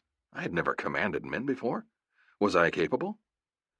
By the end of April, I was an aircraft commander. Another 3 months or less, and I would be an aircraft commander and platoon leader for the Blue Lifts. Captain Beatty informally donated to me his lanky Texas crew chief. Shaky knew his stuff, and he knew helicopters. I was most grateful. So was Shaky. He and I began flying missions together, I in the cockpit's left seat, he in the cargo bay with his machine gun, and on the ground making sure my ship was always ready for takeoff. "We've had 6 or 8 down helicopters and 30 or 40 pilots, crew, or grunts killed in the AO in the last few months," Shaky philosophized through his South Texas drawl. "But we haven't had to patch a single bullet hole in any chopper you've flown, sir. Some guys can't even fly to Vung Tau for beer resupply without getting shot." Whenever I thought deeply about it, which I tried not to do often for fear of changing my luck, I supposed I might have developed a different outlook on the war had I come over in artillery or infantry, where I was actually down in there with the dinks and snakes. The war was different for each of us, according to individual perspective. Warplane crews in the fast movers and bombers took off from Da Nang or Tan Son Nhut or even Guam. They zipped in, dumped some bombs or rockets, then returned to base without experiencing the aftermath of their business. BDAs informed them they had destroyed so many enemy bunkers or inflicted damage on an NVA mortar platoon. They never saw the blood and smelled the guts and shit. Although helicopter pilots were somewhat insulated from the full effects of the ground war, we were nonetheless much closer to the action than other aircraft jocks. We identified more with enlisted men and with grunts than we did with staff officers at MACV or other pilots. They were them, higher, the brass, remps. We were us, the snuffies. Helicopters existed in that transition area between Boonie Rats in the jungle and the rest of the war, fully a part of neither. The helicopter made the war slightly more antiseptic for chopper jocks and crew. We had our moments of adrenaline and terror, of course, but they seldom lasted long. It was in and out one round at a time. It was a lot of shooting and stuff, close enough to see and smell the corpses and blood and shit and snot and tears. But then we hauled ass and seldom had to experience the full aftermath. We could go back to the O Club for a cold beer and listen to Mighty Morris sing. It was a crazy way to make a living. We all said so. Each of us had his own method of dealing with it. As I became a dues-paying member of the Headhunters' Fraternity of Fighting Brothers, I found myself in a peculiar sort of way beginning to enjoy the job. From my first elaborate attempts at avoiding Vietnam, I now went the other way and embraced the war with a forced nonchalance and a certain pride in being good at my job, as well as an object of some admiration. Sometimes I wondered what happened to that other little guy I had been before I morphed into Mini-Man, hero of the oppressed and champion of truth, justice, and the American way. How different a war might indeed have been had my inbound flight not been diverted and I ended up with my original orders at Vung Tau, flying generals and T-bones and playing the angles. Or even more different had I come over in artillery and ended up in the jungle as an FO. Rather than writing letters home, I called Sandy regularly over a radio telephone line through Japan. You could do that if you were stationed at a larger post. In one of my rare letters to her, however, I tried to explain things. "I've changed since I've been in Vietnam," I wrote. "For the better, I think. Flying seems to be the thing I'm most suited for, that I was born to do. I feel like I'm doing an important job here, that it's important to me, to you, to our children, and to our country. I really believe defeating communism will help keep the United States free if the politicians and lawyers don't take away freedom first. I have to do everything I can to do my part." 33. March 8th to 11th, 1969. The aim of the NVA Mini-Tet offensive that began on February 23, 1969, was to overrun Saigon. The 1st and 7th NVA divisions worked their way into the region north of the Michelin rubber plantation, while the 5th VC division moved into the Angels Wing west of the capital. The 9th VC massed in southeastern War Zone D. Firefights and rocket and mortar barrages erupted over a wide front. Cavalry operating out of FSB Grant near the Michelin plantation bottled up the 1st NVA division by repeatedly interdicting the enemy's lines of communications. The NVA determined to clear the area for an unimpeded approach to Saigon. On the night of March 8th, intense rocket and mortar barrages destroyed the headquarters of 2nd Battalion, 12th Cav at Grant, killing the battalion commander. Enemy troops stormed the FSB shortly after midnight. Quad 50 caliber machine guns sliced through the human waves of charging NVA soldiers. Beehive rounds cut swaths through enemy ranks. Desperate artillerymen stuffed 175mm howitzers with powder charges, lowered the guns to troop level, and blasted flaming powder into the attackers' faces. The charged pellets were each about the size of a man's thumb. They came burning out of the muscles at some hellacious rate of speed, and penetrated into the guts and bodies of the enemy. Screams of pain and terror filled the night. Concentrated defensive fires and airstrikes smashed the attack, a mere 2 hours after it began. 3 nights later, in the pre-dawn hours of March 11th, 2 NVA battalions again tried to overrun FSB Grant. They were driven back. Cavalry helicopters from the 1-9 at Tainan pursued the remnants for the rest of the week.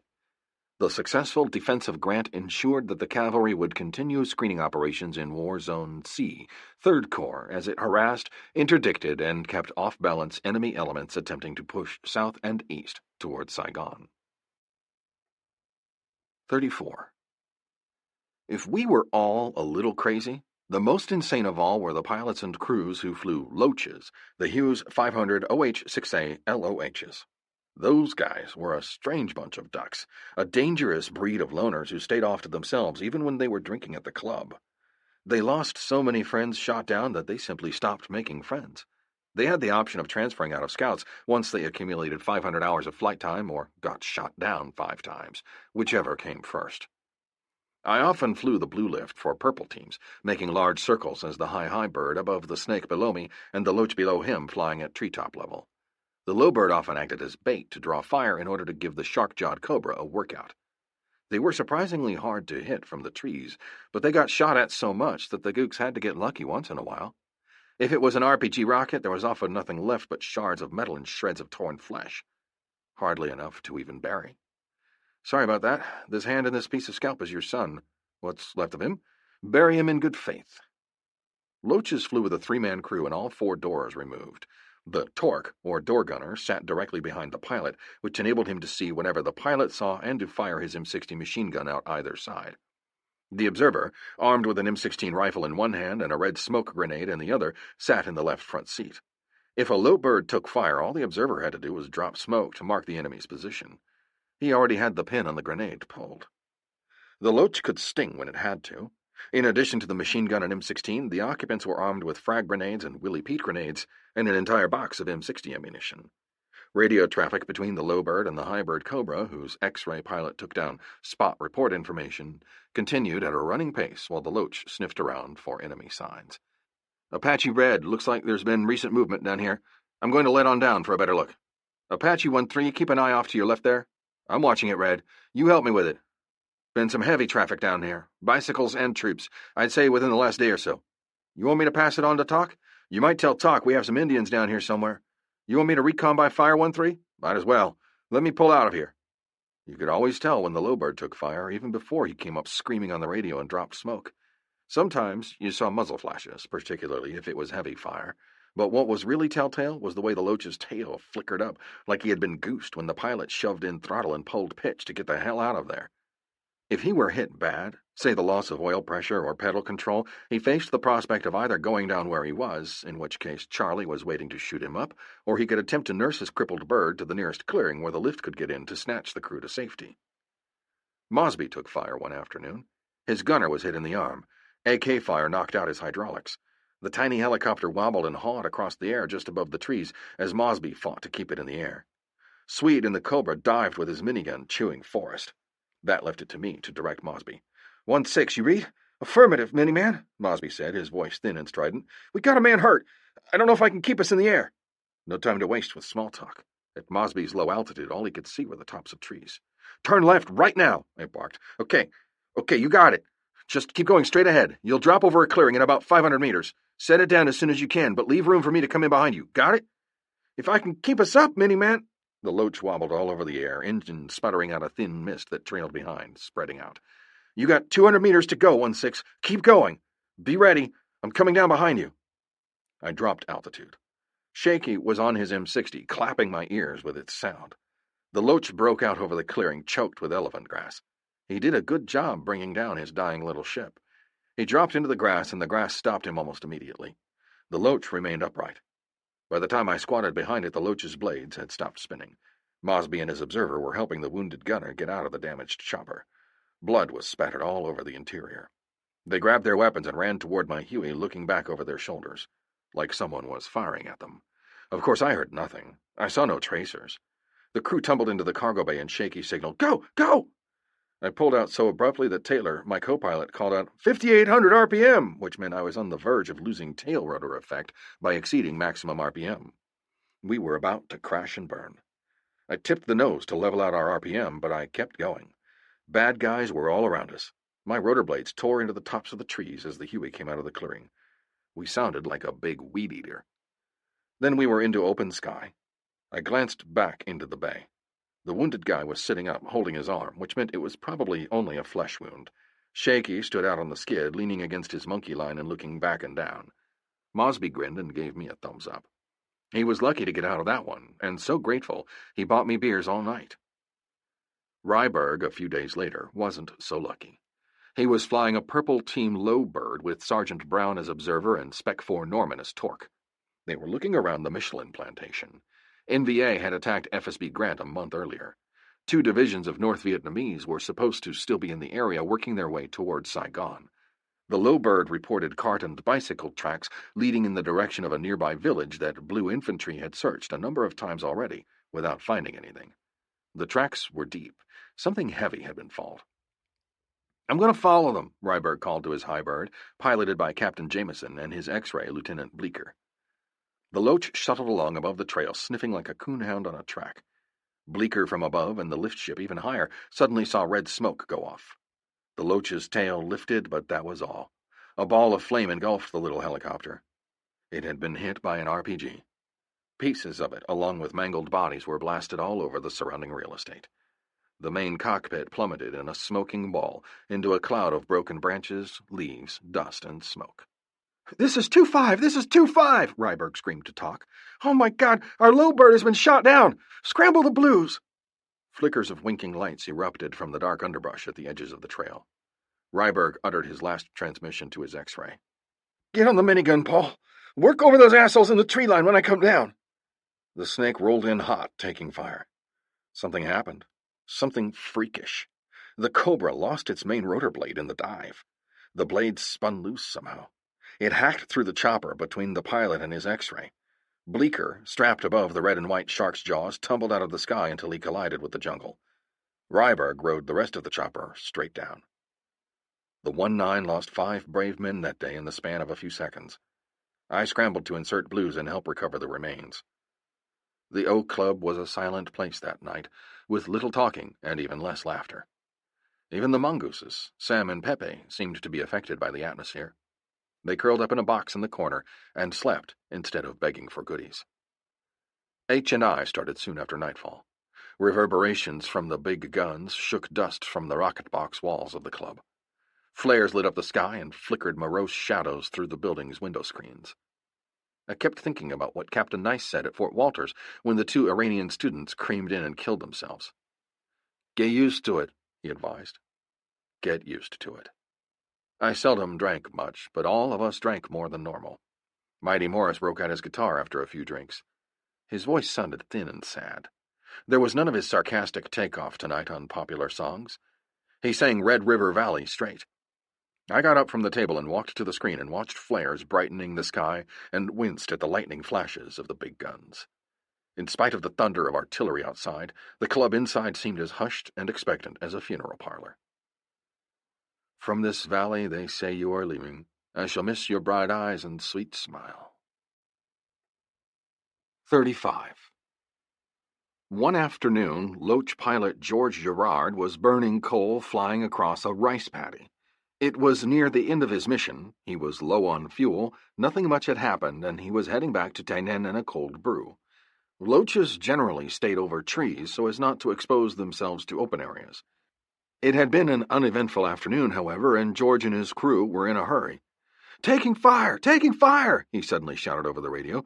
"My blades are coming off! I'm going in! Going in!" Taking fire or taking hits meant rounds were actually impacting. Receiving fire meant you only saw muzzle flashes and smoke. The Loach went in hard, bellying into rice paddy water and mud. George and his 2-man crew were banged up, bruised, and shaken, but nothing serious. Lifts snatched them out of the rice paddy. A Huey airlifted the crashed Loach out of the mud and deposited it at Tainan, where the maintenance officer looked it over. "My engine quit suddenly," George explained.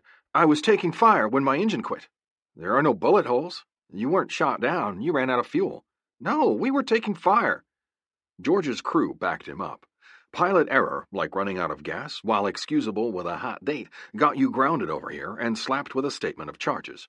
George would be paying for that helicopter for the next 100 years.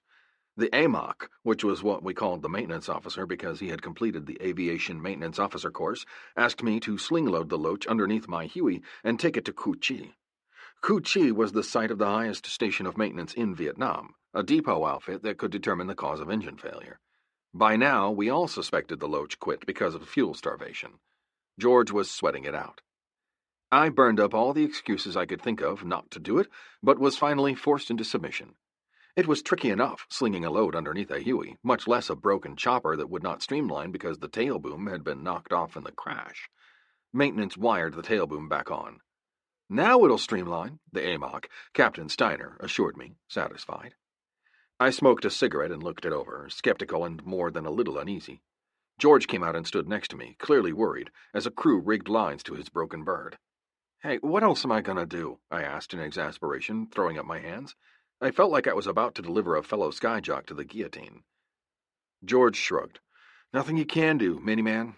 He turned and walked off slowly. I ground out my cigarette butt underneath the sole of my boot and climbed into the Huey cockpit with Mighty Morris riding the second seat. I hovered the UH-1 above the smaller wreckage of the Loach.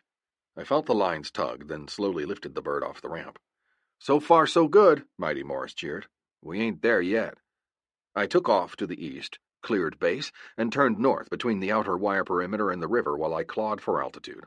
I wanted a couple of thousand feet of air between me and the ground before I cruised out over Indian country toward Cu Chi. First, the Loach's wired-on tail boom came loose and fell off. Astonished, Mighty Morris and I watched it whistling down through space until it struck Earth in an explosion of dust. Morris looked at me and shrugged. "I don't guess we needed that," he said. We needed it a lot more than we thought. Its loss altered the entire aerodynamic equation of our odd airborne configuration. Without its tail boom, the remaining bubble of the Loach started to gently swing back and forth underneath us. By the time we were at 1,200 feet, it was oscillating back and forth like a wrecking ball. It took control. I felt like I was in a rowboat hooked to a whale. It was jerking the Huey from one side of the sky to the other. When I looked out my side window and saw the wreckage pendulum up to almost eye level, yanking the Huey toward it, I knew something had to be done quickly. I radioed TOC. I must have sounded desperate. "This thing is not going," I complained. "It's dangerous." "You're the aircraft commander," came the welcome response. "If it's too dangerous, cut it loose." That was good enough for me. I needed no further encouragement. We were out over the cleared fields of fire surrounding the post. I hit the release button and dropped the Loach. A fall of 1,200 feet flattened it like a steel roadkill. I thought George was going to kiss me. He was all grins. He bought beers for me all evening and for the rest of the time we were there together. Nothing could convince him I hadn't destroyed the evidence on purpose. After a while, I stopped trying and just enjoyed it. It was a lot cheaper on him buying beers for me than it would have been paying for the Loach. 36. Apache Troop and all its facilities were located near the more narrow tip of the airbase's north end. The only thing standing between Charlie and us, our barracks and mess hall and oil drum crappers, were a pair of 175mm cannon, two 8-inch guns, some 40mm anti-aircraft pom-pom guns, a 40-foot thick tangle of concertina wire laced with claymores, trip flares and tin cans, and a width of about 200 yards of cleared fields of fire. With all that, it wouldn't seem to matter that headhunter pilots slept almost next to the perimeter's green line. It would appear that we were fairly secure. After all, it would have taken a White Sox prospect to hurl a satchel charge into the camp. It would require a bunch of the little motherfuckers to overrun us. Still, I remembered Min the sapper at Anke, who sneaked up, crawling through the wire without anyone seeing him until he tossed a satchel full of potential death into the midst of us wide-eyed FNGs. All that artillery on base, firing H&I almost every night, should have been reassuring. Instead, sometimes you got to hate it. It was tough trying to sleep with your bunk doing a Fred Astaire or Gene Kelly across the floor. If you turned on your bunk light and tried to read, air vibrations seemed to jar the words on the page into a scrambling mass of tiny cockroaches. I stuffed cotton or plugs into my ears and lay on my bunk in the dark behind the mosquito netting and watched the artillery flicker in the dark all around, like heat lightning preceding a storm. So what if the poor grunts out there were sleeping in the rain, eating cold, greasy seas mixed with rainwater, and were scared to death because the only thing between them and Charlie were their M16 rifles? You had to fight your own war. You couldn't fight everybody else's. Everything was relative. Psst, Miniman, you awake? Yeah, Farmer. Want to make a run to the O Club to wet our whistles? I'd rather make a run to Tulsa, but yeah, let's go. They're going to keep this shit up anyhow until Apache sunrise. Headhunters didn't have to settle for bleacher seats whenever there was stuff going on outside the wire. We had box seats reserved on the 50-yard line. If there was a really big shoe, as Ed Sullivan put it, with guest performances by Spooky or Puff the Magic Dragon, we took our beers out on the chopper line and stood on top of the berms to smoke and joke and grab ass and cheer at appropriate times. The show was better than the Aurora Borealis, the Northern Lights, more spectacular than 4th of July over the Potomac. Spooky and Puff were either AC-130 or AC-47 airplanes, heavily armed with 20mm Vulcans, 7.62 miniguns, 50-caliber machine guns, and even 105mm howitzers. Streams of red fire, like laser beams in the night, connected the battle planes in the air to the poor bastards down on the ground getting hosed. We made comments and jokes about the dinks getting fried and turned into crispy critters. "Smell it! Just smell it!" Miles challenged. "There ain't no smell like the sweet scent of a well-done gook." "There ain't?" Mighty Morris countered. "What's the matter with you, Miles? Are you stupid? Ain't you never smelled pussy before?" "I ain't never smelled it well done." "I know for a fact you've smelled it ripe, which is worse than well done. I saw that cunt you were with in Tain-In. I smelled her as soon as I hit city limits. You smelled your own mustache, Morris." Tain-In, the base, and the 1-9 Cavalry were the major obstacles preventing the enemy from marching on Saigon. In spite of the guns and wire and claymores, Spooky and Puff and foot patrols and airstrikes, in spite of it all, nothing kept Charlie from at least trying us, if for no other reason than to prove he was out there watching and waiting. It ruined your whole night when Charlie decided to flex his muscles and awakened you with mortar shells going crump, crump, crump up and down the base. I envied the guy in his private bunker at the volleyball court who could just turn over and go back to sleep. I shot straight up in bed. Mighty Morris was already halfway to the door, carrying his guitar, while I was still fighting to extricate myself from the mosquito net. "Better get your charmed mini-ass to the bunkers, Alexander!" he shouted, as the screen door slammed behind him. Pilots and crew in various stages of undress raced for the big culvert pipes buried in their berms of earth and sandbags. We scrambled into the open ends like mice seeking the nearest hole after being dusted out of an old mattress. An explosion thumped behind me, showering me with rock and gravel and dirt. I scrabbled into the pipe on hands and bare knees and didn't stop scrabbling until I reached as near the center of the pipe as I could. About a dozen half-naked GIs were already inside. Mess cooks, clerks, pilots, crew. You couldn't stand up in the pipe. It was too low. Even for me. I flopped over onto my butt, drew my bare knees up to my chin, wrapped my arms around my shanks, and tried to make the smallest target possible. Being small had certain advantages. The crumpling continued at spaced intervals outside. Explosions flickered in the open ends of the pipe. The enemy seldom had enough spare shells to really carpet a target. Cowering in the pipe reminded me of hiding from a tornado in a storm cellar in Oklahoma and Texas. It carried with it that same sense of waiting and expectation. Of anxiousness that, while you might be all right in the cellar, what was the funnel doing to your home and to your neighbors and their homes? Sergeant Major Rogers was one of the last men to seek cover. It was dark in the pipe, but I recognized his voice and his hulking Neanderthal silhouette framed against the flickering open end of the shelter. His breathing was raspy, excited. "We got gooks in the wire," he announced. Oh, shit. Talk about elevating the pucker factor. I eyed the open end of the pipe, half expecting to see some vicious little bitty guy about my size pop up and yell, "Banzai!" or whatever the hell it was the Vietnamese used for a war cry. I unexpectedly understood how it felt to be trapped in the Titanic when it went down. "Anybody got a weapon?" a shrill voice demanded. No one did. We were clerks and jerks and cooks and flyers. I thought about the M79 blooper behind the seat in my chopper. If I made a run for it, we could at least put up some fight. It was better than cowering in here, waiting for a slant eye to toss a bag full of boom in on top of us. "Don't you think we ought to find weapons and put up a defense?" I asked of no one in particular. Two things dissuaded me from leaving the pipe on that errand. First, a nearby explosion. Charlie would be trying for the helicopters, his primary target. Second, Sergeant Major Rogers had got his wind back. He growled, "I said gooks were in the wire, not through the wire. Our grunts know what to do. Let them handle their job. The best we can do to help is just stay out of their way." Bursts of small arms fire erupted out there somewhere on the line. If I sometimes felt vulnerable and exposed in the air, it was nothing like the feeling of helplessness I now experienced. I was so damned glad I gave up artillery for aviation. Someone murmured in a chant in the darkness, "Oh shit, oh shit, oh shit." My sentiments exactly. Any attack on a major installation automatically summoned the Air Force. All hell broke loose as fast movers screamed in overhead and dumped their bombs. Everything was going at once. The 175s were pounding. The 40 Mike pom-poms had two speeds, a slow speed and a slower speed. Ka-thunk! Ka-thunk! Ka-thunk! C-130s overhead kicked out huge parachute flares that lit up the entire world like miniature greenish suns. Cobras took to the air, with their 3.5 rockets armed. Because of the accuracy of their weapons, they could get in close and dirty on the enemy and prevent his closing with us. Where do you want these rockets? 5 feet in front of us? Can you see where I'm pointing? That's where I want them. We huddled together in the darkness of the culvert pipe, listening.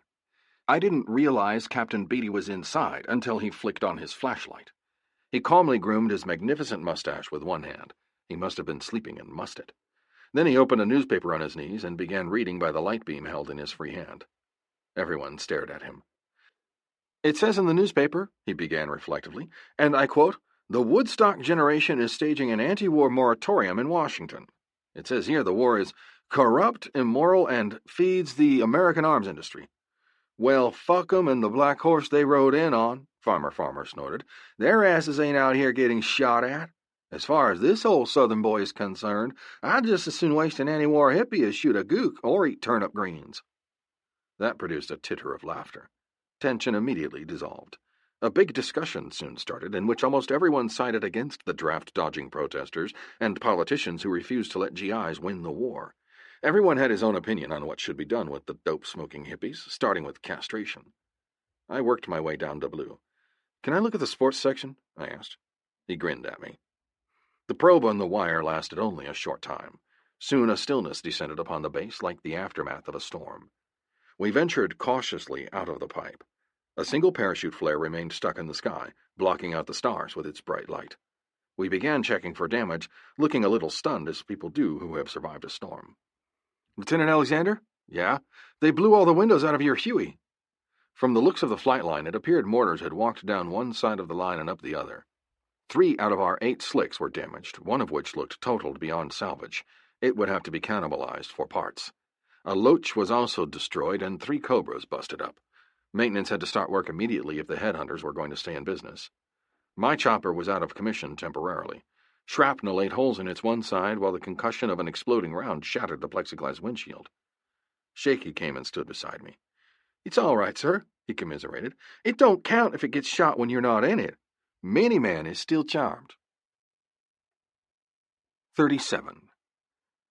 Enemy mortar damage grounded half of Apache troops' Hueys and Cobras and one of its Loaches. The AMOC, Captain Steiner, and his maintenance section worked 24 hours straight to get us back in the air. It led to Captain Steiner's receiving the only Distinguished Service Cross I ever knew to be awarded for non-combat action. Other than being a maintenance officer, Captain Steiner was also a certified test pilot. He sometimes went out to fly X-ray in snakes when he got bored with being stuck in the repair shed. He decided to test one of the repaired Cobras by taking it up and flying around the pattern. He got it up with no trouble and was scooting along the downwind leg of the long airstrip when suddenly his tail rotor came off in mid-flight. It whizzed past him in the air like a frisbee. Losing a helicopter's tail rotor was something like dropping a wing on a standard airplane. It virtually assured you of a crash. Instead of panicking, however, Captain Steiner put all his experience to work. He used throttle, cyclic, and collective in combination to overcome the loss of counter-torque and balance normally provided by the tail rotor. He actually landed the Cobra in the cleared field of fire about 100 yards from the base without additional damage to either the aircraft or himself. I heard it was the first time such a feat had ever been accomplished. Captain Steiner stood by the helicopter, nonchalantly munching on a candy bar when a truck came to pull the Cobra back to the maintenance shed. That guy had cool. I wished I had cool like that. 38. April 1969. Apache troop infantry from Tainan put a big dent in the enemy's transportation system when GIs blew up a bicycle factory containing 75 bicycles. The number of nearby bunkers indicated a regimental-sized base camp had also been established there. The Blues encountered withering fire from an NVA platoon as they withdrew after blowing up the factory.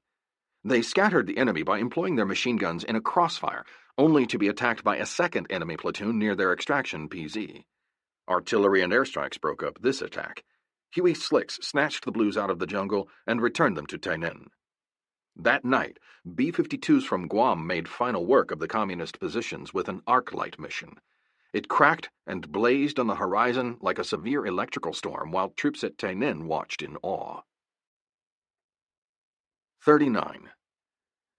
Mighty Morris ragged Farmer about having fallen off his Alabama turnip wagon too many times. It wasn't that Warrant Officer Farmer suffered from spatial or perspective problems. He was merely clumsy. During the continuing volleyball game, he spiked the ball against the net and back into his own face. The scramble alarm sounded and he jumped up, made a break for the door, and crashed into the doorframe. I wondered how he survived flight school. If he had had Captain Nice, he surely wouldn't have made it. The fact was that at times he was absolutely brilliant at the controls of a helicopter. He did things with a chopper that machines weren't supposed to do, but then he suddenly had an attention span lapse and did something stupid. You never knew which of the two farmers you were flying with. I kept a wary eye on him whenever we flew together. He was okay at safe altitudes, but I contrived to take the sticks myself whenever we dropped on the contours to snoop and poop, sneak and peek. Shaky was as jittery about him as I was. He took me aside when Farmer volunteered to fly right seat with us on a sniffer mission. He looked worried. "Sir, you ain't letting Mr. Farmer fly down low, are you?" "Don't worry," I reassured him. "I don't feel that charmed." Every pilot enjoyed flying low-level, skimming the air on that cushion right above the treetops. There was a dead man's zone that covered the area between about 100 feet above the ground up to 1,000-foot altitude. Above 1,000 feet, you were out of effective reach of most ground fire. Below 100 feet, the bad guys couldn't see you until you flew directly overhead. Strange in that the lower you were or the higher you were, the safer you were. "I feel as sharp as a hen's tooth today," Farmer affirmed in his slow southern vernacular. "I'll fly," I said quickly. Shaky let out a breath of relief. The sniffer team was already aboard with its bloodhound machine. Farmer, Shaky, and I climbed into our places. I took off and flew out toward the Saigon corridor, where George Gerard, flying his Loach, had located a VC bicycle factory a few weeks before. There had been a big firefight, followed by an Arclight B-52 attack that left a huge scorched gash across the jungle. If there were hills, you tried to stay close to them for protection when you flew low. Since there were no hills in our AO except the Black Virgin, I grazed just above triple canopy jungle. Shaky braced himself spread-legged in the door with his umbilical monkey line secured and his M60 ready to rock and roll. "Okay, I got a scent," one of the sniffer guys said through the intercom. "Did you read that, Shaky?" I asked. "I'm ready for 'em, Mini-Man." "We should be coming up on them," Sniffer said, getting excited. Occasionally I glimpsed sections of a pathway down through the tree canopy. Hunting men was exciting. Anyone who claimed differently was not being honest. Shaky spotted movement the same instant I did.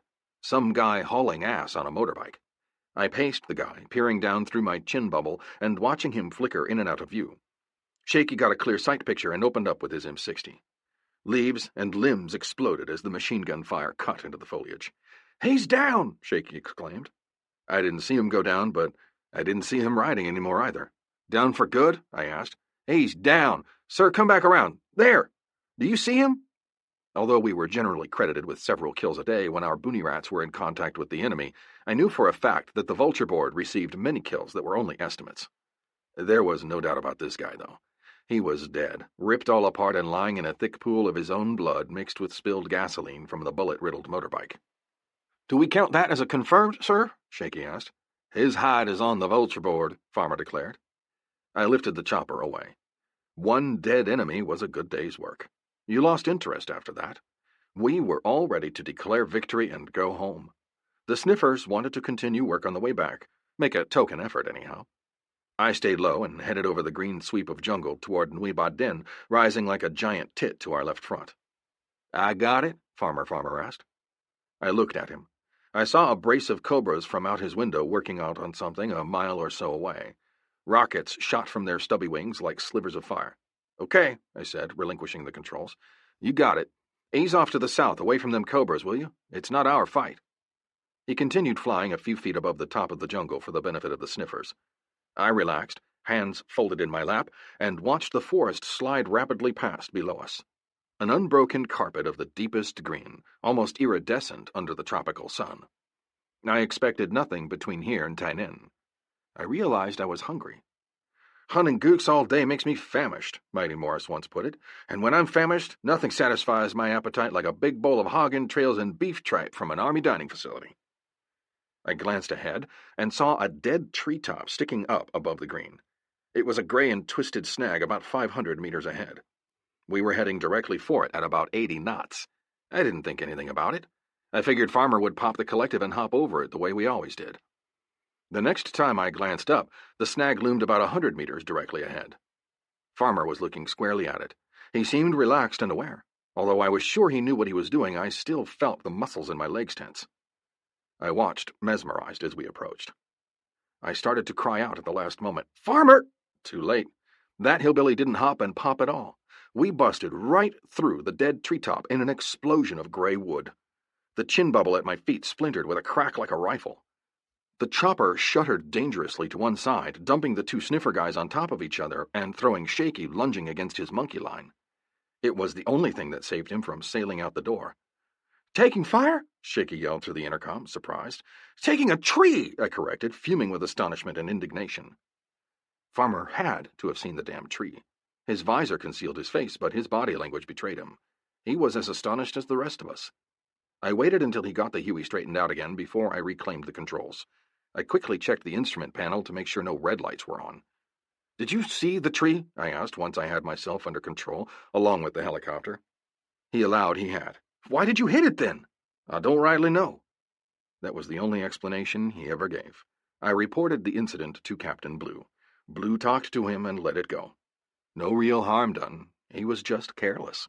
Besides, we were always short on pilots. I ordered him, not the crew chief, to replace the chin bubble. I figured his putting in 180 screws that held the plexiglass in place might give him time to contemplate his error. He looked puzzled and a little dumbfounded.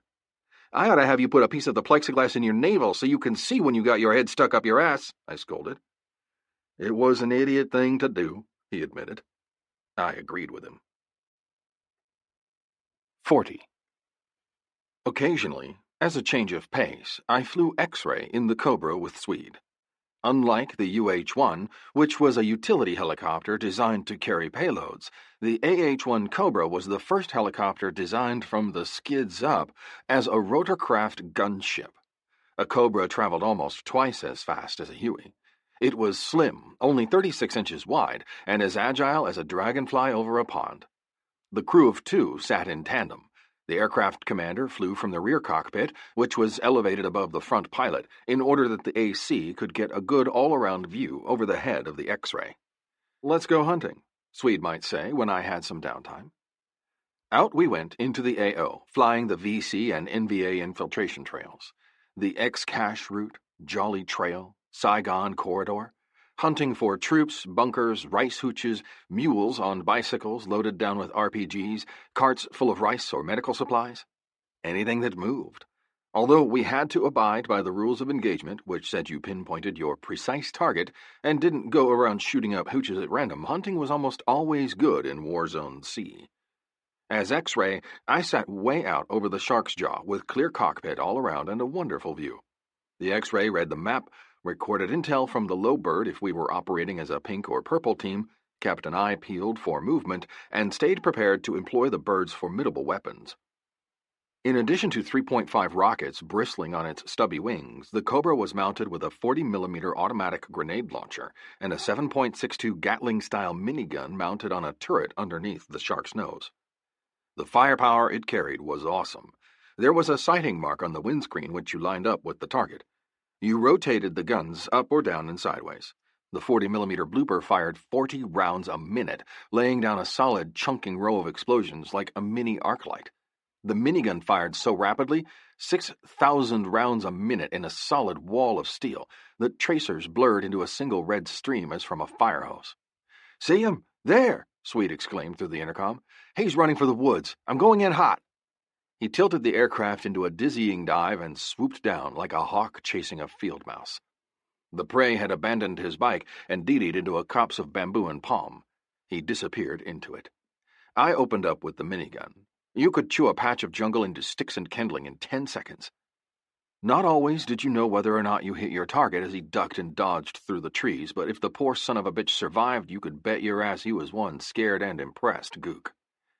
Swede was loudly lip-playing the William Tell Overture, the Lone Ranger's theme song, as we chased the poor Vietnamese. He pulled out of the dive. "If he lived through that," Swede said with his accent and a chuckle, "he'll be trying to chew ahoy tomorrow." I wasn't the only pilot who liked to fly the Cobra. It was the latest thing on the market at the time. Less than 2 years before, our gunships had been converted Hueys. Bronco pilots who flew FAC, forward air control for jet fighters, landed at Tainan every once in a while and wanted to go Cobra flying. They reciprocated and took us up in their Broncos. A Bronco was a tandem-seated turboprop that resembled the P-38 fighter trainer used by the Air Force. It flew at a speed somewhere between 200 and 300 miles per hour. FACs derived a big thrill in taking up chopper pilots and subjecting them to G-forces until they passed out. G's were something new to most helicopter jocks. I hopped a ride with one of the FACs. He was grinning as we buckled up and took off. He tried everything: loops, dives, steep climbs. I hung in there with him and chatted over the intercom. I was feeling pretty cocky, pretty mini-man when he gave up. "We'll take her on in," he said, lining up about 5 miles out for a straight-in approach. He was really booking, screaming in. He did a couple of fast barrel rolls. Next thing I knew, we were taxiing up to the hangar. He was grinning again when I came to, still a little queasy, and staggered away from the airplane. "You keep that thing," I told him. "I'll stick to Hueys." 41. Nui Baden, the Black Virgin, rose out of the jungle, as Farmer put it, like a huge pimple on a pig's asshole. Beyond the mountain to the northeast hung a thick black column of smoke stretched between earth and sky, its silhouette etched dark and ominous against the blood red of the rising Vietnam sun. When I came out of the mess hall with Captain Blue and Farmer, Mighty Morris was standing on one of the berms which were supposed to protect our helicopters from mortar fire. He gazed reflectively at the rising smoke while he drank a cup of coffee and drew slowly on a cigarette. He looked at us, then looked back toward the smoke. "What's with him?" Blue said. I pointed at the smoke. "Damn," the captain said. The three of us climbed the berm revetment and stood with Mighty Morris. He squatted on his haunches like a Vietnamese and silently smoked his cigarette. His short-cropped yellow hair and his handlebar cavalry mustache glowed almost like gold in the morning light. "They attacked an FSB last night," Mighty Morris finally said. "Looks like our poor old boys really caught some of the devil," Farmer commented sympathetically. "I was over at the talk," Mighty Morris said. "They told me Saber Troop has been flying GI body bags and WIAs into Phuoc Vinh since before first light." I put a match to 3 cigarettes and gave one each to Blue and Farmer and kept the last for myself. "Who was it that got hit?" I asked. Mighty Morris stood up and stretched. "That must be the 8th Cav over that way, isn't it?" "Looks about right," Blue said. "Poor bastards." We all smoked and watched the smoke. Farmer said, "We've got the North Vietnamese outnumbered and outpowered. Wouldn't you think these old boys would finally see where the corn grows and yell uncle?" "They're never going to quit," Captain Beatty said. "They've been fighting in this part of the world since Genghis Khan. I've run into Vietnamese who fought the Japanese in 1944 and the French at Dien Bien Phu in 54. Now they're fighting us. Some of them will probably live to fight our grandchildren." "Not mine," Mighty Morris said. "I'm sending them to Canada."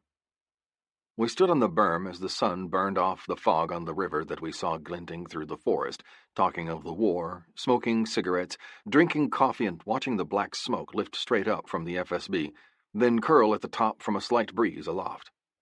FSBs and LZs with romantic names like Grant and Jamie and Phyllis and Carolyn were attacked and fought savage battles, and those of us not involved stood and watched the smoke.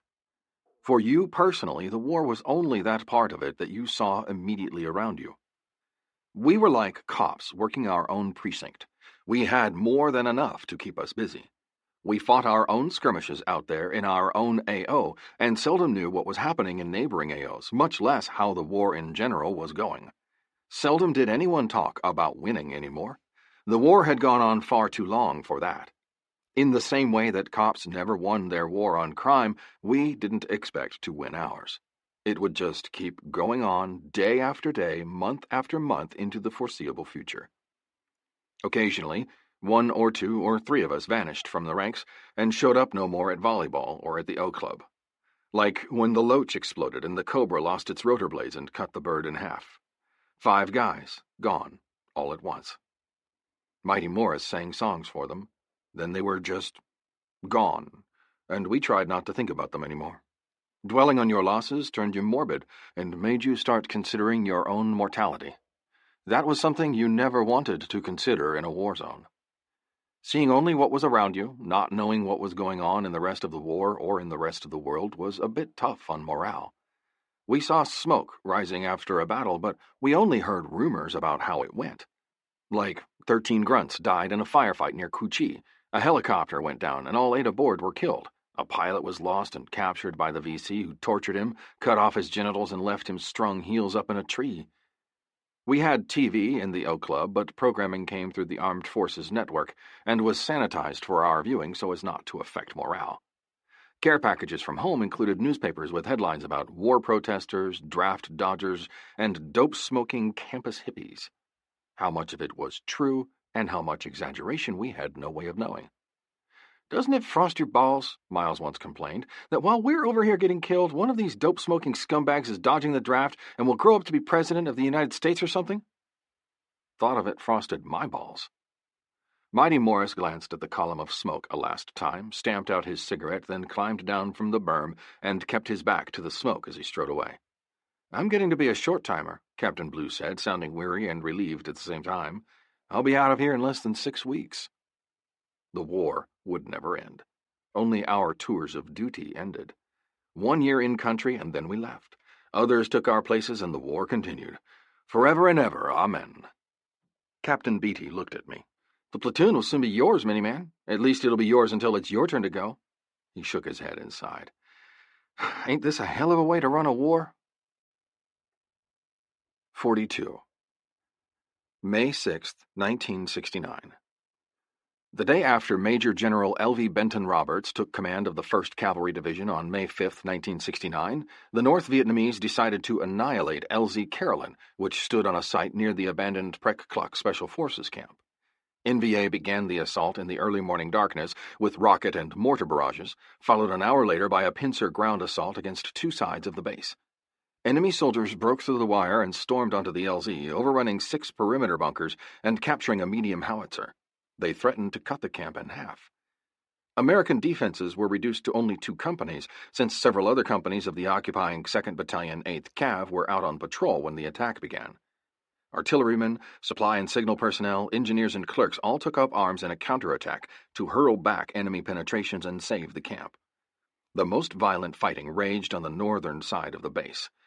A 155mm howitzer position exchanged hands 3 times in fierce hand-to-hand fighting with rifles, pistols, knives, and entrenching tools. Air support that included Cobras, fighters, AC-47 Spooky, and AC-119 Shadow gunships rolled in against enemy anti-aircraft weapons ringing the perimeter. American defenders shot holes in fuel drums at the aviation gas pump and ignited fuel to form flaming barriers. A howitzer gun pit received 3 direct hits from rockets, touching off a fire in its powder bunker. 2 105mm artillery ammunition points exploded around 3:30 a.m. Cook-off of the ammunition and the resulting fires sprayed the LZ continuously for the next 4 hours. Grass and forest fires raged everywhere. Flames licking high into the night air created a sky glow visible from as far away as Tai Ninh and Phuoc Vinh. Desperate 155mm gun sections lowered their cannon, packed them with beehive rounds or powder charges, and blasted the attackers at point-blank range. Blazing pellets discharged in solid walls of flame pierced skin and flesh and continued to burn inside body cavities. Screams of terror and pain added to the hellish din of battle on the LZ. Cut off by loss of communications, small pockets of Americans fought on in isolated desperation. The mortar platoon's 4 tubes fired 1,500 rounds of illumination during the night. Everywhere there were shortages of ammunition. Volunteers dashed through fire-swept open areas to look for more rounds in storage bunkers. Cannoneers redistributed ammo by crawling from gun section to gun section under a hail of enemy fire and exploding shrapnel. Gradually, As dawn approached, cavalry counterattackers re-established Carolyn's perimeter.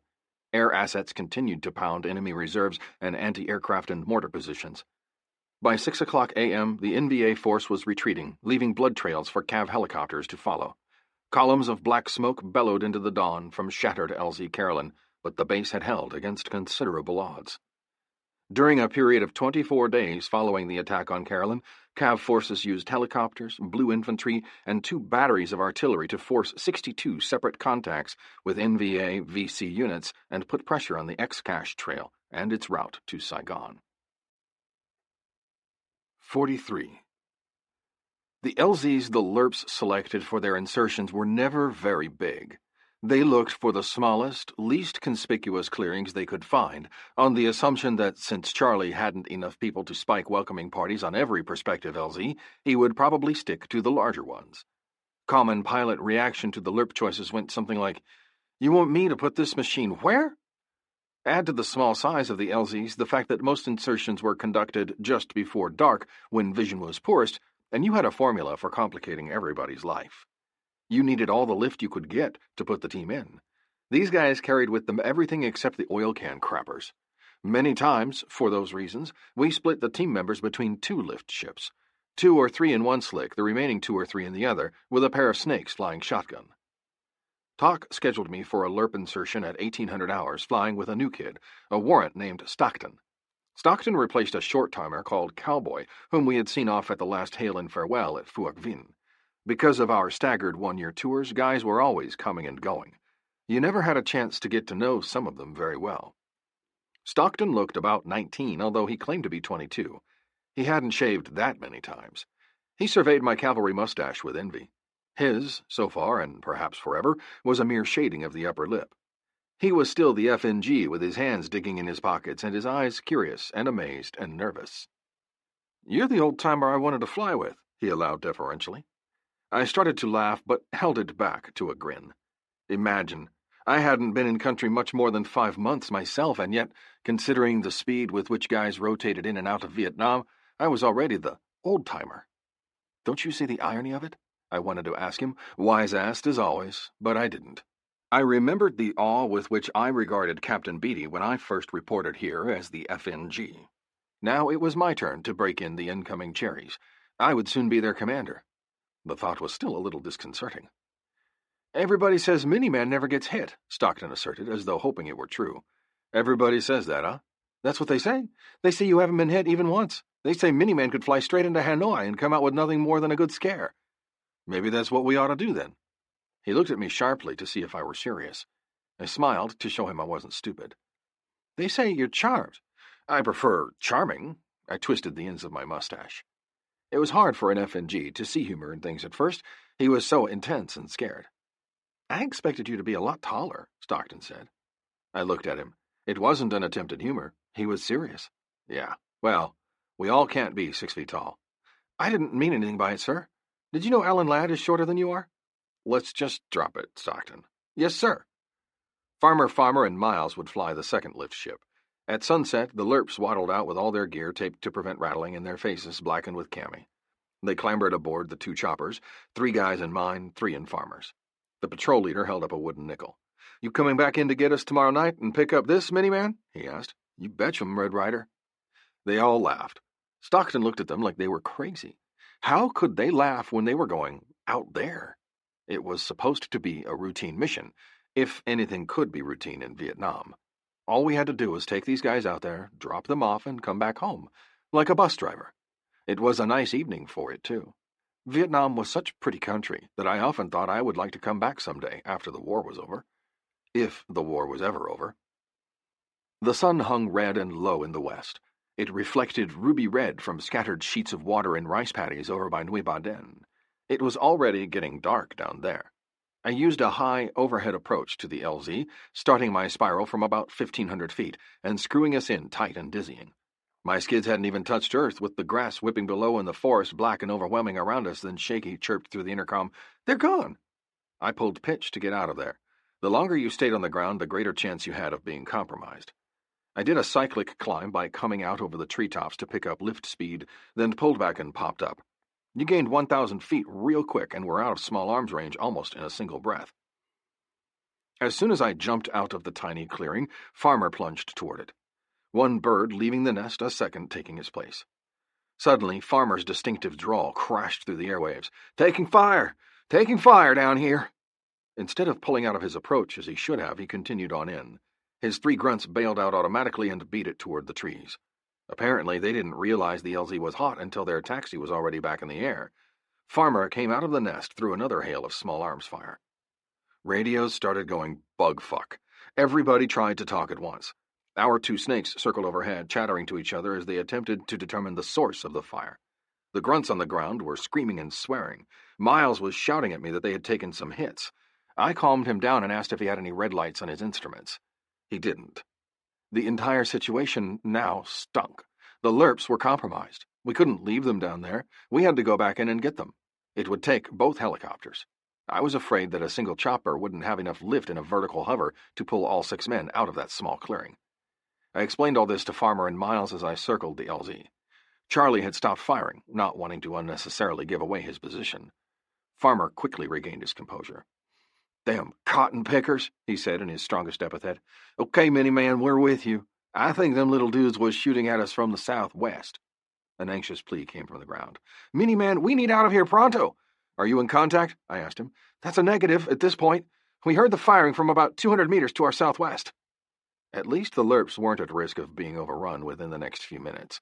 The real danger right now lay to the choppers, not the grunts. Charlie knew what we had done. He knew also we wouldn't leave our guys. He was down there right now getting set up and ready for when we returned for the extraction.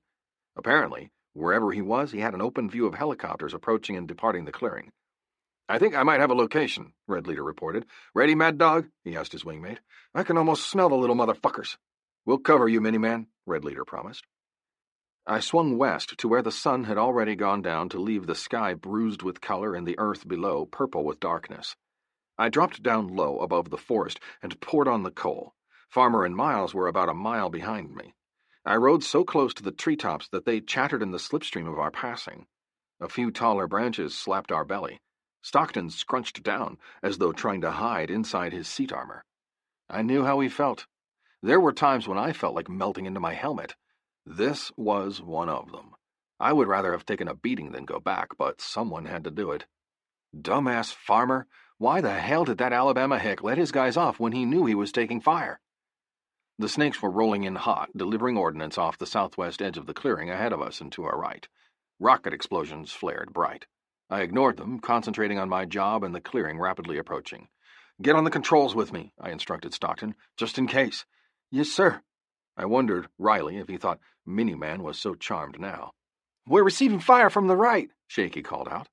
Such was my concentration that I was only peripherally aware of scattered tracers zippering the purpling air. "Gunner, have you got a target?" I asked. "Have you got a target?" Shaky's M60 opened up, slapping against my ears. Stockton was praying. This was his first action. He appeared frozen. "Oh, God! Oh, God! Oh, God!" As always, when adrenaline started pumping, I experienced that sudden calmness as though I were a mere spectator instead of a participant. I brought the slick in, decelerated at the last moment, and squatted it down into the clearing. I had already advised the Lerps of their loading arrangement. They were ready. I didn't even see them bound out of the jungle, but all of a sudden Shaky gave that exclamation I was relieved to hear. "They're on!" I was in and out. As I pulled up and out in a cyclic climb, accompanied by tracers streaking past, Farmer slid in underneath me. Unfortunately, this was not one of those evenings when he was absolutely brilliant at the controls. It was like he was driving the turnip wagon instead of falling off it. "We're hit!" he screeched over the radio. "Going down!" 44. From later piecing together the action, it was clear that Farmer, flying right seat instead of the customary left, saw rifle flashes winking at him from his side of the helicopter, and tracers coming like bright jet-propelled basketballs. Instinctively, without realizing it, he pushed his bird over to the left, away from the fire as he landed. The clearing wasn't big enough for evasive maneuvers. Scrubby trees surrounded the opening.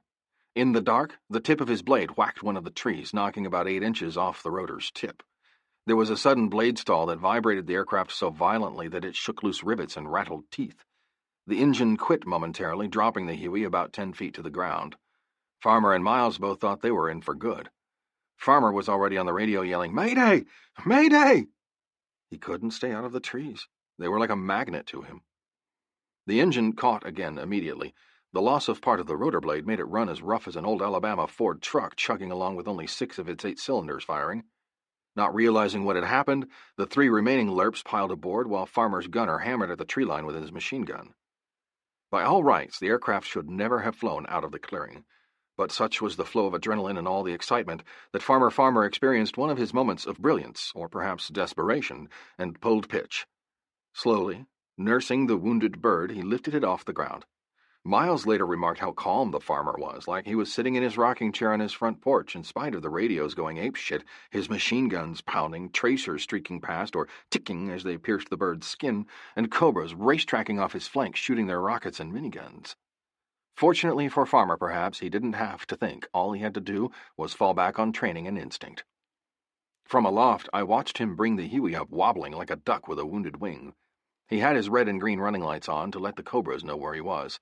They also illuminated him for the enemy. I expected him to go down in a ball of flames at any instant. Stockton still sat frozen in his seat, staring in horror. By some extreme stretching of luck and fate, the slick limped away through all that ordnance out to get it. Unable to climb, it flopped slowly along at treetop level until it cleared the kill zone. Farmer's voice over the radio was strained and thin, but also controlled. I asked him if he wanted to set down somewhere.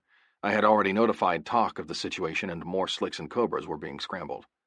Farmer informed me they were going to try to ride the crippled bird back to Tainan. "It's awful dark down there, Miniman," he said. "I'm afraid of boogers."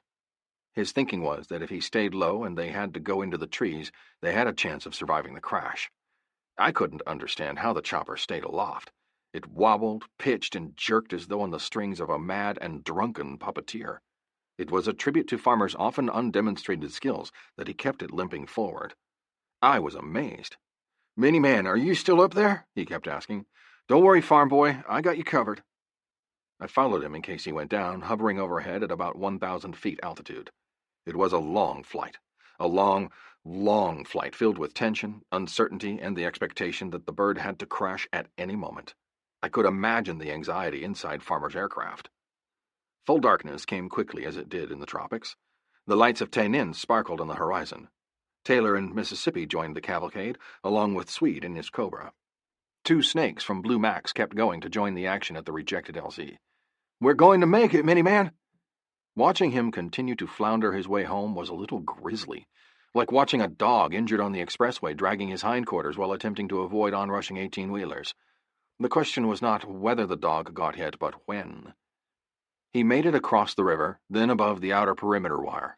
Tower cleared the runway for his emergency landing. Farmer plopped down his chopper with its final gasp.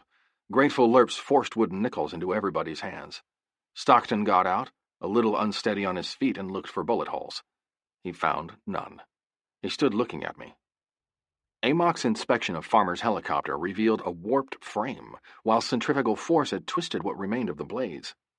"That helicopter couldn't fly," Captain Steiner said. But it did. 45. They tried to kill us, we tried to kill them. That was the name of the game over here, and I learned the rules well. I had certainly changed from my first days in Vietnam. I was losing some of my initial gung-ho, having second thoughts about the job. I accepted the war now instead of embracing it. I would do my job, of course. It was an insane job, and we were all crazy in doing it, but I would do it. I was no hero, though. Another term for the CMH, Congressional Medal of Honor, was casket with metal handles. There were times when I sat on my bunk and seriously considered my own mortality. I was afraid that one day the law of averages was going to catch up with me.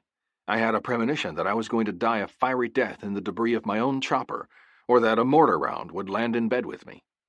I cast an eye toward the private bunker at the volleyball court, and even considered building one of my own.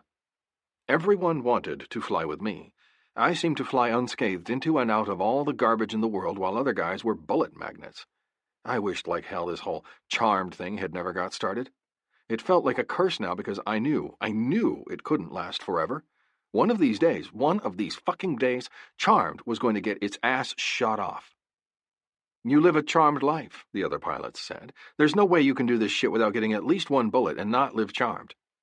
Whatever it was, luck or charm, I hoped it saw me through the rest of my war and back to Sandy and the girls. There were so damned many ways to get killed here. It happened every day. This one guy came running down a hill to a helicopter waiting to pick up his squad. Because of the angle of the hill and the way the chopper was sitting, the blade was rotating about head high. The guy ran right into the blade. It chopped off his head. The enemy had a real incentive to bring us out of the sky. Charlie out there with a gun was given a month's pay, a new bicycle, and a 30-day R&R leave whenever he succeeded in shooting down a helicopter. That was why he shot at us so much. Captain Blue was leaving a big pair of boots for me to fill as platoon leader. I recalled his composure under fire, his attention to detail and correct procedure when it came to flying. You might possess all the luck in the world. The Archangel Gabriel might even ride on your shoulder. You might even be charmed, but it certainly hurt nothing to give luck a hand every chance you got. Blue had drilled that into me. Out of a feeling of obligation and pending leadership, I volunteered myself for many of the tough missions. As a commander, you never asked anyone under you to do something you wouldn't or couldn't do yourself. It was my sacred duty, I felt, to learn everything I could so that when I took over the Blue Lift platoon, I could carry out its mission and lose as few men and machines as possible. Because of the total concentration required to fly helicopters in combat, pilots were restricted to 4 hours of actual flight time a day, 120 hours a month. That didn't mean if you started flying at 0600 you automatically quit at 10 o'clock even if there was a big op going on. You had to bend the rules to fit the situation. There were many times when I flew all night looking for enemy mortar tubes, conducting flare missions, or lifting troops in and out. I staggered out of the cockpit. The flight surgeon grounded you for 3 days once you exceeded 120 hours within a 30-day period. It was a good way to get some rest. Fatigue was setting in. I was getting homesick. I was never much of a letter writer. I sent Sandy a postcard now and then. Love you, miss you, doing fine, be home soon. And I sent her a real letter and a dozen roses when the dog got sick. What happened was she mailed me an audio tape of her and the girls talking. Sandy said that Pooh had gotten sick with pneumonia. Pooh didn't come out clearly. I thought one of the girls had pneumonia. Sandy thought I was exceptionally thoughtful and sympathetic over her pooch's illness. I didn't find out my mistake until the next time I patched in a call to her on the radio telephone link. How's my daughter? Over? You had to say over in order to let the operator know to switch back the conversation to go the other way. It was a bit disconcerting for someone not in the military. Our daughters are doing fine. Ronnie, I want you to know... And she was rattling on. Sandy was a talker. You have to say over when you're through, I reminded her. Over. Which one had pneumonia? Over. Neither one. Over. But you said... Over. It was Pooh. Over. Who? Over. Who? Pooh had pneumonia. Over. Who? Pooh? Over. Yes, Pooh. The dog. Over. Such conversations were entirely unsatisfactory. I wanted to see Sandy, touch her, hold her. In-country soldiers were granted 2 R&R leaves during a tour of duty. I was almost halfway through my tour. I requested R&R to meet Sandy in Hawaii. When I returned in 2 weeks, Captain Beatty would ship out stateside, leaving me to take his place as platoon leader. I thought I needed some downtime to chill out and work off a little of Vietnam before I came back to the war to assume the additional responsibilities and duties. 46. The airlines had gone on strike. Sandy sat at the Los Angeles airport for 6 hours on standby trying to get a flight out to meet me in Honolulu. Tired and cross, she began mumbling and grumbling about being a combat vet's wife, and here she was, stuck in California, and it wasn't fair because her husband had to go back to Vietnam afterward, and... Other than being small and blonde and cute, Sandy was also persistent to the point of being annoying when she didn't get her way, especially when it was something important, like meeting me after I had been gone so long. It was virtually the first time we were separated since I met her at Butch's funeral nearly 3 years ago. She finally got a seat to Honolulu, in first class, sitting next to a pretty Hawaiian girl. They got to talking. When the stewardess came by with the drink cart, Sandy politely declined. She had no tolerance for alcohol. Her mother said the smell of a wet bar rag was enough to knock her knee-wobbling drunk. The Hawaiian girl smiled. You must have a Hawaiian drink on your way to Hawaii, she said. I don't drink. You'll like a Mai Tai. We'll have one together. It's like drinking punch. Sure enough, it was like drinking punch. Sandy didn't decline the next time the drink cart came by, nor the next. When the plane landed in Honolulu late that afternoon, she was knee-wobbling drunk, just like her mother said, and jabbering away about not receiving a welcoming lei like she had seen everyone getting in the movies. Flight stewardesses, laughing, helped her down the ramp, scrounged up a lei for her, and put her in a taxi to take her to our hotel. The hotel was a big resort overlooking the beach. Still jabbering and giggling, Sandy checked in. She tipped the bellboy after he set down her bag and then looked around the room. It was a small suite with the living room and bedroom combined, a kitchenette and a bathroom. It contained a sofa, a table and chairs, a lampstand, a cook stove and refrigerator. Panicked, Sandy snatched up the phone. "Where's the bed? I can't find the bed. My husband is coming in from Vietnam at 5 tomorrow morning, and I can't find the bed. Why don't I have a bed? Ma'am, if you'll just calm down, we'll send somebody up." An employee folded out a large double bed from the sofa and left. Sandy collapsed on it. She simply could not hold her liquor. It was now 6 p.m. She had to be at the R&R Center at 5 a.m. to meet me. There was no alarm clock in the room. She was afraid that, having drunk so much, she wouldn't wake up on time. It never occurred to her to phone downstairs and post a wake-up call. She was, after all, a small-town girl out in the big world, all on her own. The cook stove was equipped with a timer. Aha! An hour was its maximum setting. She got up every hour all night long to reset it every time it went off. But she made it to the R&R Center in time. I was just coming down the ramp from the center, in khakis with my bag on my shoulder, when she got out of the taxi in a miniskirt and came running and screaming and sobbing to throw herself into my arms. What America meant to me, what the war and everything else was reduced to at that moment, was the girl in my arms and the 2 little girls at home in Tulsa. That evening, when everybody on the R&R plane met on the beach for a drink, one of the women commented, "Let's have a Mai Tai. I understand they're great." Sandy looked aghast. "Never again will I drink another Mai Tai." 47. June to July 1969. There seemed to be no end in sight for America's longest war. It was rapidly losing credibility as a cause.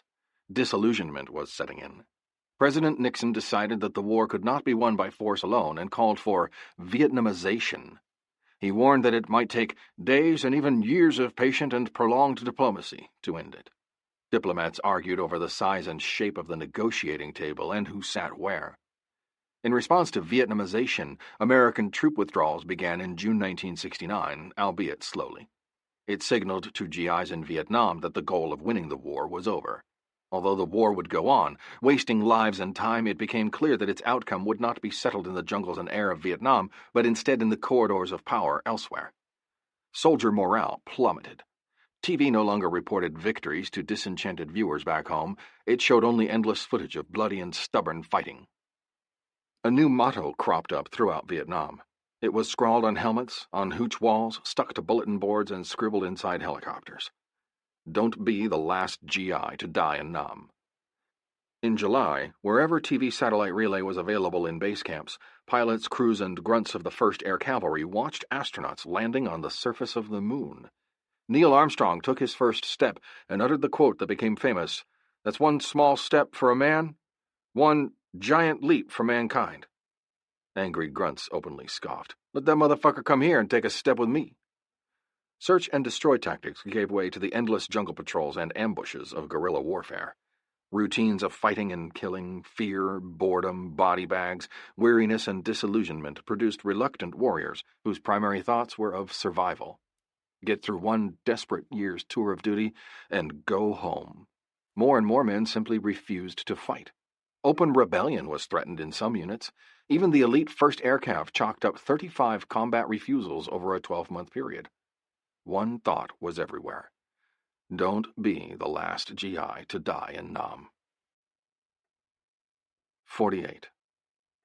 It was tough returning to Vietnam after 2 weeks lying on the beach during the day and lying in bed with Sandy at night. It was almost like heaven in Hawaii. No H&I every evening or the crump impacting of VC mortar rounds. Sandy dropped a pot in the kitchenette one evening while I was sleeping, and I scared her half to death by springing out of bed and making a rush for the door in the culvert bunkers. "I'll be seeing you soon, kid," I said to her in a light tone as I caught the big bird back to the war. I stood for a long time at the R&R Center before leaving, simply looking at her lovely, tear-stained face. I might never see her again, might never bounce my daughters on my knees. The second time going back after you knew what it was like and the possibilities that existed for your personal disaster was much harder than the first time, when you didn't know what to expect. This charmed stuff, and the curse I now considered as part of it, was beginning to affect my entire attitude. I thought fate might be playing some kind of cruel joke, letting me think I was skating through while waiting until the last minute to slam the lid on me. It might have been better were I getting regular bullet holes like all the other guys. I grinned at Sandy to hide what I was really thinking, to keep her from seeing my own tears and fears. Lieutenants in the by-God U.S. Army 1st Cavalry Division never cried. I watched her from the airliner's porthole until the plane taxied away and I couldn't see her any longer. Change of command for a platoon leader wasn't much of a ceremony. The platoon fell in for formation, and Major Calhoun came out and announced that Lieutenant Miniman Alexander was now assuming Captain William Cody Beatty's position. I was the new Blue. Captain Beatty had already been hailed and farewelled. He left Tainan that very day for Tonsanut to catch the Freedom Bird back to the world. Major Calhoun wouldn't be far behind. Mighty Morris slapped me on the back. "You owe us all a round tonight at the Oak Club," he said, and that was all there was to it. With command came an increased feeling of responsibility. I felt it, heavy on my shoulders, along with a certain aloneness. It wasn't, I realized, only because of my promotion and being set apart from the rest of the guys as their leader. It was also because I was fast becoming among the last of the flyers of the first batch that were here when I arrived in February. Mississippi and Taylor were both leaving the same month. Miles was about to be transferred stateside to instruct new helicopter pilots. Mighty Morris's DROS came up before Christmas. Only Farmer was thinking about extending his tour of duty past my own departure. He would be the last of the old guys. Yet while I dreaded the rotation of the old guys, another part of me was relieved whenever they made it out in one piece.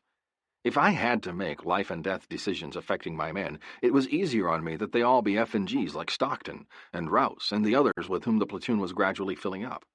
You didn't get buddy-buddy with the F&Gs. You felt the responsibility for them, but not the personal attachments.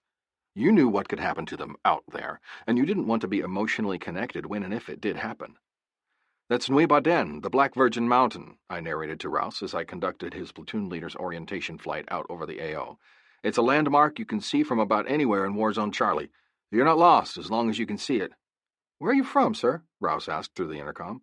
"Maryland and Oklahoma." "I'm from New Mexico. I got a wife and kid." And off he went, attempting to establish a personal link between us. I remembered having attempted the same thing with Captain Blue Beatty, and I remembered Captain Blue having interrupted me, as I now interrupted Rouse. Stick to business. Don't let it become personal. What if he went down out there in a month or so? Bilby. "I expect you to memorize every fuse box in the aircraft," I said, cutting him off. "Sooner or later, something will happen. A malfunction, a bullet through the electrical system or the hydraulics, and there won't be time to get your head out of your ass." Responsibility for these guys was enough. They didn't have to like me, and I didn't have to like them. I watched the same kind of transaction occurring between my crew chief Shaky and the enlisted F&Gs who sometimes flew their breaking-in period with him and me. Shaky was not only the best crew chief in the platoon and in Apache troop, but also the best hand with an M60 machine gun. I liked him to show our enlisted cherries the ropes. The better they were, the better the entire platoon, and the better prepared we all were to survive. There were a number of abandoned hooches north of the Michelin plantation that Shaky used as target practice for F&Gs whenever we were in the area. I flew over them at about 300 feet. I heard Shaky's Texas drawl over the intercom explaining to a new crew chief gunner, a Cuban from Miami named Alberto Palma, how things worked. "When you're shooting into the hooches," he said, "you want to keep the little fuckers in there. Every fifth round you fire is a tracer incendiary round. So you get a rhythm going and keep the little fuckers in their hooches, set the hooches afire with the tracers, and make crispy critters of them. Like this." The gun began clapping as Shaky chanted, "1 in the door, 2 in the window, 3 in the roof. 1 in the door, 2 in the window, 3 in the roof." "Jesus, mi madre!" Shaky locked a belt of nothing but tracers into the M60 and began firing to make his point that the rounds were going where he said they were going. He poured a broken stream of red into the hooch. "1 in the door, 2 in the window, 3 in the roof." "That is incredible, Sergeant Shaky. How did you learn to do this? You will teach me, and we will be friends." And Shaky blocked him. "The last friend I had was shot out of his helicopter. Don't make friends, Palma. It ain't a smart thing to do while you're over here."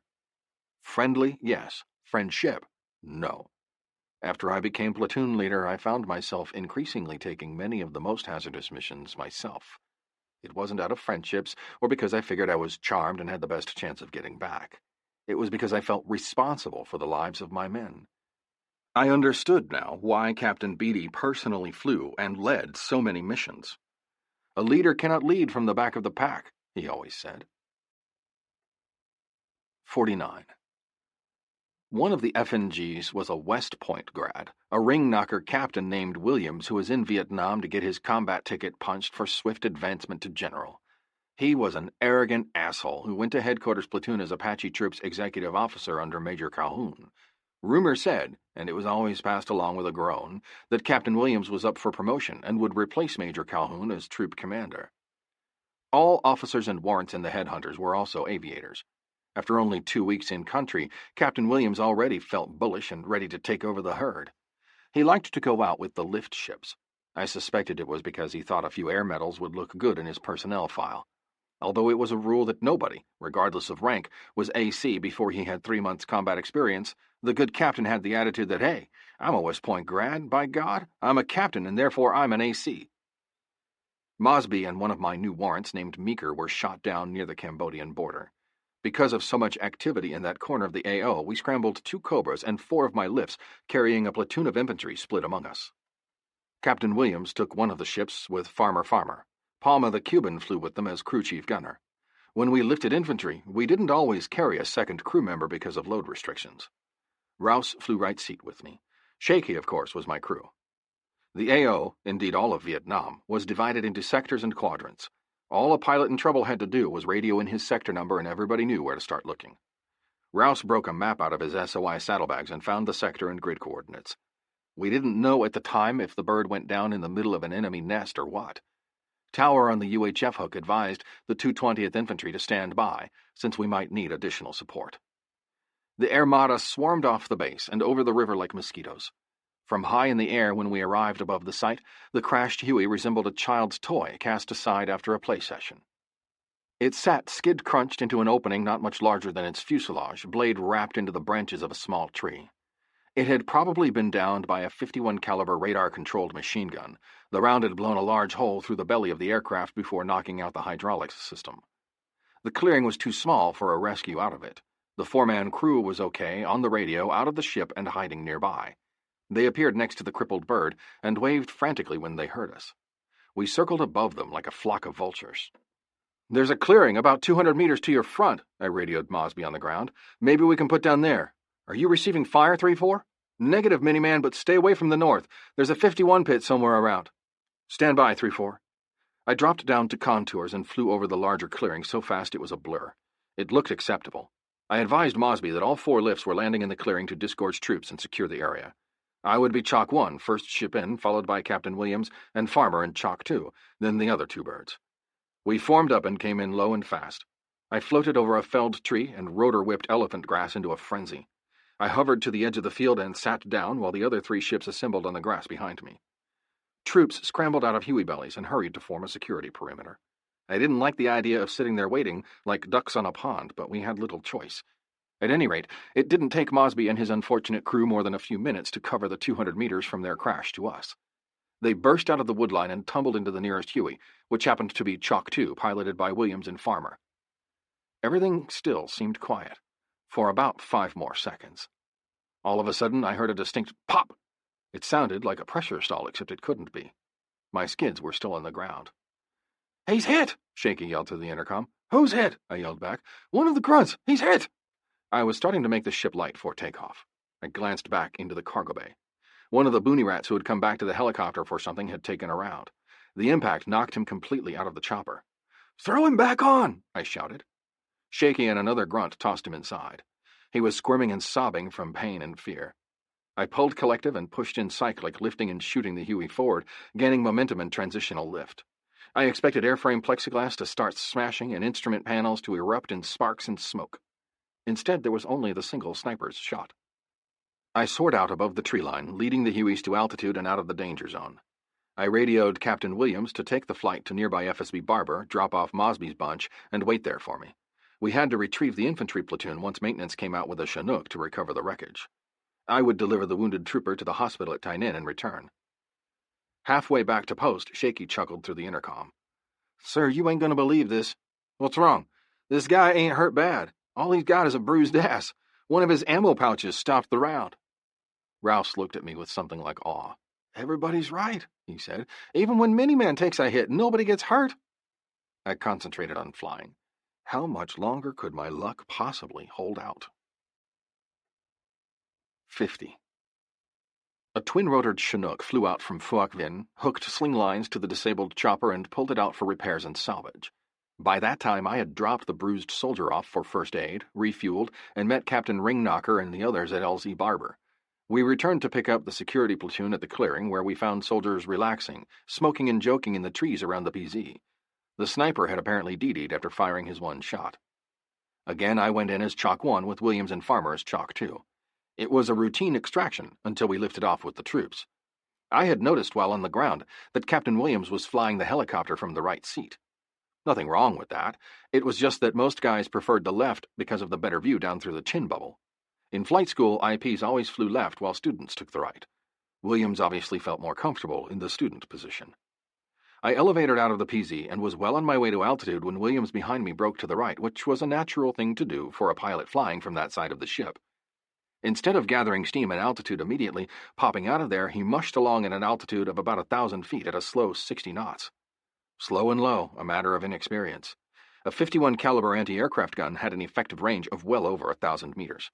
Williams at 300 meters high was dead in the center of a kill zone. He passed directly over a 51 pit. Something was going on down there, a small base camp maybe, or a platoon patrol. Blue infantry hadn't located it while securing the crash site in the PZ. The first round smashed through Williams's left chin bubble. Startled, Williams immediately pulled to the left, which turned him directly into the anti-aircraft fire instead of away from it. Shaky happened to be looking back from the bay door of my lead ship when what looked like a solid stream of green tethered the second Huey to the ground. Tracers smoked and chewed at the chopper, batting it about in the sky.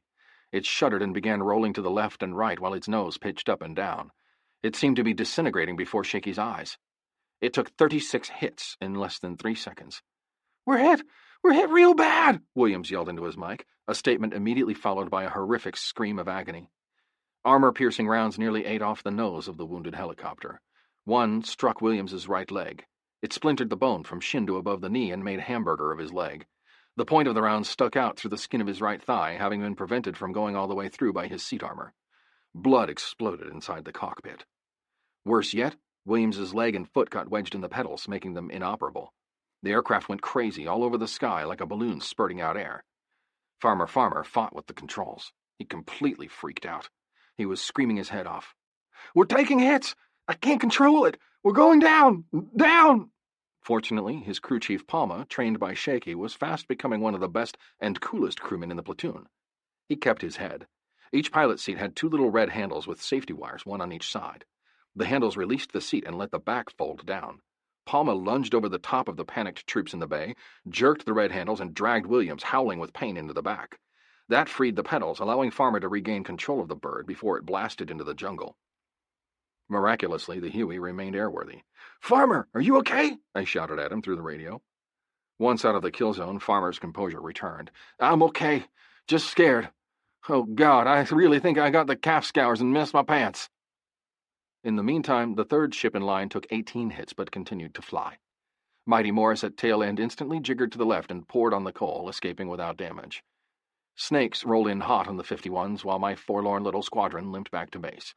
2 of my ships were shot all to hell, having accumulated 54 bullet holes between them. It was unbelievable that they could still fly. Even more unbelievable, considering that both birds were stuffed with crew and troops, the only man wounded was Captain Williams, which proved that helicopters were harder to bring down than some people supposed, and that guys were pretty hard to kill, all in all. My helicopter hadn't been fired upon. None of us ever saw Captain Ringknocker again after that. His replacement, a captain named Powdrill, was a muscular young red-headed guy who arrived with enough good common sense to realize he didn't know it all. He soon replaced Major Calhoun as troop commander and became a good leader. 51.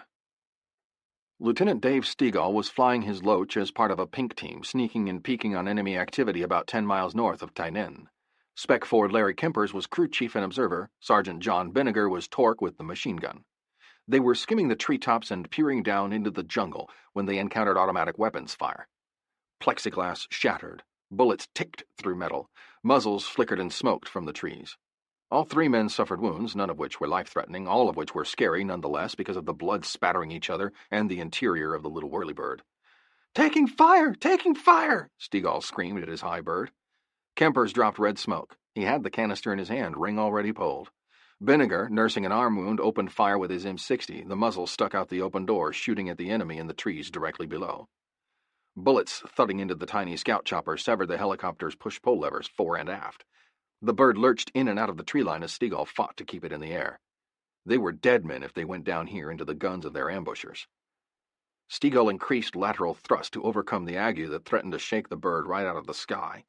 This caused the loach to fly sideways. It skipped awkwardly above the trees, swooping and falling and rising and sputtering, but managing to flee from its attackers. "I don't know how long I can keep it in the air," Stegall cried over the radio. He ordered Kempers and Benniger to get rid of weight, lighten the bird in order to gain lift.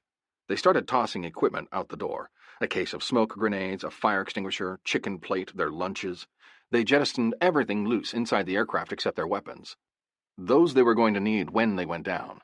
That they were going to crash was a foregone conclusion. Stegall strove to get as far away from the ambush site as he could before they went in. He gained 100 feet of altitude, then lost most of it.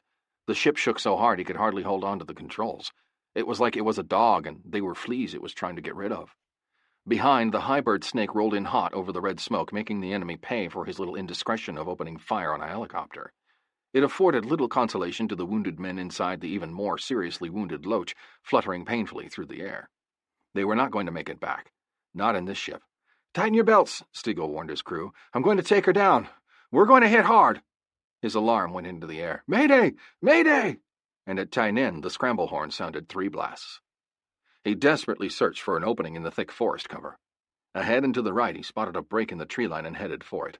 He came upon a small clearing clotted with 6-foot-tall elephant grass, bamboo, and dead tree stumps spiked around like gray tombstones. He would never have selected it for a landing under any other circumstances, but he had little choice now. "Going in!" he exclaimed. "We're going down!" He crash-landed the loach in grass and brackish underlying water. After the initial impact, it listed to one side against a stump, but remained on its skids. The crew, shaken but without additional injuries, bailed out and huddled in the trees at the edge of the clearing. It became now a matter of which side reached them first. "You can't imagine how happy we were to see crossed sabers and headhunters," Lieutenant Stegall roared in the O Club after his wounds were patched up. "It was certainly a better sight than seeing sandals and black pajamas." He jumped onto a chair with both boots and hoisted his beer. "A toast!" he cheered. Pilots crowded around, laughing and grab-assing. "Hear, hear! A toast! A toast to the best and bravest bunch of guys in Vietnam, who put their own asses on the line to snatch Larry, John, and me right out from under old Charlie's nose. Down the hatch, guys!" Kempers and Benniger over at their NCO club were undoubtedly undergoing a similar debriefing. They would be dropping by later to collect their free beers. Loach flyers normally stuck to themselves, but an experience like this constituted a special occasion. When we lost somebody out there, when we brought back full body bags, the O Club that night was a little quieter than normal, and Mighty Morris strummed his guitar and sang Red River Valley. But when we had a downed bird and got the crew out and back safely, the O Club was full of drinking down and away the bad that could have happened. Laugh, laugh, laugh. Rough banter, machoing away fear and anxiety. Everyone getting a little loud and a little wild in affirmation of still being alive. A celebration of survival. Whooping it up tonight because tomorrow we would all be back out there. And for whom did the talk alarm toll? It tolled for thee. "Hey, Dave, did you ruin a pair of skivvies? Anything brown floating around inside the cockpit? Hey, Dave, did your life flash before your eyes?" What everybody really wanted to know was, "Tell us about it, Dave. What was it like to get shot and go down? Tell us about it so we'll know when it happens to us. Tell us, but don't get too heavy. Keep it light and joke and bullshit about it. Let us all whistle through the graveyard, because that way it ain't nearly so scary." He told his story, and things grew quieter and more serious. Silence crept in like fog through cracks to dampen spirits. The bullshitting and grab-assing ceased. I leaned against the rocket crate bar with Farmer, who had almost gone down twice, and sipped my beer and listened. Each of us nursed his own fears and apprehensions as he fought back unspoken nightmares which threatened the possibility that tomorrow it could be me out there. We listened and we felt the worms crawling in our guts. Afterward, it was again laugh, laugh, laugh, getting rid of all that awful silence. Mighty Morris took up his guitar and started to sing. It was one of those macabre songs with an unlimited number of verses that continued to accumulate night after night. 18 kids in a free fire zone, books in hand going home, last in line goes home alone, napalm sticks to kids. Viet Cong woman on the run, struck by napalm from the sun. When they're pregnant, you get 2 for 1. Napalm sticks to kids. Charlie in his boat sitting in the stern, thinks his goddamned boat won't burn. Those fucking gooks will never learn. Napalm sticks to kids. Whoops and laughter of encouragement once again filled the club. Beer cans sailed around like mortar rounds. I finished my beer, slapped Stiegel on the shoulder, and walked outside into the Vietnam night. The 175s were also silent for a change. No H&I tonight. Dark cloud banks formed on the horizon. I smelled rain and I smelled pollution from the river. I smelled fish and human shit and kerosene smoke from Tay Ninh, the city 5 miles away. I wondered if Charlie kept a vulture board like we did on which to record his kills. 52. July to August 1969. Although the Nixon Doctrine proclaimed on Guam on July 25, 1969, emphasized Vietnamization and the incremental withdrawal of U.S. troops, President Nixon refused to commit to total disengagement. To do so at this stage would have amounted to defeat for both America and the South Vietnamese. He was determined by the use of air power to keep up the pressure on Hanoi for a ceasefire and for stabilization. General Creighton Abrams oversaw America's withdrawal from the war. He drew up a glide path of 14 stages for the return of troops to the United States, beginning July 1st and ending at a projected date in November 1972, when America would be extricated from the Vietnam quagmire. The first phase ended on August 31st, 1969, when the first promised increment of 25,000 men, primarily from the 9th Infantry Division, was withdrawn. Between September 18th and December 15th, 1969, another 40,500 men from the 82nd Airborne and the U.S. Marines were pulled out. By the end of 1969, nearly 52,000 soldiers would have left Vietnam. For those left behind, however, the war continued as before, with the exception that they now realized they were on hold, fighting a war in which America had lost interest. 53. You had to be a little crazy in order to avoid going a lot insane. Everybody said it, and everybody laughed about it. Of course, we were all young. A year ago, some of the gunners and crew chiefs were still in high school. Shaky was barely 19, and when you were young, you did foolish and dangerous things. The headhunters as a college jock fraternity could have been pulling panty raids. Instead, we pulled air raids. Instead of water balloons, we had rockets and machine guns. Dangerous frat brothers we were, whose sense of perspective became a bit warped from the war, whose humor turned to the dark side. Tales of particularly funny and curious events spiced evenings at the O Club as guys spun their favorite "no shit, there I was" stories. At least they were funny to us old-timers. The F&Gs looked at us a little strangely, but it wouldn't be long before they came around. Swede recalled dropping flechettes on a VC bunker complex. Flechettes were like razor-sharp horseshoe nails, thousands of which burst from a single explosion. Blue Infantry later found a dead NVA left behind in one of the bunkers. A burst directly outside the bunker propelled flechettes through a gun slit and through tiny cracks to pin the VC to the opposite wall inside. Stuck there on the wall like an animal's hide, his feet off the floor and his arms tacked spread away from his sides. His pith helmet had been nailed to his head. It must have been a damn funny sight, Swede allowed, seeing that gook up on the wall like that. There were always the flyers who pushed the envelope, like the ones who got caught in flight school and kicked out for buzzing farmers' cows or flying underneath bridges. These same daredevils who didn't get caught got bored in Vietnam when nobody shot at them, and therefore they couldn't have any fun shooting back. Lacking human targets, they expended ammo shooting at elephants or buffalo. They got right down on the deck and tested their skills by trying to place rockets directly up the beast's assholes. Bird Dog in the white platoon spotted a gook running across a rice paddy. He brought his loach right down above the field and flew alongside the panicked VC, pinging at him out the window with his pistol until he knocked him down. He and his torque had made a bet that Bird Dog couldn't add to the vulture board using nothing but his pistol. It was a confirmed kill. Pilots on river patrol, looking for VC sampans smuggling weapons and supplies, liked to buzz women and girls bathing in the river to see them run away naked. One afternoon, when it was raining and the enemy foolishly thought choppers wouldn't be flying, a purple team caught 3 sampans and a little flotilla heading south. It was always difficult to tell bad guys from good guys or neutral guys. Everybody wore black pajamas. However, it was unusual enough to see 3 boats together that it looked suspicious. The loach of the team flew over to check them out. First time he buzzed over, the boatman held. The second time he came around, they apparently thought their cover had been blown and they were made. They opened fire on the low bird with automatic weapons and RPGs. All 3 boats were full of munitions and rode heavy in the water. The high bird immediately radioed for backup. Cobras scrambled from Tainan base camp less than 2 miles away. It was a turkey shoot there on the river. Everybody wanted to get in his licks. Pilots were whooping and shouting over the air. One loudly sang, "These boots are made for walking," as he made his weapon runs. It was great sport for everyone, a major overkill that turned the boats into kindling, sank the munitions, and left a wide pool of blood and gore drifting south with the current. Everybody returned to base laughing and joking and still on a high. No pilot adhered strictly to the rules of engagement, which stated we had to precisely pinpoint an enemy firing at us before we could shoot back. It became a joke between Shaky and me. "Receiving fire! Receiving fire!" Shaky would shout over the intercom. "Can you see where it's coming from?" "Roger that." It was always, "Roger that."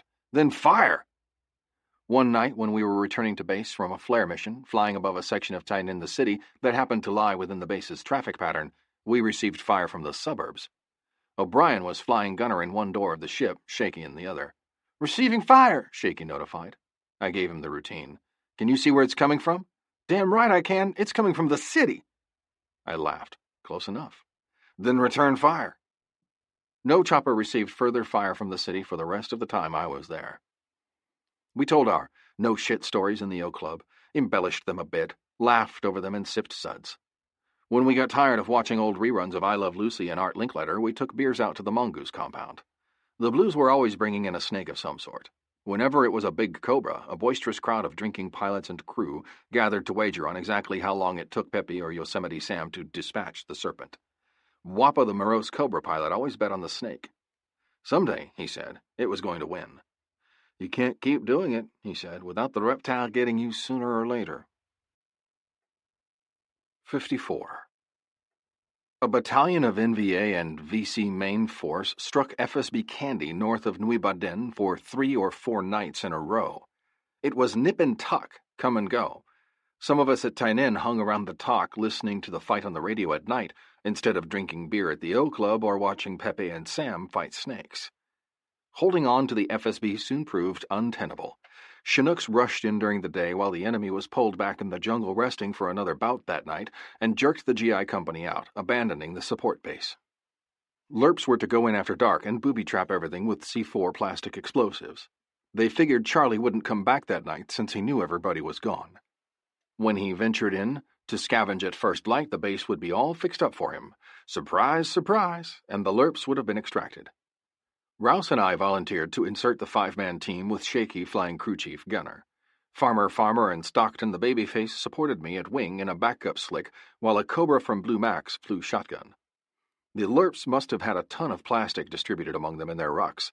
They grunted like beasts of burden when they climbed into my helicopter shortly after nightfall. Night always came quickly in the tropics. One moment there was a glorious sunset, the next purple darkness fell like a curtain. A misty overcast hung over the jungle, penetrated by a quarter moon. Gerard had flown his loach over the FSB several times in the late afternoon after it was abandoned and had seen no activity among the bunkers and hooches. The perimeter wire hadn't yet been cut. The FSB remained a dark flatland when I arrived with my load of Lerps, seemingly undisturbed from when the GIs pulled out. It was supposed to be a quick in and out. Drop off the troops, then come back for them before first light after their job was done. The FSB was about 200 feet across, with the helipad on the east side next to the defensive berms. I blinked my landing lights on and off quickly as I flared to make sure nothing was sticking up. I touched down. "They're gone," Shaky said. I hadn't much more than hit collective and rose out over the wire in the forest, then the entire tree line began that white, blinking, silent rhythm of erupting muzzles. Green tracer tracks lit up the darkness. Their intensity as they flashed past the helicopter windshield was almost blinding. "Receiving fire!" Shaky exclaimed, and right away he was hammering with his M60, pouring a stream of red tracers back at the forest. I throttled out of range and circled the FSB at a distance. By this time, tracer tracks had lowered and were darting in a psychedelic rage across the flats of the FSB. I had no choice but to go back for the team. Our guys were going to get the shit kicked out of them. The LERP leader came up on the radio. "Miniman, come right back to the same place. We'll meet you there." Normally, when the adrenaline began surging, I went into my calm spectator mode. It was different this time. I was so scared I almost went into convulsions. I nearly stopped breathing from the tightening band around my chest. I had to go back into that madhouse of steel and fire, and all I could think of was that sooner or later, like Wappa said, the reptile was going to get me. Charmed or not, it just couldn't last. The panic attack went away almost as soon as it occurred. However, I couldn't help feeling later that this was only the beginning. The pressure was starting to build. It was like I was standing at one end of a field while somebody at the other end was shooting at me with a machine gun. The bullets ate their way closer and closer, and there was nothing I could do to get out of the way. "Miniman, did you read?" the LERP leader cried, sounding urgent. I shook myself out of it. Rouse looked at me. "Roger that," I said. Blue Max Cobra radioed that he would roll on the west side of the FSB from which the enemy fire originated in order to take some heat off me when I made my second run. I had to keep my red and green position lights on to let Blue Max know where I was. I felt like a lighted target as I swung the Huey wide and poured on the coal on approach. The Cobra rolled hot. I became peripherally aware of his rocket explosions and red laser-like minigun streams to my left flank. Shaky hammered away from his door. We scooted at maximum speed dangerously low to the ground toward Candy. Blue Max's run suppressed little of the enemy fire. "My God!" Rouse shouted, and we flew directly into the light show of streaking tracers. The weight of the chopper hadn't even settled on the skids before Shaky yelled, "They're on!" I pulled collective and shoved cyclic hard forward, putting so much stress on the engine and blades that the hands on the RPM gauge shot momentarily into the red "Never Exceed." Rouse, whose duty as co-pilot was to help watch the gauges, as well as to be ready to take over in case I bought the farm, exhaled sharply through the intercom as though to shout a warning. But then he shut up and held on. I popped the Huey up and out in a cyclic climb through the pulsating rhythm of the tracers probing to knock us out of the air. "Color us gone!" Shaky cheered, and we were gone. Back at base camp, Rouse climbed out of his seat like an old rickety man. The LERPs pressed wooden nickels on us, and Rouse walked twice around the helicopter, shaking his head in disbelief. "There must have been 8,000 rounds coming at us," he said. Shaky grinned. "Bullets can't touch Miniman," he said. "Not our little bitty lieutenant with the big set of balls." I looked at my hands. They were trembling. 55. We had live entertainment from time to time for the sake of the troops' morale. Nothing like Bob Hope or the big USO shows. Those were confined to Saigon or Vung Tau or the larger posts where security could be provided. This wasn't World War II, where battle lines were drawn and everybody knew where they were. There were no battle lines here. Your own hoochmaid could be the enemy. What we had instead were Korean rock and rollers who sang with funny, outrageous loss of their elves. Love became rub, and go-go dancers. Mighty Morris complained that the Korean dancers had mosquito bites for tits. Nonetheless, there was always lots of jeering and encouragement for the girls to take it all off. A couple of times, Playboy Playmates came out to hand out pictures, sign autographs, and then get the hell out of there and away from all those drooling, horny GIs before it got dark again.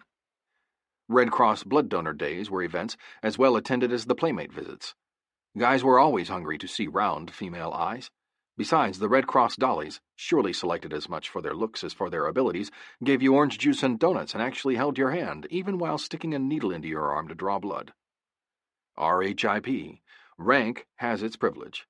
As platoon leader, I flew the dollies to the top of Black Virgin Mountain to draw blood from the radio relay detachment. Miles quipped that he bet there still weren't any virgins on the mountain. Landing on top of the mountain was a trick. The helipad was about the size of a basketball court, with just enough room to one side for the relay station. The mountain dropped off precipitously from there on all sides. When I took off again, I eased off the mountain in a hover and then let the bottom fall out as on a roller coaster, showing off and giving the girls a thrill ride. They screamed with excitement. "One of them wore a short dress," Shaky exclaimed, "and I almost saw her panties." "Know what I'd do if I were an ugly girl?" Baby-faced Stockton asked rhetorically. "I'd go to war and hang around army posts. You'd get your ass screwed off every night, no matter how ugly you were. GIs ain't particular." Any event gave cause for much excitement and preparation, a welcome respite from routine. Sometimes we had to make a trip into Tainan the city for supplies that could only be purchased there.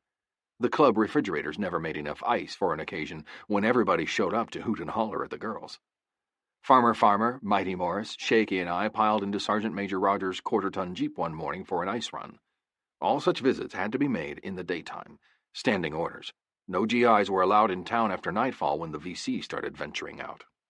Shaky drove. Mighty Morris only half-jokingly said he had rather stay on base if the farmer took the wheel, considering the way he flew helicopters. I took the front passenger's seat and let my boot hang outside the Jeep. "You're not going to leave your foot out like that, are you, sir?" Morris asked. "Why not?" "I've heard stories about crates attacking Jeeps and trying to bite through the tires. Imagine what a really big snake could do to a boot." "Bullshit," I scoffed, but I retracted my foot.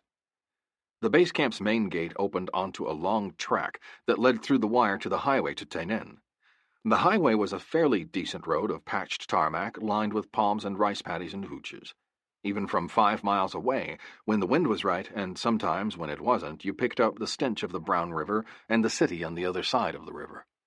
The odor was a peculiar mixture of stagnant water, cook fires, water buffalo dung, human shit, garbage, and air pollution. Open souvenir stands outside the wire on the road clustered in ambush of emerging GIs. Coke stands and cribs for the 3P girls. Ragged kids, whores, and crones with red betel nut juice staining deeply the crevices in their chins. They waited like crows around a roadkill to mob every vehicle that left base camp. Butchered English raised a cacophony of crow sounds. "Coca-Cola, GI? You souvenir me, GI? Want have good time, GI? Me good time, girl. Me do all you like, GI. Chop chop, doggy." I had heard stories about how VC deliberately infected whores with an incurable strain of black syphilis, or about how VC whores concealed razor blades in their twats. I never knew if the stories were true or not. They were enough to deter me, even if I had been so inclined to experiment. Everybody teased Shaky about his testing to find out. As far as we knew, he still had his dick. "It was my Texas duty," Shaky drawled good-naturedly. "I couldn't let the poor troops loose on these girls without making sure they were all right. Strictly altruistic, you understand? Nothing is too good for the troops, and nothing is generally what they get." Farmer took out a handful of sea-rat chocolates and tossed them into the ditch gutter. When the kids and whores scrambled for the candy, Shaky goosed the Jeep and squealed out onto the tarmac toward town. Nearer the city, shops appeared vending everything from tire-tread Ho Chi Minh sandals and patched bicycle tires to fish head sauce, rice, cokes, and souvenirs. Old men wearing black pajama bottoms squatted alongside the highway, looking as wizened and wise as temple monkeys. Women tended cook fires. Whores looking young and pathetically brazen in miniskirts and bright makeup waved and wriggled their butts. Ragged kids ran everywhere, shouting and playing. Women washing clothes lined the river while their children swam. Some guy might be taking a leak in the stream while a few yards downriver a woman filled her clay jar with drinking and cooking water. Unlike the ground-pounding grunts who spent a lot of time among the Vietnamese and developed a near contempt and disgust for their way of life, we pilots associated with the natives sparingly. We therefore regarded them with curiosity, interest, and, of course, suspicion. It was common knowledge that VC and VC sympathizers infected most towns and cities in Vietnam. VC were everywhere, but you could seldom tell them from anyone else. It wasn't like they wore uniforms or signs on their backs. Only Americans did that. Surprisingly enough, however, we encountered very little trouble in Tainan. Charlie liked to come to town as much as we did to have a few cool ones and chase pussy. Neither side wanted to upset the status quo. Both sides appreciated the benefit of a neutral ground. Shaky slowed to 35 miles per hour as we approached the river, traveling between the hooches alongside the road. You wouldn't want to hit one of the kids and cause a big incident. Ahead of us, a group of 4 or 5 urchins, the oldest of which appeared to be about 12, was playing the Vietnamese equivalent of stickball in the road. The kids parted to let us through. As the Jeep eased past, I suddenly heard the distinctive spang of a grenade handle being released. I was an old 82nd Airborne trooper, and I knew what a grenade sounded like when you pulled the pin. I caught my breath sharply. Mesmerized, I watched a grenade sail out of the huddle of kids. It arced high into the air, twisting slowly in the sunlight, seemingly in slow motion, and dropped toward the open Jeep. The kids broke running for the nearest hooch. The grenade bounced off the Jeep's hood and landed inside on the floorboard between my feet. "Oh, shit!" A frag grenade has a fuse of about 5 seconds. I knew beyond all hope that I was a goner, charmed or not. The charm had all run out. No one ever knew how he would react when staring at his own death. I simply acted instinctively, out of self-survival. There was no time to think about it. Shaky's first impulse was the same as mine, to either get rid of the grenade or get away from it.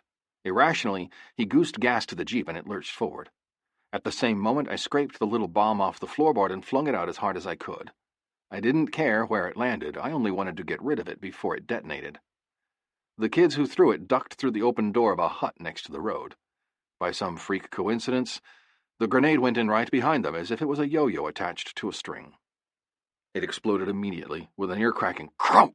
We ducked as debris and shrapnel whistled past the Jeep. Shaky kept going, speeding until he reached the bridge. None of us looked back. We bounced over the bridge and got lost in the city among all the other Jeeps and GIs. Shaky pulled to the side of the street. His hands shook on the wheel. Mighty Morris emitted a quivering sigh. I was still stunned. "I'll be a corn-shucking redneck hillbilly," Farmer declared finally. "Did you see that? It blew them up." They all stared at me. "You meant to do that?" Mighty Morris accused, looking amazed. "I didn't, I swear. It just happened." "God damn," Shaky said. "That was poetic justice." We got our ice and went back to base, not even looking at the destroyed hooch as we drove back by. People were all around, and there were some white mice, Vietnamese policemen, investigating. They waved as though to stop us, but we kept going. A GI couldn't win in a deal like this. We dared not report what happened. It meant a long, involved investigation by CID, resulting in the town likely being placed off limits to all GIs. That would make us exceedingly popular. We felt like criminals on the lam for a few days, expecting to be apprehended. But none of us said anything about it to anyone outside our group, and that was the last we heard about it. I don't know if the kids were killed or not. Probably they were. The stats never went up on our vulture board. "You saved our butts," Shaky said. "I'm a short-timer. I'm going to stick to you like glue, sir, until I get my Texas ass out of this goofy shitpot country." 56. The Dinks brought into the AO these radar-controlled 51 caliber anti-aircraft machine guns and scattered them around at random in attempts to pick off helicopters and hamper our screening ops. They were terrifying. They had such range that you weren't safe from them, even at 3,000 feet. For some reason, our FM radios picked up the 51's particular radar signature when it tried to home in on us. You had about 5 seconds to take evasive action from when you heard the first beep. By the time you heard the third beep, it was already too late. You didn't encounter the 51s often, but when you did, your blood formed instant ice crystals. Werner, one of my new warrants, it seemed almost everyone was an FNG, and I were working a purple team up north. We heard over radio traffic that a second team farther south had encountered a 51. A grunt on the ground broadcast a warning over the radio. "Huey bound for the south toward FSB Phyllis, be warned, you are under fire from a 51 cal to your north." You rarely heard gunfire inside helicopters. A few minutes later I heard the beep. I almost slung Shaky and O'Brien out of the helicopter. I slammed the cyclic forward and dropped the collective, putting the chopper into a nosedive to both gain speed and lose altitude. You had 2 chances for survival. Hesitating got you shot out of the sky. First, you wanted to move faster than the 51 could track you. Second, you dropped low to get out of his line of fire. If a 7.62mm tracer looked like a flaming basketball coming at you, the 51 cal was a burning trash can. A silent stream of green trash cans lazily sailed above and in front of us as I maintained the dive. I pulled up short above the treetops and shagged out of range before I returned to altitude. We had the ability to call for airstrikes when the target appeared hardened and beyond the capabilities of our snakes.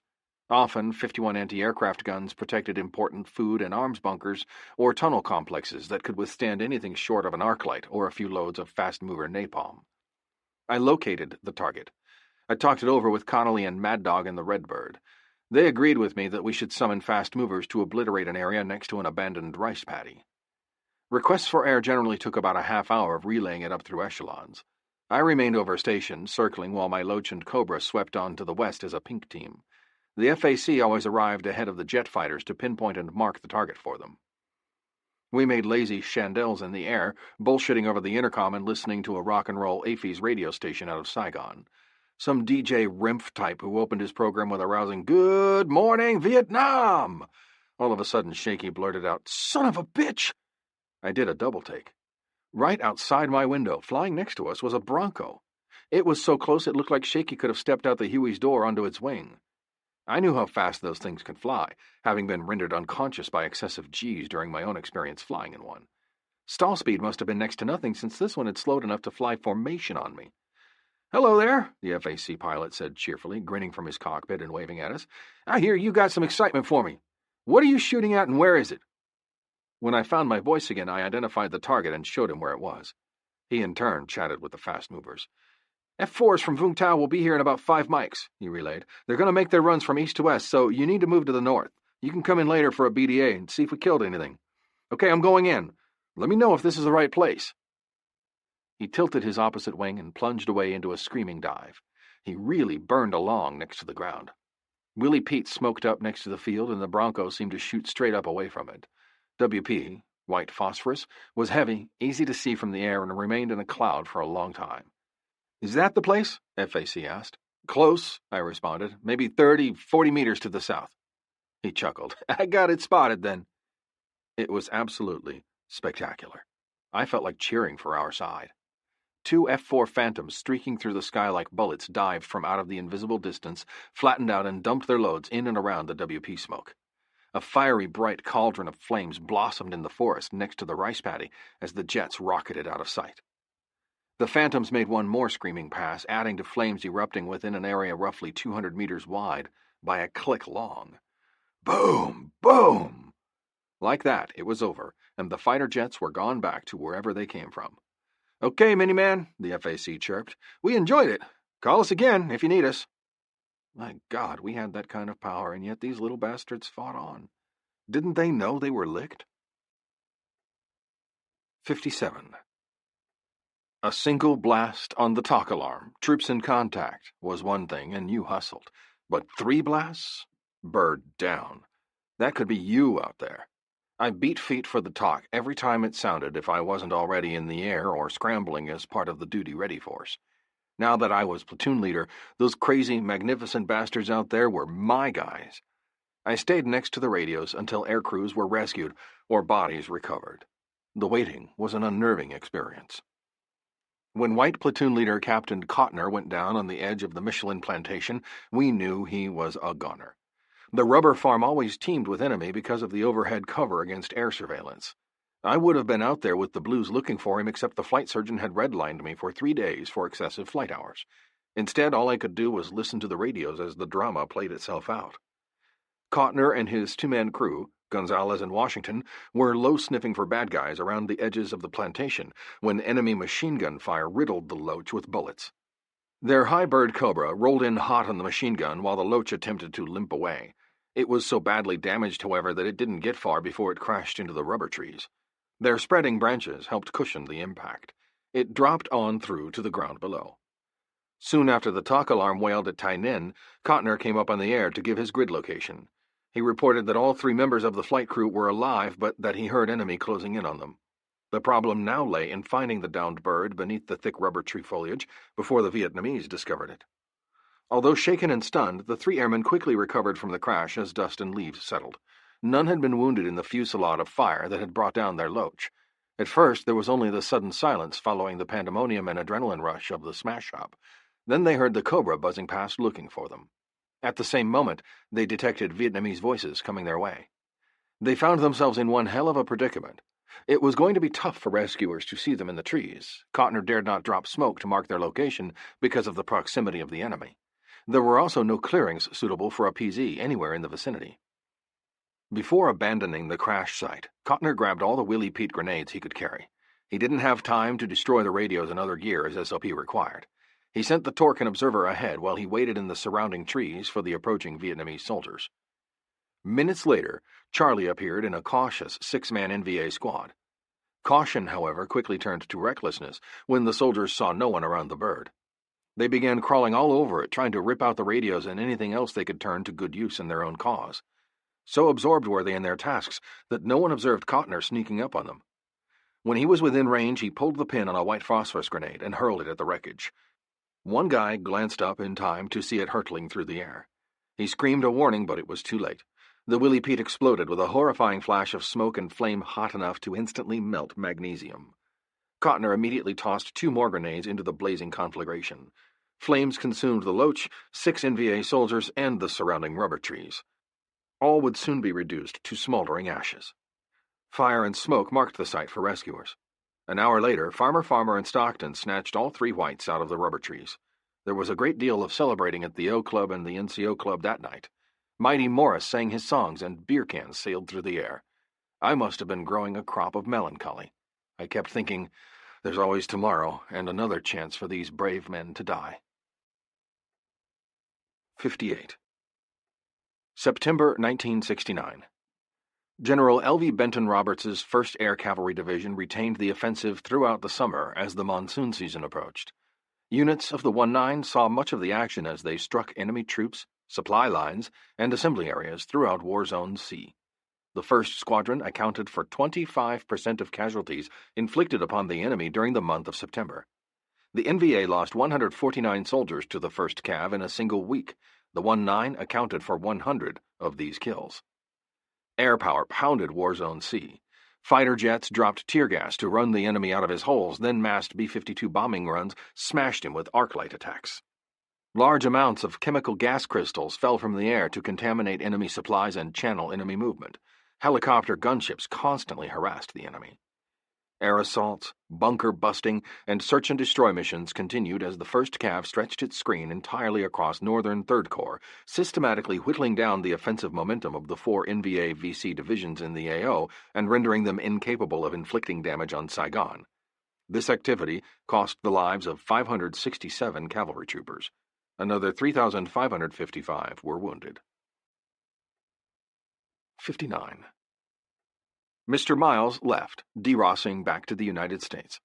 Mighty Morris counted down to within 70 days of rotating out. He posted his short-timer calendar above his bunk and marked off the day every morning at Apache sunrise, announcing his remaining time in a loud voice, 71 days and a wake-up. 70 days and a wake-up. 69 days and a wake-up. He started getting paranoid, a common malady for the short-timers. The dinks were going to get him before he went home. He made a bid on the private bunker by the volleyball court, whose current occupant was about to deross, but another short-timer Cobra jock from Blue Max bought it and moved in. I was also about to lose my crew chief, Shaky. He was derossing stateside, then getting discharged from the Army and moving back to Texas. I stood with Farmer on the flight line, smoking a cigarette and watching his crew wash blood and sweep expended cartridge casings from the cargo bay of his helicopter. A hot landing killed one trooper and wounded another. The odor of blood was diluted now, the water used in the cleaning having turned from dark rose to pink. I listened to it rivuletting onto the tarmac. "There wasn't a lot of blood," said O'Brien, who had flown with Farmer as door gunner. "I've seen the whole floor an inch thick with it." Shaky came walking out to the flight line with his hay straw cowlick freshly barbered and his lanky form encased in newly pressed khakis. He had even shaved his mustache. His shoes were shined. I hardly recognized him out of his soiled flight suit, greasy combat boots, and flight helmet. He leaned against the chopper. "Captain?" he greeted me, looking wistful. I had just received my promotion to captain. "Shaky?" We watched water running out of the helicopter until it turned from pink to clear. Shaky stuck out his hand suddenly. I took it. "Is it today so soon?" I asked. "I feel guilty about leaving you, sir." "Don't. You did your part. Now go home and forget it." "We did some stuff, didn't we, Captain Miniman?" "We did some stuff, Shaky." Neither of us knew what else to say after that. We stood awkwardly looking at each other, smiling. Finally, he shook my hand again, looked emotional, then turned and strode away. "Stay charmed, Miniman," he said. After a few minutes, I walked to the mess hall for a cup of coffee.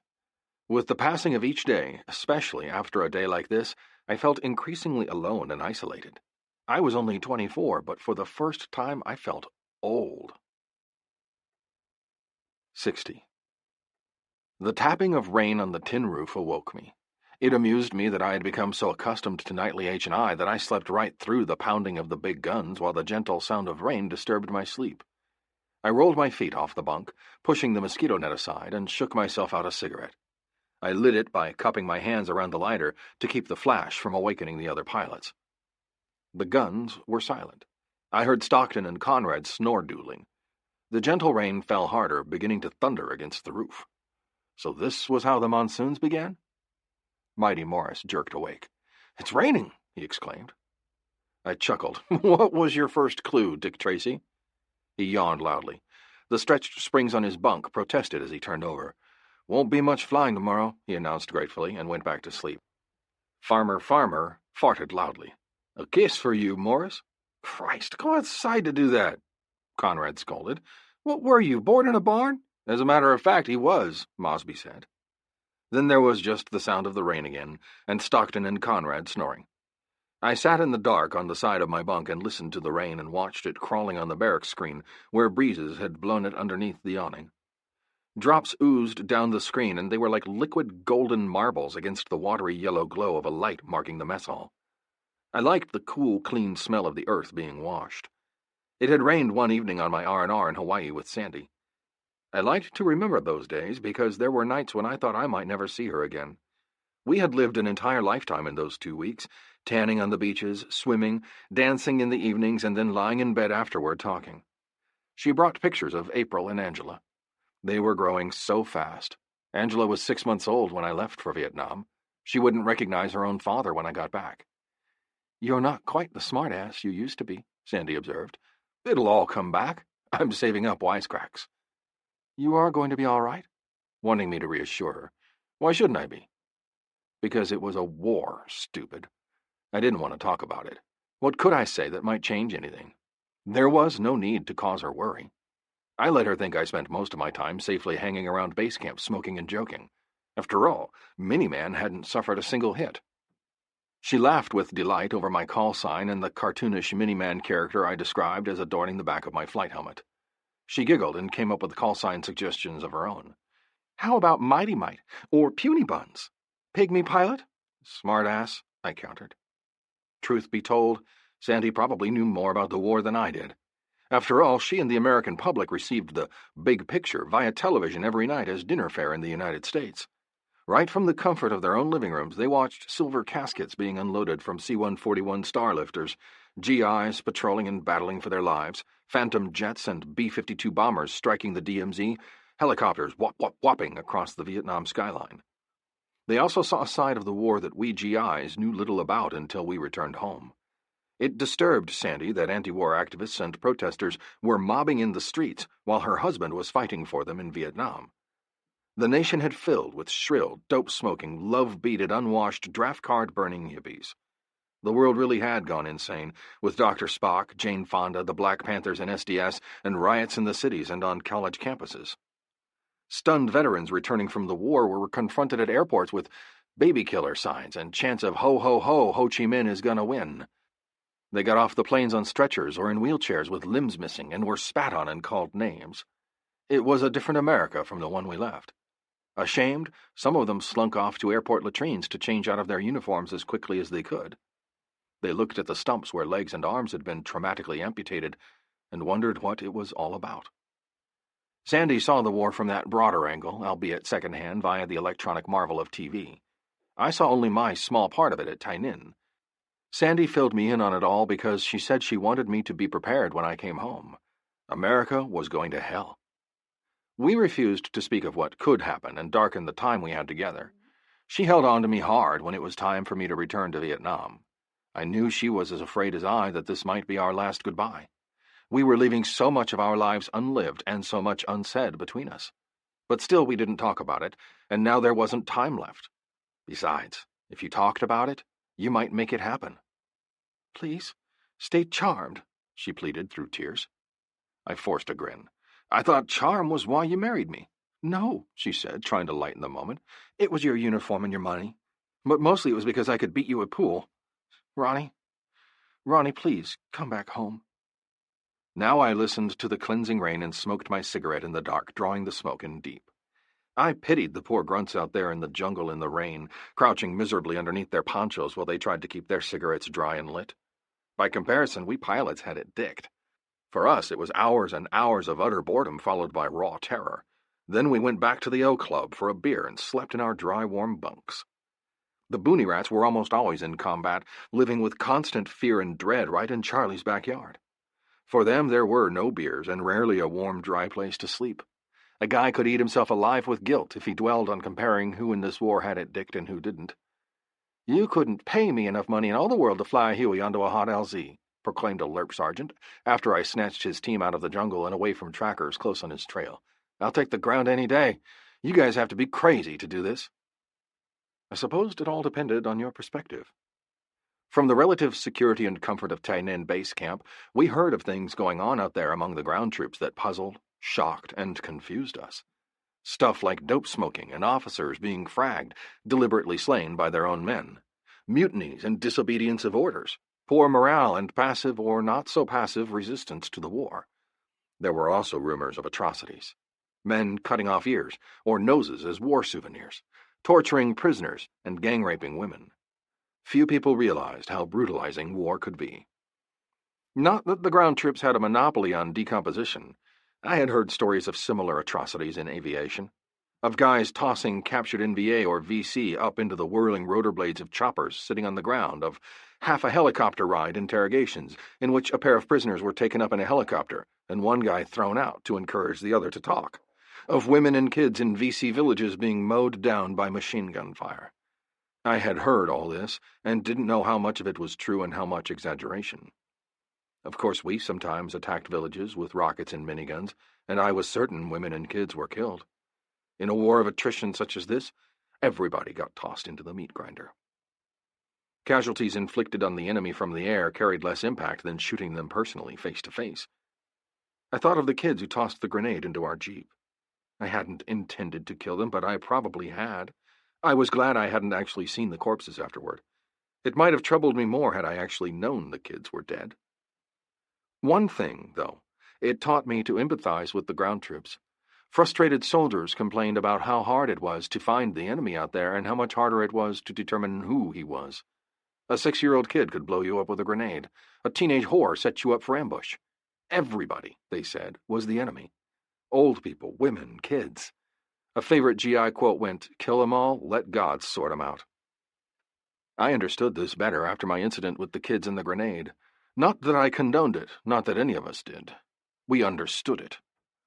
"It's easy enough for us and everybody else back in the States to judge him," Mighty Morris commented, when news reached us in September about Lieutenant William Calley Jr. and the so-called My Lai massacre.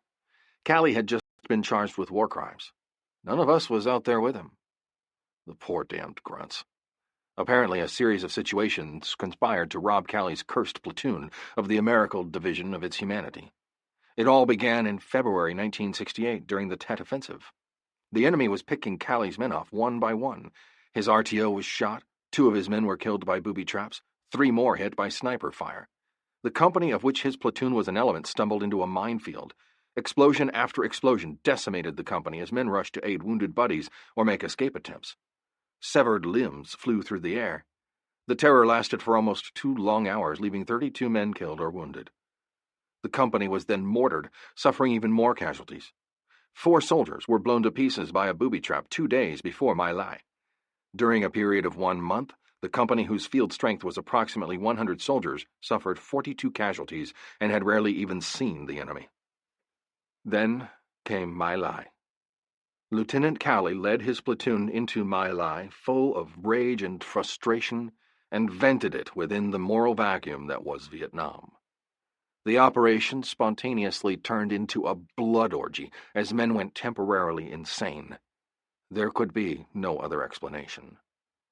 The maddened platoon shot anyone who tried to escape, bayoneting others, gang-raping women, shooting pigs, ducks, and water buffalo, and laying waste like Genghis Khan. Survivors were rounded up and herded into a ditch where GIs massacred them. A 2-year-old child crawled out of the carnage, crying. Calley kicked him back and shot him. A mama-san was so riddled with bullets that her bones exploded chip by chip.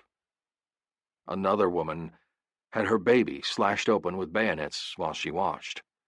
Then she was shot.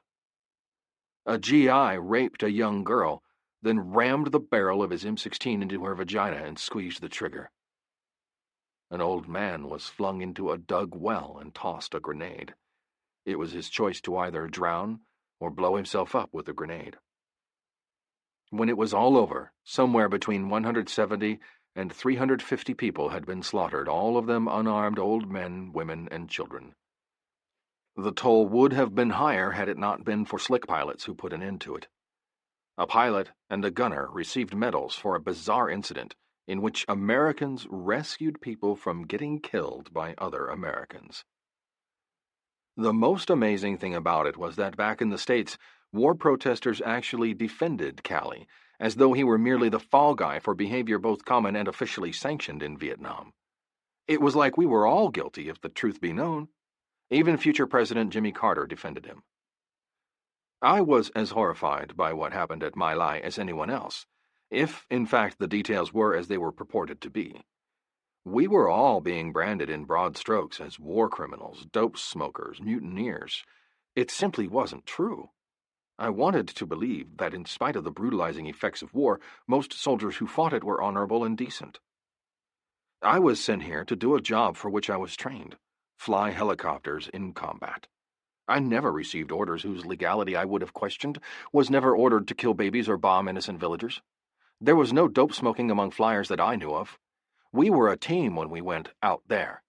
Our safe return depended upon all of us being alert and working together. Morale remained relatively high in the 1-9.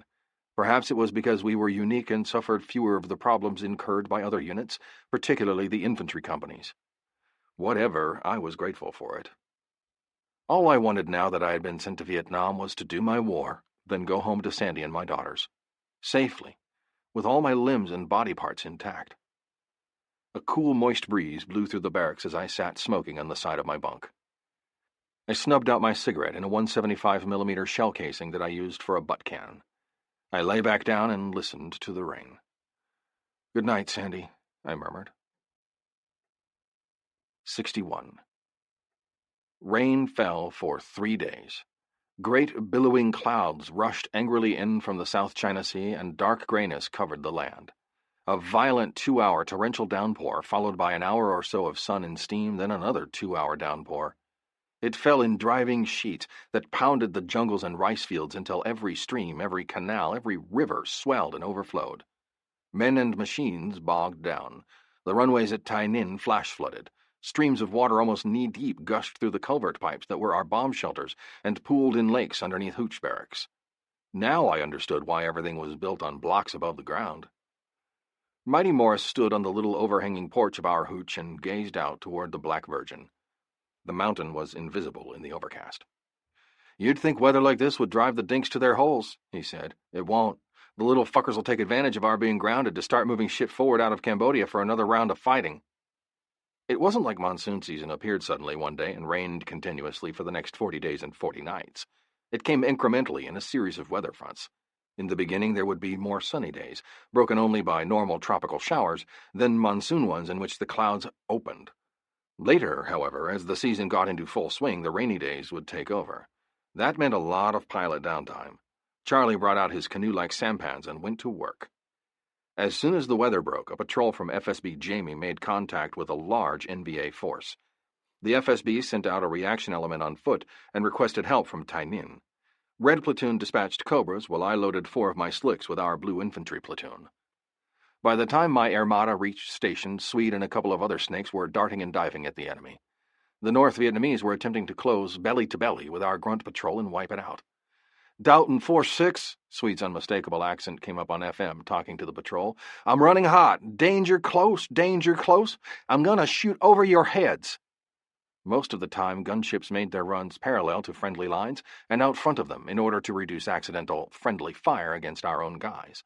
But because of the L-shaped defensive configuration of the GI defenders and the nearness of enemy soldiers, the snakes were forced to dive in behind friendlies and shoot over their heads.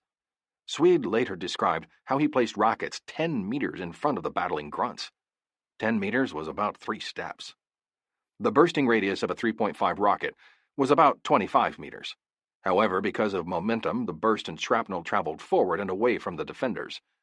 It was dangerous business and called for precision, but it kept the NVA at bay. My ships dumped Blue Infantry into a clearing about 300 meters to the rear. I then led my helicopters to the FSB about 3 clicks away, where we sat down on the road to wait to pick up our platoon after the firefight. Most of us broke out C-rats and heated them over pinches of C4 explosives. C4 burned with a hot blue flame and would not explode unless you added a concussion to the fire.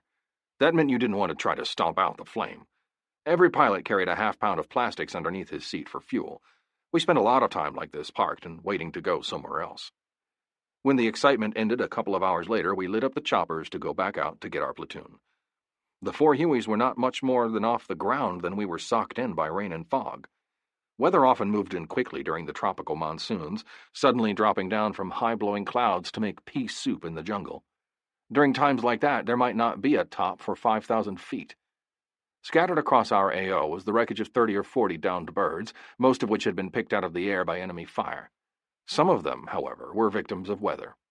Pilots sometimes suffered vertigo, refused to believe their instruments, and actually flew into the earth. Disorientation in weather or at night increased your pucker factor at least tenfold. While you grew accustomed to Charlie duck shooting at you, if you could actually get used to something like that, vertigo struck by total surprise and left you dizzy, short of breath, and with sweating palms. It was damned near as scary as getting shot at. You could almost be flying upside down and not realize it. Wouldn't that be a hell of a note? Miniman, impervious to enemy fire, brought down by vertigo and his own stupidity? I hated flying instruments. I better interpreted IFR, instrument flight rules, as I fly roads. I hadn't done well under the hood during flight training. Half the time my body told me I was flying upside down, while my instruments assured me I was straight and steady. I knew the instruments had to be lying. But you had to go with them in this kind of weather: the turn and bank indicator, the artificial horizon, airspeed indicator, altimeter, and compass. It was white-knuckle flying at its finest. Conrad flew my second seat. He sat stiff and silent, his eyes glued to the instruments, hands gripping his thighs. He was white-knuckled. Flying in formation doubled or tripled the danger. I tried to appear casual and unconcerned, like I did this all the time. There was heavy rain inside the cloud cover. Rain didn't fall, it was just there, swirling around inside the fog. I switched on my windshield wipers, for all the good that did, and I kept trucking. It wasn't like you could pull over to the side of the road. The farmer was my wingman. I radioed him to back off a little. I didn't trust him not to blunder into my blades and bring us both down. "If I back off too much, Miniman," he responded, "I'll be like a chicken with its head cut off. I won't be able to see you at all." Mighty Morris flew wingman to Farmer, while an FNG warrant from California named Hal Bajorian brought up tail-end Charlie. By twisting my head and looking back, I made out the ghostly form of Farmer's bird, riding slightly higher and to my right. All I saw of Mighty Morris was the dim blinking of his red and green position lights. For all I knew of Bajorian, he was lost in the fog. I kept track of everyone over the radio. "See anything, Miniman?" Bajorian asked. "Fog," I said. I almost whooped with relief when I broke out of the storm. Suddenly the earth appeared wet and green below and stretched off toward the horizon, and the sun shone through the recent rain like burnished copper. Rays of light stabbed translucent through the high clouds and gashed splashes of gold on the forest. I thought the world absolutely beautiful. Mighty Morris, always the poet and itinerant minstrel, came up on the radio. "And he saw what he had made and declared it good." "Amen," said the new guy, Bajorian. 62. Vung Tau, where I would have spent my war in comfort and safety if Charlie hadn't mortared the runway at Bien Hoa the day I arrived in country, was an R&R site and home of the main post exchange in Vietnam. Hotels lined the beach, next door to French restaurants and nightclubs. U.S. and ARVN generals relaxed and rubbed shoulders with NVA generals and Viet Cong cadre leaders on downtime. Everybody screwed the same good-time girls, and, of course, the good-time girls spied for everybody. On a lazy day when not much was going on, Swede the Cobra Jock, who wanted to get in a little stick time in the UH-1, and I made a beer run to Vung Tau for the O and NCO clubs. Although we intended flying high and dry at above 2,000 feet, O'Brien the gunner went with us. Our pockets were stuffed with military scrip to buy beer and sodas. We would return with the Huey packed full of cases. It was a relaxing 45-minute flight on a sunny day. Swede took the controls and landed at the big airfield on post. We bought cases of beverages at the PX. A forklift hauled them out to the chopper and stacked them aboard. There was barely enough room for O'Brien to belly in on top of the cargo. "Are you sure this thing will fly with a load like this?" he worried. "If it'll hover, it'll fly," I cracked. I might have been concerned if this were a UH-1C model instead of the UH-1H. When loaded down with either cargo as a slick or with gun pods, armament and ammunition as a gunship, the 1C was so underpowered that pilots had to make a run with it, bouncing off the ground in order to get it in the air. It was said that crew chiefs ran alongside the helicopter for a bounce or two to let it build up speed and lift before they jumped aboard. The 1H had considerably more power, but I thought I heard it groaning nonetheless as I hovered it out to the runway and received tower clearance for takeoff. I bounced it once to gain lift, then slowly throttled it out of Vung Tau with the blue sweep of the ocean and the jumble of the city behind us. We would burn off some weight on the way back through fuel consumption. Swede took over after we were airborne. Less than a mile later, a caution light flickered on. Nothing caught your attention quite like a sudden red light on the panel. It was always an "oh shit" moment. Swede stiffened. "I've got it," I said. "Or has it got us?" Swede retorted in his typical cavalier manner.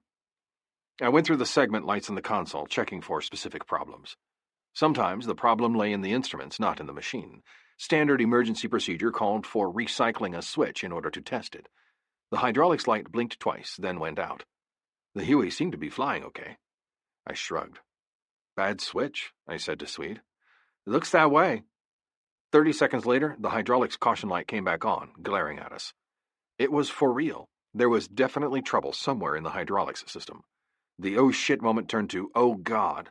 Flying a Huey without hydraulics was like attempting to drive an 18-wheeler at 70 miles per hour without power steering. To do it, you had better have arms like a weightlifter and weigh 10 pounds more than a new Buick, not be 5'3" 3/4" and maybe 125 pounds wearing chicken plate and a Miniman helmet. If this bird conked out on us, what with the weight we carried, could anyone say anvil? We were going to have to make an emergency landing. Hopefully I could get us back to the airport. The runway was still in sight. I pulled the circuit breaker to prevent hydraulics surges. You didn't want your power steering going in and out to cause you to alternately over and undercompensate when you were trying to make an emergency landing. That was the fastest way for you to end up in the scrap heap. Well, maybe not the fastest. The fastest was getting shot with a Soviet-made RPG. I fought the Huey into a 180-degree turn and headed back to Vung Tau.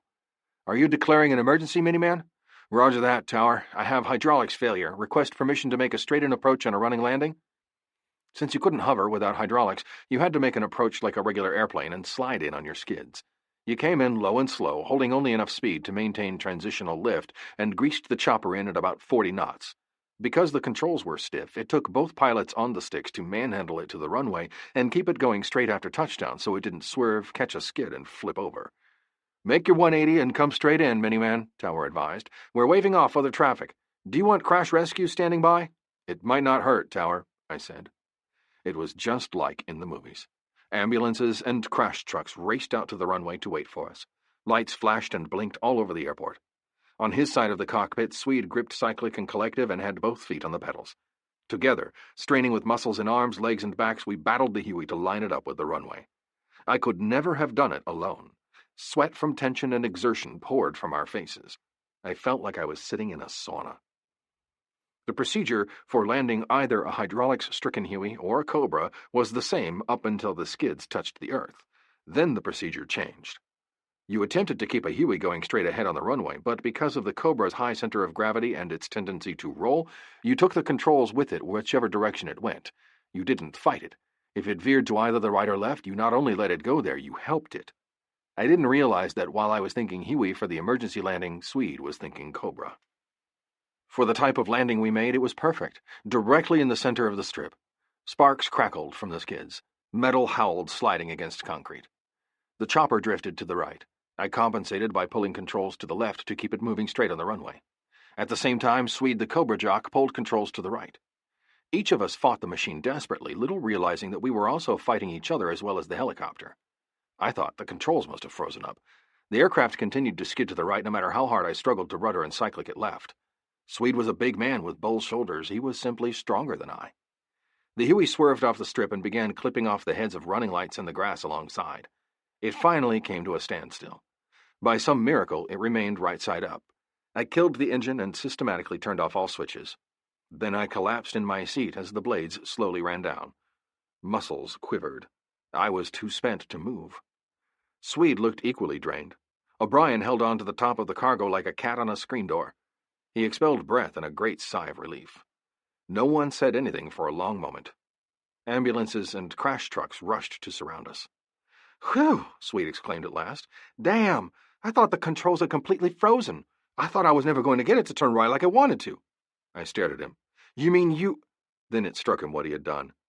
"Jesus God, Miniman, it's a Huey. You were trying to bring it back left." The emergency crews at Vung Tau must have thought all helicopter jocks were crazy. They bailed off their vehicles to find two flyers who had just escaped disaster, still sitting belted in their seats, while a third peered down from a pile of boxes. All three were laughing their fool asses off.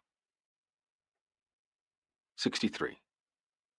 Not long after our crash landing at Vung Tau, I was flying X-ray for the Swede on a river sweep for sampans south of Tainan. I had accumulated about 20 hours total in a snake, most of it in the nose as X-ray, but some of it as AC when I occasionally volunteered to fly one to Kuchi for higher echelon maintenance. Swede and I had also gone out a few times to shoot up a mule or practice firing on a VC hooch with his miniguns, just for fun. You don't get much opportunity in a Huey slick to personally get your licks in. Door gunners saw most of that action. Once or twice I chunked grenades out the helicopter window with my M79 at smoke, flitting figures in the jungle or a bunker, but that didn't really count as aerial combat. It was a perfect day for flying after last night's rain. The world glistened. Swede and I chatted over the intercom and were having a pleasant time of it when an alarm went out over the emergency guard freak. A truck convoy of the 82nd Airborne Division, my old outfit, had driven into a major ambush on the highway between Kuchi and Bien Hoa. The on-site commander was desperately requesting air support. Anything he could get, but it had to be fast. The convoy was stalled at a U in the road and under heavy enemy fire. A call like that was akin to an officer needs help plea in a police precinct. Everybody within a certain radius scrambled to get there. Swede poured on the coal. We were 20 minutes away. We arrived along with about 10 other Cobras and some lift and medevac ships from various other units. The scene from a distance looked like vultures circling in the air above a roadkill. I spotted the smoke from 10 miles out. A Blue Max Cobra on his way back from Kuchi had taken charge in the air and was attempting to traffic cop things into some kind of order. He got the gunships racetracked out to start making gun runs while the dust-offs and slicks floated high in orbit, prepared to medevac wounded men or rescue downed air crews. About 30 or so deuce-and-a-half trucks were dispersed around a horseshoe bend in the road. Some were pulled off into ditches in a defensive posture, while others had nosed into jungle cover. A number were abandoned on the road. Several appeared damaged. At least one suffered a direct hit from a mortar round.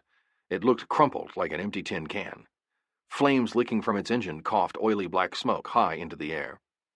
The ambushers were concealed in forest in the center of the horseshoe in such a way that they could bring fire upon the entire convoy from front to rear. Paratroops sprawled among the trucks anywhere they could find cover. Muzzles winked and flickered. Tongues and snippets of rifle fire licked back and forth. Green tracers webbing across the road drew red tracers in retaliation. There seemed to be a lot of shooting down there, judging from the thickness of dueling tracers. A haze of gun smoke and black fuel smoke obscured the action. Swede brought the snake low and fast over the site, checking it out as we took our place in the racetrack with the other gunships.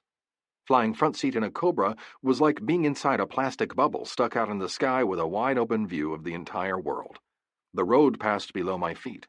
GIs glanced anxiously up at us. One grunt was dragging a wounded comrade across the road away from the horseshoe toward a ditch on the other side.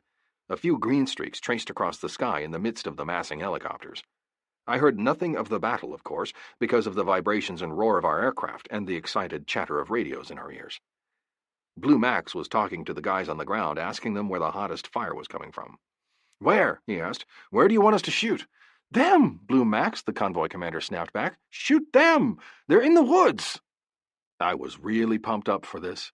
I had my legs stuck straight out and braced and my thumbs on the triggers. I controlled, through a robotic arm-looking apparatus inside the cockpit, both the 40mm automatic grenade launcher in the aircraft's nose and the 7.62 minigun below it on a turret that could be rotated up or down, right to left. The minigun looked like a Gatling gun from an old Western movie. It had 6 spinning barrels and 2 electric motors to pull ammo into the gun.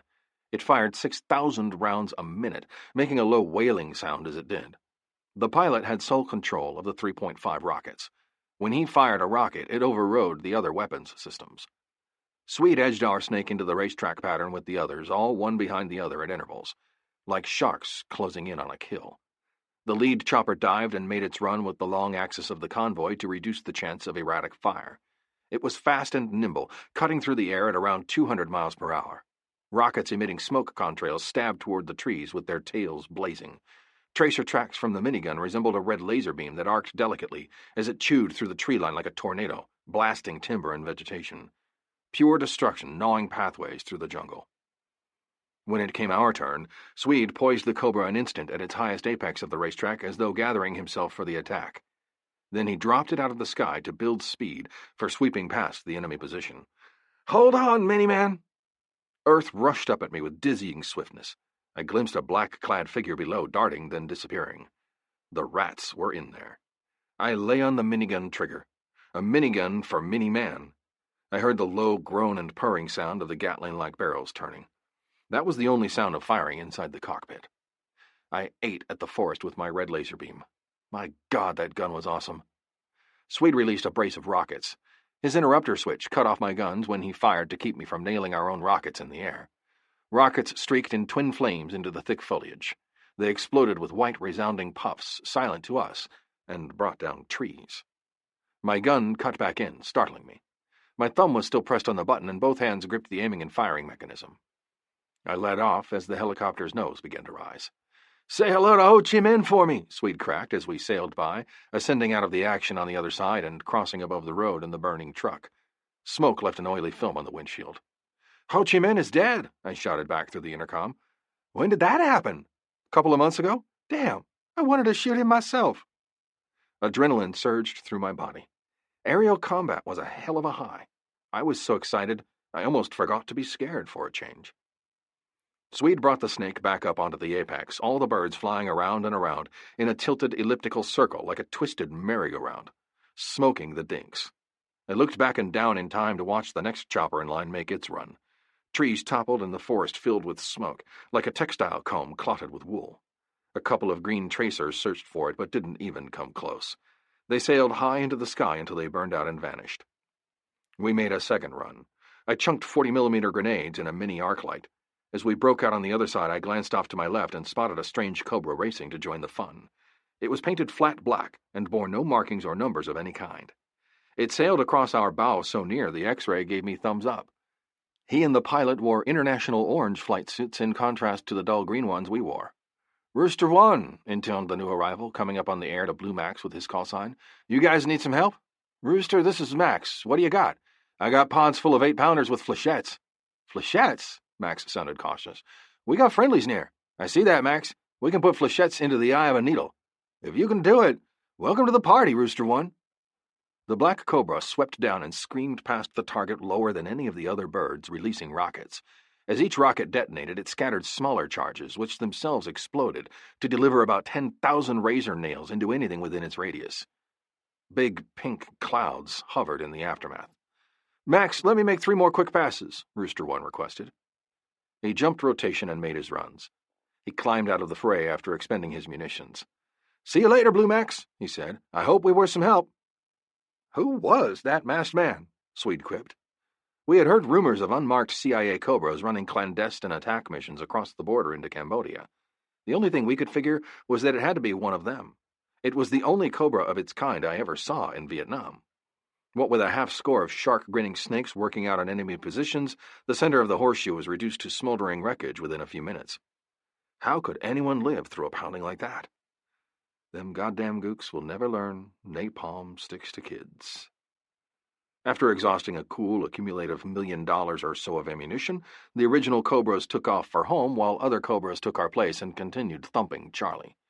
Nui Ba Den loomed green-crusted on the horizon ahead of us. We navigated to the left of it.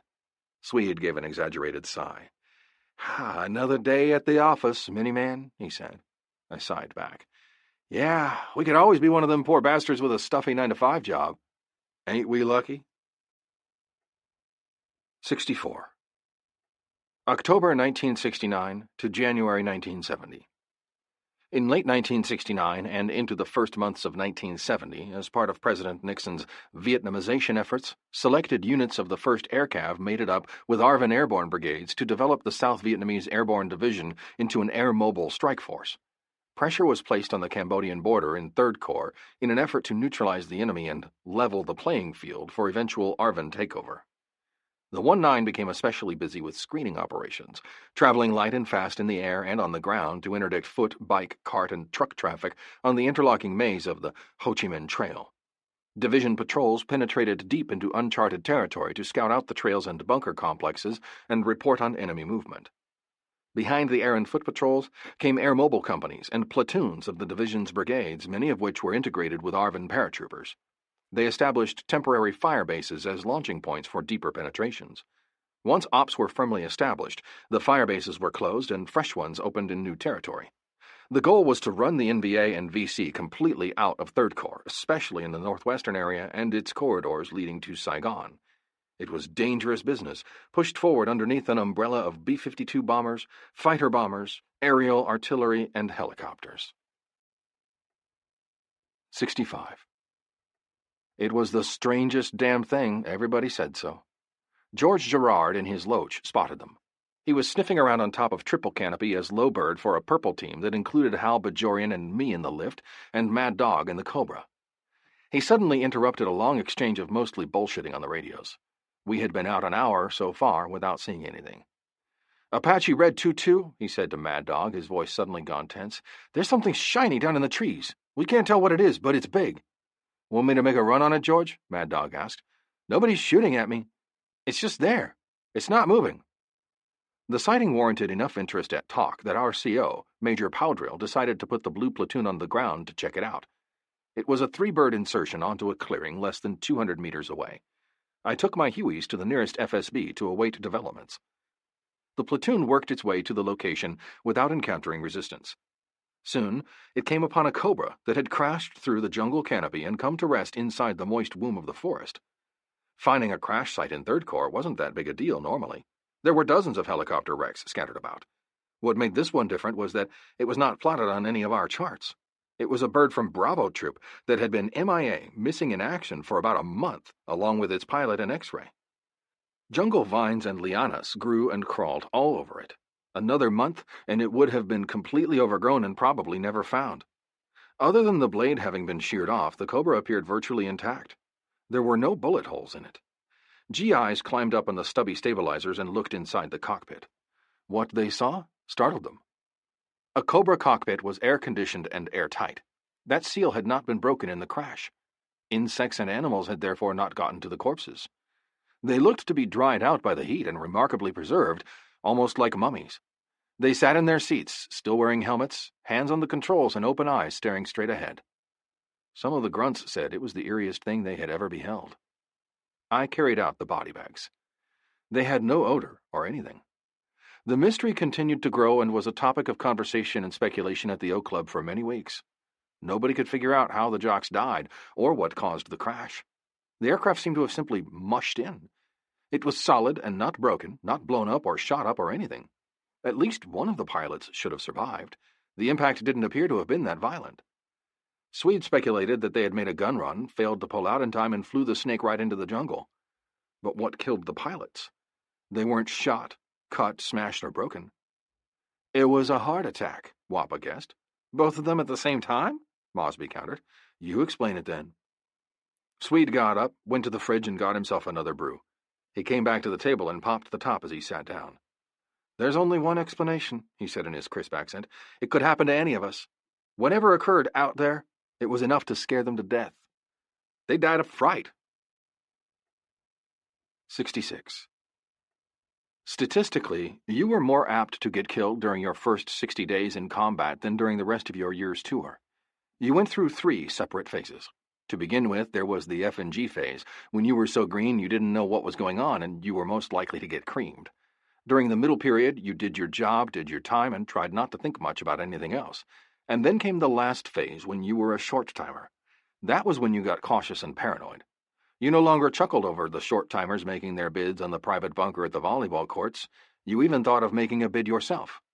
No one wanted to be the last GI killed in Vietnam, especially for the hazy principles of a war that everybody, including politicians, was abandoning. I saw Captain Beatty, Mr. Miles, Shaky, Mississippi, and the others transition from the go-get-em middle stages to near paranoia, even though they tried to hide it. Pressure started to build up about 90 days or so before DROS, then grew into a big head of steam when you were down to about 30 days. Guys woke up in the middle of the night with nightmares, screaming. Bird Dog in the White Platoon had been one of the biggest jokers in the Headhunters. He was, as Mighty Morris put it, first in mischief, first in grab-ass, and first to fart in a helicopter. He was a happy-go-lucky kid from Idaho, and remained that way through 3 times being shot down in his loach. But then he became a short-timer with 60 days left before his DROS. He started getting shaky. He came in from a mission, and the first thing he did, even if he hadn't been shot at that day, was head for the O Club. His entire attitude changed. He became a withdrawn loner, drinking by himself in the club, starting at every little sound, gazing out into space with that 1,000-yard stare that said, psychologically, you were about to break. Apache Troop CO Major Powdrill asked me to take him into lifts for ass and trash missions and to transfer one of my middle phasers over to Loaches. Meeker took his place in Whites. Ass and trash, maintenance flights to Cu Chi, beer runs to Vung Tau and the like, was looked upon as a turning point in your personal war and signified that it was all over except for the hail and farewell bash. Whenever I could, I pulled my men out of combat when they were down to within 30 days of going home and assigned them nothing but ass and trash. That meant the rest of us doubled up on the hairy missions, but nobody complained. We had our own short-timer grace period to look forward to. But until that final month, you had to pull your own cultivator, as Farmer put it. We always had more combat missions to run than I had men or machines to run them with. Of the 8 helicopters assigned to my platoon, 2 or 3 were almost always down for maintenance or combat damage. Of my 16 pilots, I couldn't afford to have more than 2 or 3 down for combat damage themselves. Whew, I made it again. One more day, Mighty Morris exclaimed each time he returned from out there, our hunting grounds. He faithfully maintained his short-timer countdown calendar. By the time he was down to 49 days, he became concerned over why his rotation orders had not come. Normally, you received them about 60 days in advance. "Them hillbillies and Army personnel have done lost your orders," Farmer ribbed him. "The Pentagon wants you to do another tour 'cause you done cleaned so many Gooks plows this time over." "Damn it, Farmer, stop being country," Rouse scolded. "How do you clean a Gook's plow when all he's got is a rice stick and a buffalo and a wife to pull it?"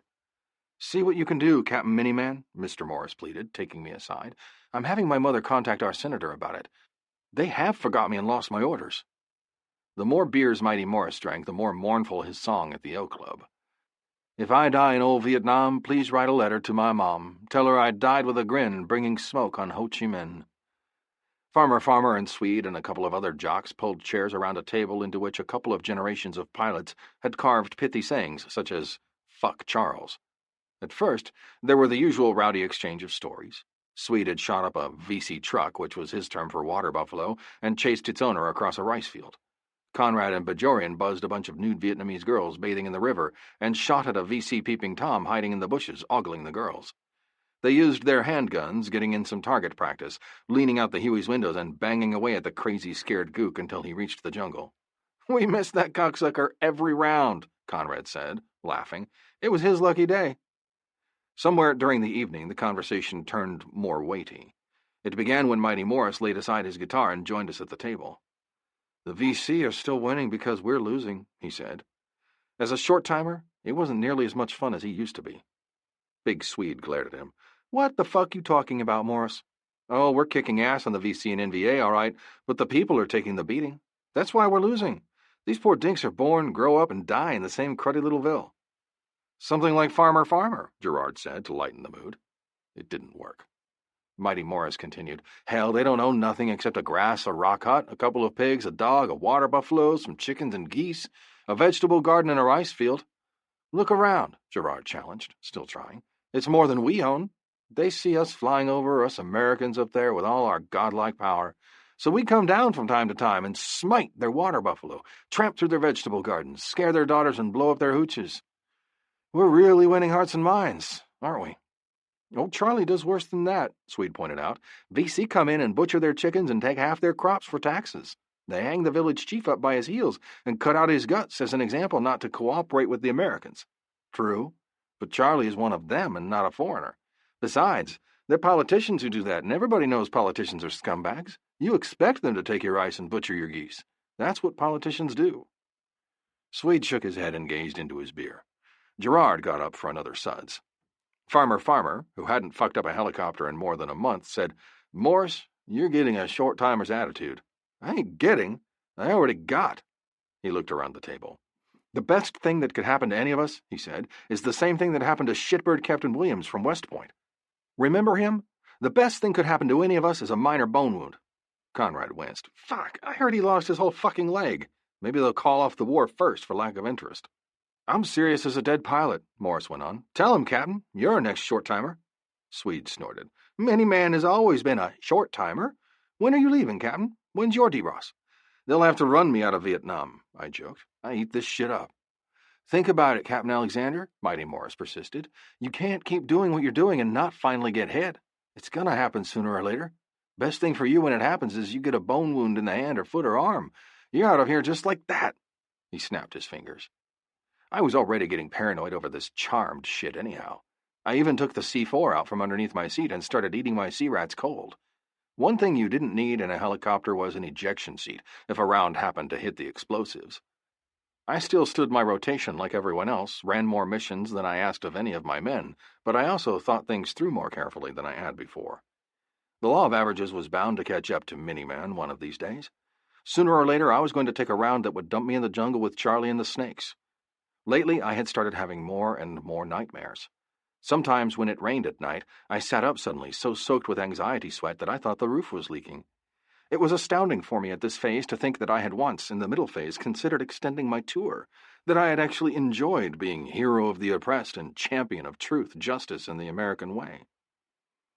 I lay in my bunk later that night and stared up into the darkness, thinking about the different changes I had gone through. Mighty Morris was twisting and flopping in bed, having nightmares. A barrage of H&I artillery shuttered the bunkhouse. Big parachute flares with a lot of candle power lit up the entire world. The barracks screens glowed like dying fluorescent bulbs, casting shadows.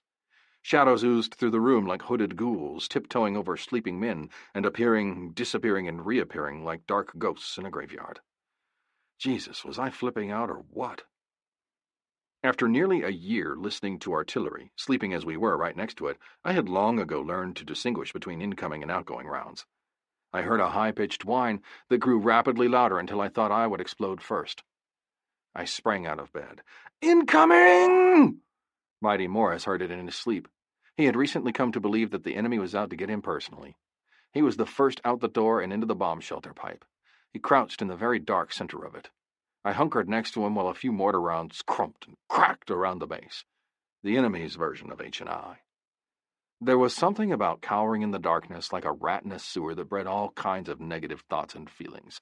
It occurred to me suddenly and inexplicably that sometime between now and my D-Ross in February I was going to get it. Shot down out there and tortured to death. Or perhaps a mortar shell or a rocket landing in my bunk, or maybe a stray bullet through my Miniman helmet. Charlie was out there every day like we were, hunting heads of his own, putting tick marks on his version of the vulture board. Bilby. 67.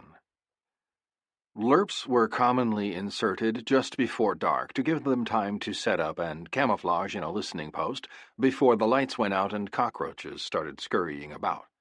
They pegged claymores around their hide in case they needed to set them off to delay bad guys while they pulled an E&E to the nearest PZ. Then they hunkered alongside the trail, counting feet and dividing by two. When they went out, they often went deep, and they stayed deep. That made extraction hell when you had to get them out. It seemed when they did run into shit, they ran into it in the middle of the night. Stockton and I scrambled 3-7 around midnight when the talk alarm went off. A single blast, ground troops in contact. Mighty Morris and Rouse flew wing, while Swede and a red platooned F&G took up a pair of guns for support and cover. While we were en route, Talk explained that we had a team of 5 Lerps in jungle surrounded by a pissed-off company of NVA. As far as the Lerps knew, there wasn't a suitable PZ within 500 meters. We were going to have to jerk them up through the trees with McGuire rigs. It didn't take long once we were over station to determine that this was a chopper pilot's absolute worst nightmare scenario. The jungle was triple canopy, down inside which gunfire and explosions flashed and flickered. NVA soldiers were closing in on our guys, and sure enough, there wasn't a PZ within 500 meters. I raised the terrified Lerps on FM and explained what I intended to do, come down on top of the trees and drop lines for them. Flying at such low altitudes, in the dark with the lives of 9 guys, 5 on the ground, 4 in my chopper, riding on how much balls I had and how good I was at the controls, demanded total concentration. I knew when I choppered down toward the forest and the firefight blazing inside it that I was going to be tested in ways I had only had nightmares about. I hoped I could pull it off. The backup slick with Mr. Morris at the stick rode high, temporarily out of the action, waiting for me to start the ops. His red and green position lights blinked rhythmically against a sky full of stars, but without a moon. I radioed him with instructions.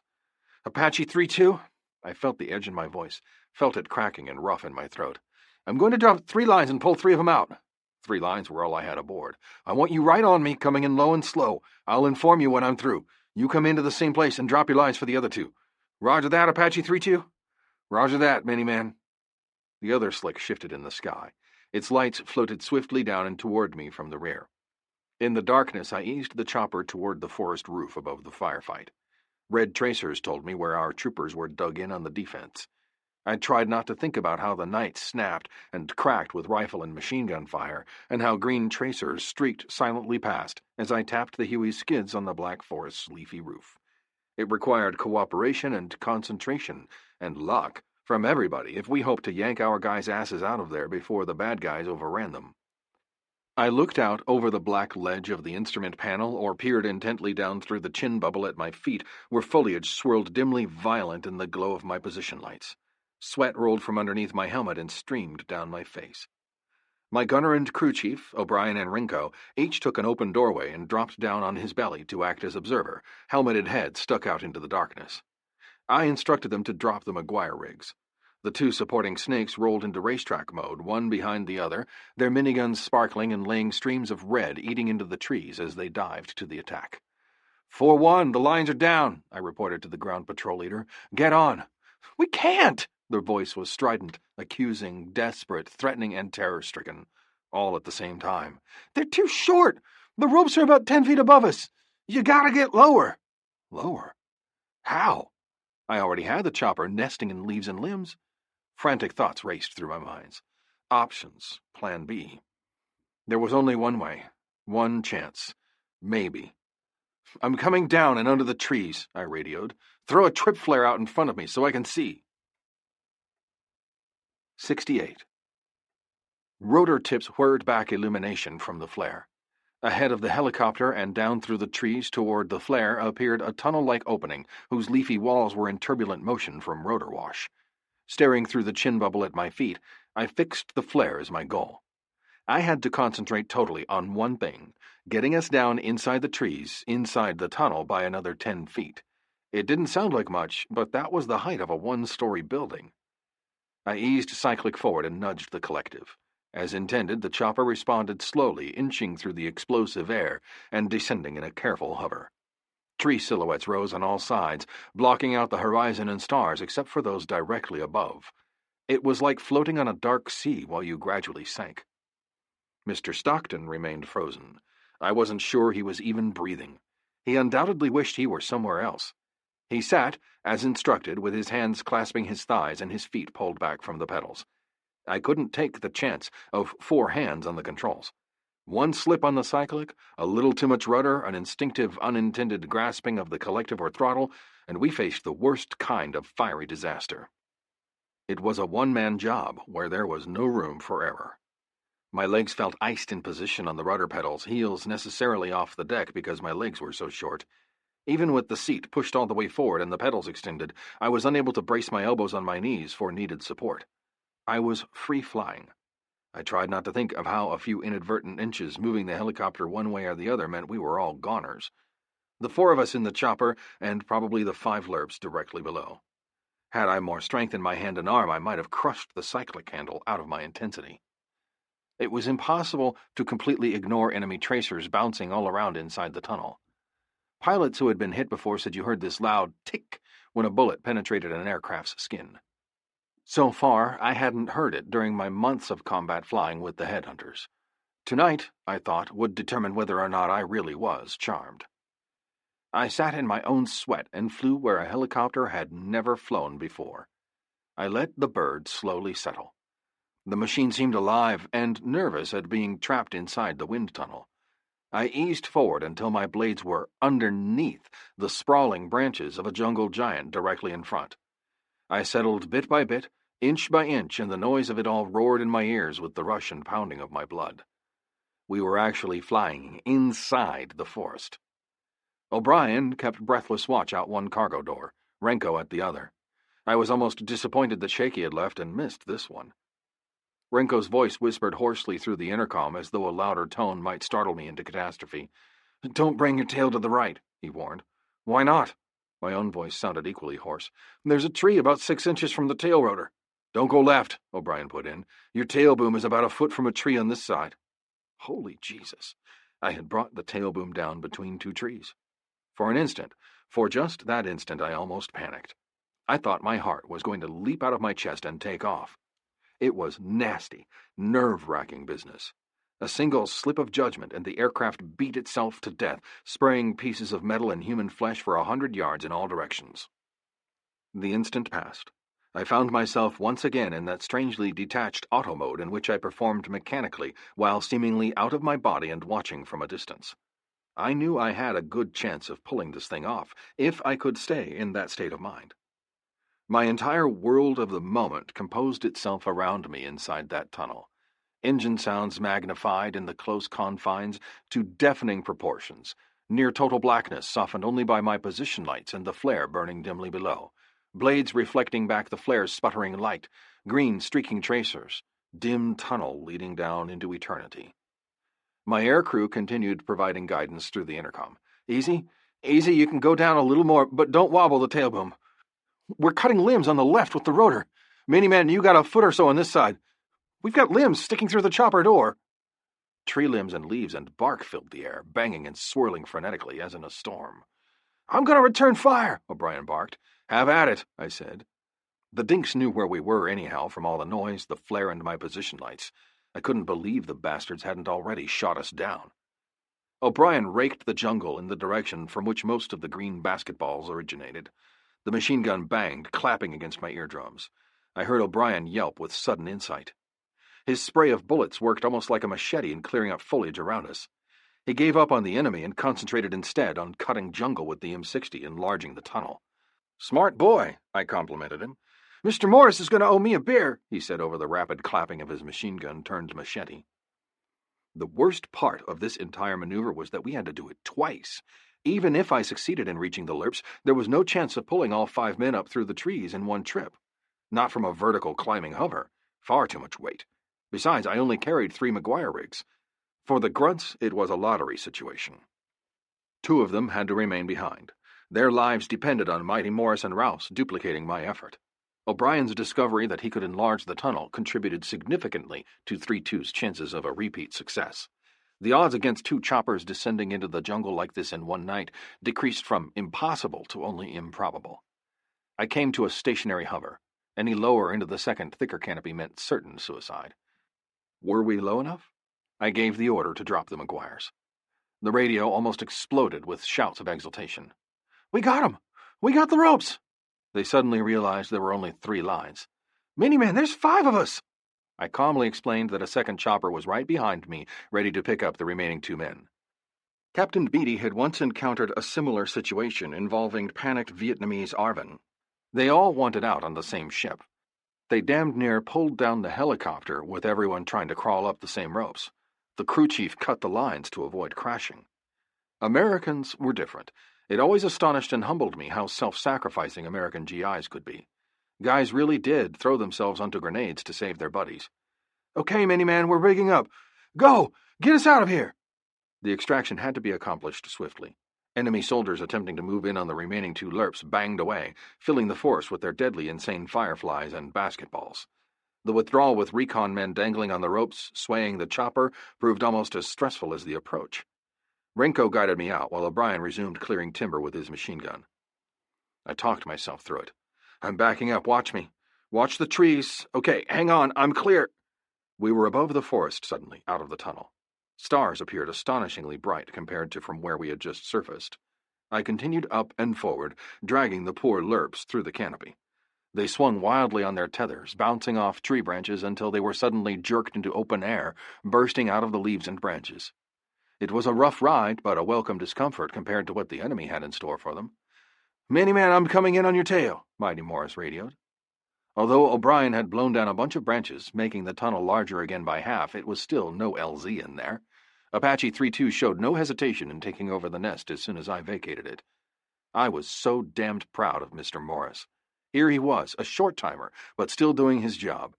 There were still 2 guys in there, and the headhunters left no one behind. I swerved off to the west, away from the firing, and clawed for the safety of altitude while 3 grateful, although battered GIs dangled below. I don't think I breathed for the next 2 or 3 minutes while I waited on word from Mighty Morris. Then it came. "Miniman, head for home plate. We have a home run." I was so damned proud not only of Mighty Morris, but also simply to be a part of such men. We let the lerps down at nearby FSB Barber. We had all earned our wooden nickels tonight. My muscles were so tight I could hardly move my arms and legs now that everything was over. Stockton flew the chopper back to Tainan while I slouched in my seat, spent. O'Brien checked for bullet holes as soon as we landed. "None," he declared. 3-2 had several holes. Mighty Morris shook his head. I was still outrunning the law of averages. Don't look a gift horse in the mouth, lest his teeth fall out. 69. December 1969 to February 1970. December 15th. President Nixon ordered the withdrawal of an additional 50,000 troops from Vietnam, bringing the total reduction to 115,000. December 20th. Henry Cabot Lodge resigned as head negotiator in the Paris peace talks, citing complete deadlock in negotiations. December 31st. The number of U.S. troops killed in Vietnam now totaled 40,024. January 2nd. The VC New Year's truce ended. January 17th. VC ordered a massive guerrilla campaign intended to destroy Vietnamization efforts. January 31st. Over 100 bases were assaulted by communist missile fire in the worst series of attacks since mid-1969. February 2nd. U.S. B-52 bombers carried out heavy airstrikes on the Ho Chi Minh Trail in response to increases in enemy activity. February 12th. NVA began a major offensive in Laos. U.S. aircraft began bombing in support of the Laotian government. February 20th. National Security Advisor Henry Kissinger began secret peace talks in Paris. 70. Major Powdrill recommended me for the DFC, Distinguished Flying Cross, for the Going Down Through the Trees episode. The very next day, I was recommended for another Army commendation with V for Valor when Roth set his wounded bird down in the clearing and I went in and got him out. I figured that since the war wasn't going well, neither in Vietnam nor back home, the brass were looking to make heroes out of us that remained behind following troop withdrawals all over the country. Flying into the trees was one thing. I probably deserved a medal, but the Roth crash had become more or less routine by this time. I really believed that it was my reputation that was attracting both attention and medals. The commander said flyers and troops all over the division were talking about Miniman, who flew into all the shit in the world and came out smelling as fresh as a rose. It made me increasingly nervous, everybody talking about it and my being charmed and all that. I was getting to be a short-timer. I didn't want to be jinxed so near the end of my tour. I was flying lift in a purple team, with Roth in white and Swede in red when the scout pilot received fire. His tail jerked up the way the loaches did when they were shot at. He jerked off, skimming over the trees, fleeing. Swede made a gun run, and I dropped down to direct Roth into a nearby clearing I had already located. His observer was wounded, and his metal detector light had come on. Helicopters had an instrument that detected metal in the oil system. He was losing power fast. O'Brien, my crew chief, and gunner Alberto Palma crowded into the one door on the enemy's side and hammered out a duet with their machine guns. I flew right on Roth's tail as we succeeded in clearing enemy positions and sliding into a clearing about 200 meters away. The observer wasn't hit bad. The crew grabbed their weapons and ammo. I lifted all 3 flyers back to Tainan. Not a big deal, unless, of course, you were the one in the crash and needed out of there. Things like this happened all the time. They continued to happen, and I continued through some miracle to avoid gunfire. Mighty Morris's orders came in a few days after Thanksgiving. We were supposed to have turkey for Thanksgiving, which we did, even though it came out of cans. I happened to be at the talk when a caribou from division headquarters at Phuoc Vinh arrived to deliver a satchel of mail and other papers. Morris's rotation orders were included. I took them and beelined for the O Club. It was after hours, and most of the pilots not on standby were beginning a night of flying beer cans. The mongooses Pepe and Sam were running up and down the bar after a successful bout with a cobra, for which they were being justly rewarded with treats, and Mr. Morris had broken out his guitar. "Hooch made on the Green Line, sending spot reports, calling in those rockets and mortars, of course. Here in Tynan, your life ain't worth 5p, 'cause you cannot get a transfer, just another DFC. "Then I guess you don't want this transfer," I shouted, brandishing his orders. "What? What?" He grabbed them out of my hand. He stared at them, transfixed. Other guys slapped him on the back in congratulations. He finally looked up at me. He sounded stunned, disbelieving. My God, he croaked. "I've actually made it out of here. I survived it, Miniman, I survived!" 71. Miniman, Blue Platoon's Captain Blue, was feeling blue as the Christmas season approached. The mess cooks had prevailed upon the boonie rats to bring back from the field a little evergreen-looking tree, like a cypress, which they decorated with lights and tinsel in the chow hall. One of the F&Gs, to me everybody in the troop was now an F&G with the exception of Farmer, and Swede, decorated our bunk hooch with a wreath his mom sent him from Indiana. This was all intended to bring a little of home to us, but what it did instead was emphasize how pitiful were our attempts at alleviating homesickness.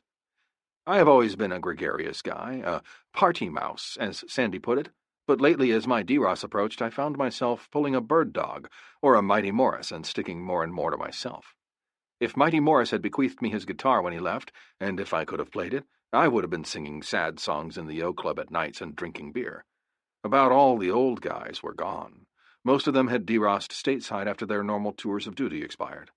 Others, like Ryberg, Jameson, Bleecker, a number of aircrew, and even more of our boonie rats, had gone home in body bags. You tried not to think about them because it underlined your own mortality.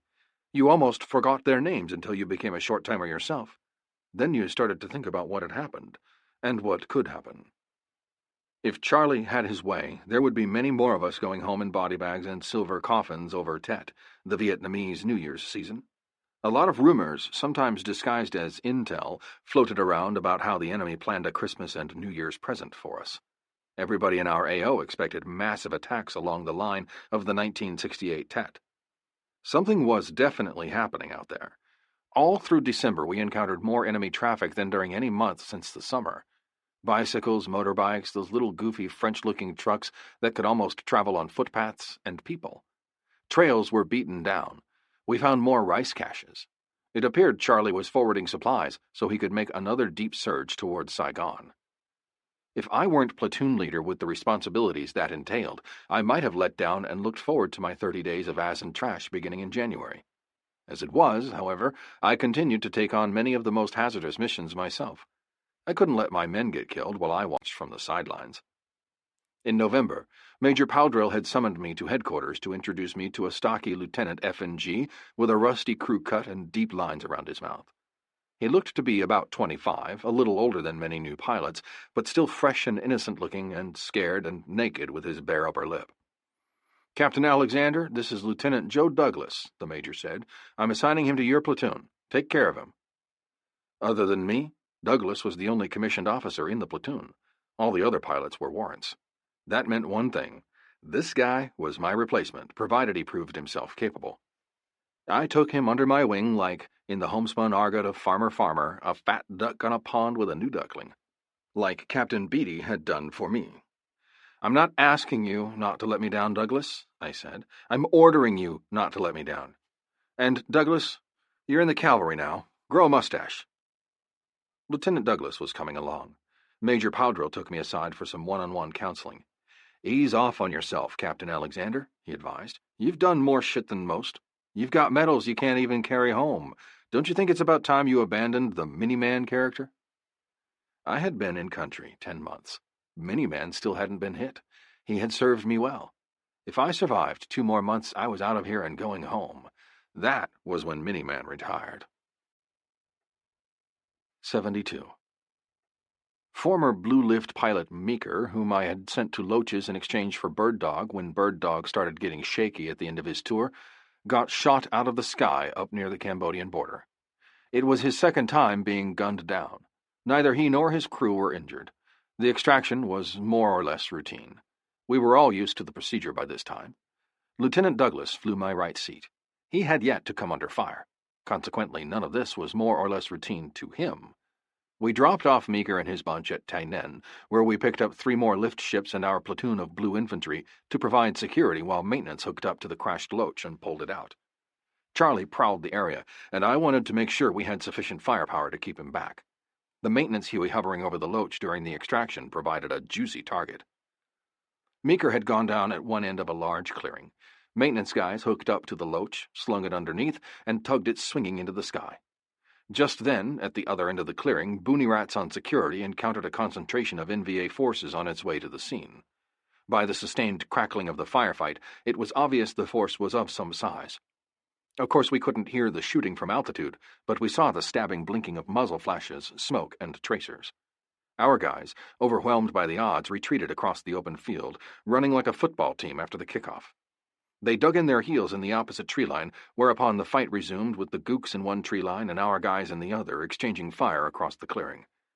There was so much spiderwebbing of green and red across the meadow that a dragonfly would have avoided it. Our blues wanted out of there in the worst possible way. Douglas looked as though he could pull his helmet down to about his knees and crawl into it. I remembered my own first missions. It was obvious he feared we might try to land in all that garbage. He needn't have worried. Even in my reckless early days, I wouldn't have attempted to place a chopper directly in a crossfire. "Miniman, is there any place you can pick us up?" the ground platoon leader asked. His name was Lieutenant Sorensen, also an FNG with that strident FNG first-time-under-fire voice. 4-6, I replied, looking over the terrain from 2,000 feet above. "There's a small clearing less than 200 meters directly behind you. If you can get your men through the trees to it, I think we can pick you up there." "Roger that, Miniman." Lieutenant Douglas's posture relaxed slightly. He looked relieved. Several Cobras from our neighbor, Blue Max of the 220th, were in the air. We coordinated our resources and quickly planned tactics. I asked Blue Max if they could keep the bad guys pinned down and out of the large clearing long enough for our blues to scurry back to the second clearing and be picked up. "It's Christmas time for Charlie, Miniman," Blue Max leader said. "We got lots of presents for the little suckers." With that, the Cobras formed a racetrack and rolled in on the enemy positions, one behind the other. I pitied the poor dinks when all that shit started falling on them. Talk about unfair logging practices, when an entire strip of forest could be eradicated within minutes and turned to smoke and fire and kindling. One of the pilots sang while he worked. "Here comes Santa Claus, here comes Santa Claus, right down Santa Claus Lane."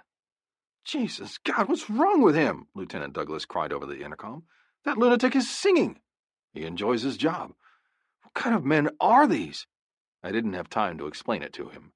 He would understand soon enough. I went down to fly over the second clearing for a quick look-see. It looked bigger from the air than actual size. Not only that, it was a daisy cutter opening. The Air Force sometimes dropped daisy cutters, which were bombs on a stick, in order to clear forest. The sticks stuck in the ground and the bombs exploded about 3 feet above the surface, blasting down the surrounding forest but leaving snags and stumps. Hueys couldn't land here because of them. We would have to McGuire the platoon out. Murphy's Law. Anything that could go wrong would. Boonie Rats were already bursting into the opening. When you were as spooked as they were, there was no such thing as being delayed by wait-a-minute vines. These guys were coming through the jungle like little bulldozers. Palma, my crew chief, was already getting the McGuires ready. There was enough room over the clear cut for 2 choppers to hover at the same time. I circled high and picked up my wingmate, Rouse. Mosby and Bajorian hovered at altitude, waiting to come in on second shift. Each of us, because of the ample size of the clearing, could hoist out 4 or 5 troopers. They traveled much lighter than lerps. Rouse and I flew in low and side by side above the jungle. There was one brief span of time when we offered ourselves as targets to Charlie in the distant trees. Green tracers streaked past and between us, arcing as though lobbed. Once we reached the clearing, we dropped below the line of fire while we McGuired troops out of the field. We were again vulnerable when we lifted out with Boonie Rats strung on lines below us like fish. We had to come out slowly, affording even more tempting targets. The only thing that saved us was the long range. Even though Cobras were pounding the enemy, Charlie still spun tracer webs in the air. I understood how flies in an old haunted house must feel. Lieutenant Douglas looked like a fly about to be captured. If we were scared, imagine the Boonie Rats hanging exposed in the middle of the air with all that lead and steel flying. Several had to be pried from the ropes when we landed at the nearest FSB to bring them aboard. They were white-faced and speechless. One guy fell to his knees and threw up. Douglas's hands trembled. So did mine, but I had become adept at concealing my fears, even now when I was a short-timer and my fears were magnified. I threw Douglas's words back at him. What kind of men are these? They are guys who will go anywhere they have to in order to get you out. They're headhunters. Look around you, Lieutenant. Soon, this will all be yours. 73. The most expensive small piece of real estate at Tai Ninh, perhaps in all of Vietnam, had to be the private bunker next to the volleyball court. No one presently on post knew the bunker's complete history, as it was now into its 6th or 7th generation of tenants. However, it was easy to see that it had started off essentially as a small hooch copied after the larger barracks. It had had screens from halfway up the walls and a tin roof. The only difference was that the lower half walls were built of heavy mortar-stopping timbers the original architect had scrounged from somewhere. Each resident thereafter had improved upon it according to the intensity of his short-timer paranoia, which could be considerable, as I was discovering toward the end of my own tour. The timber walls rose to 6 feet in height, reinforced and landscaped on the exterior with sandbags. A roof was added of the same timbers, on top of which was laid heavy black plastic sheeting to weatherproof the little building. Rocket boxes filled with sand were stacked on top of the plastic, then a layer of sandbags, followed by pieces of heavy metal culvert cut in half lengthwise and laid with the curved sides facing upward to deflect incoming mortar rounds or rockets. The screen door faced toward the center of the compound and had the added protection of opening next to the back of the supply hooch. Everyone agreed the bunker's fortunate owner was the safest man at Tai Ninh. The original owner had simply abandoned it when he derossed. Subsequent occupants recognized the little gold mine they controlled. The second guy sold it for $10 when he left. Like real estate everywhere to which improvements were made, it appreciated from owner to owner. The current resident reportedly paid $50 for it. On a relatively quiet Sunday afternoon while the ongoing volleyball game raged, while Farmer was hunting for bamboo rats to shoot with his pistol, and while some of the blue boonie rats were cheering on Yosemite Sam and Pepe Le Pew in a fresh contest with a snake, I happened to notice a sign on the front of the bunker. Its current deed holder, a red-headed guy who flew loaches, had received his orders. The sign said, "For sale, sealed bids, all offers considered." I looked it over like any young husband back in the States about to purchase a starter home for his family. I pointed out defects, such as poor lighting and a dirt floor. The scout nodded agreement. He had been sunbathing in shorts when I walked up. He leaned back in his chair against the outside wall and lit a cigarette while pretending interest in the volleyball game. "A year or so ago," he began contemplatively, "there was a pilot here named Peters. See that barracks over there? That's where he stayed. He was like you, Miniman, had all the luck in the world. He made it right down to his DeRoss date without so much as a hangnail. The night before he flew out of here to catch the Freedom Bird home, Charlie mortared the base. One of the rounds hit his barracks. Peters went home in a body bag." He paused to draw on his cigarette. He looked at me with a grave expression and lifted one brow. "You're a short-timer, Miniman. How many days do you have left?" I immediately jotted down my bid on a scrap of paper and sealed it in an envelope. $100. It was the highest bid. As soon as the scout moved out to go home, I moved in and started my own renovations. The first thing I did was build a hardwood floor from rocket boxes. I paneled the walls likewise. I moved in my bunk with the mosquito netting around it, ran electricity from a generator, then added the little amenities that made a house a home: a reading lamp above the head of my bed, an electric fan, a tiny refrigerator, tape recorder, radio, TV, a little desk and chair in one corner, and my short-timer's calendar. My home was the envy of the post. I could probably sell it for $200 when I left. The next time Charlie mortared the base, I awoke with a start as the crump, crump, crack stomped around the flight line. My first reaction was to make a run for the culvert. Then I remembered where I was. I merely yawned and turned over in bed to go back to sleep. Good night, Sandy. I'll be home soon. 74. June 26, 1972. The American withdrawal from Vietnam escalated sharply after the summer of 1970. The 1st Cavalry Division, assigned to fill in the gap left by redeploying U.S. units, spread out even farther in an immense region of 4,536 square miles east of Saigon. The Cavs AO now spanned the width of the entire country from the Cambodian border through War Zone D all the way south to the South China Sea. Beginning in February 1971, Vietnamese territorial forces gradually assumed guardianship of the AO's roads and hamlets, while ARVN forces occupied former CAV fire support bases and LZs. Even though the division was scheduled to be withdrawn in April, it remained in constant combat until the last day. The 1st Battalion of the 5th Cavalry fought 15 skirmishes against NVA units during its last week in the field. On April 29, 1971, the 1st Cavalry Division, Air Mobile, furled its flags and departed Vietnam for Fort Hood, Texas, leaving behind only the 3rd Brigade Gary Owen Task Force.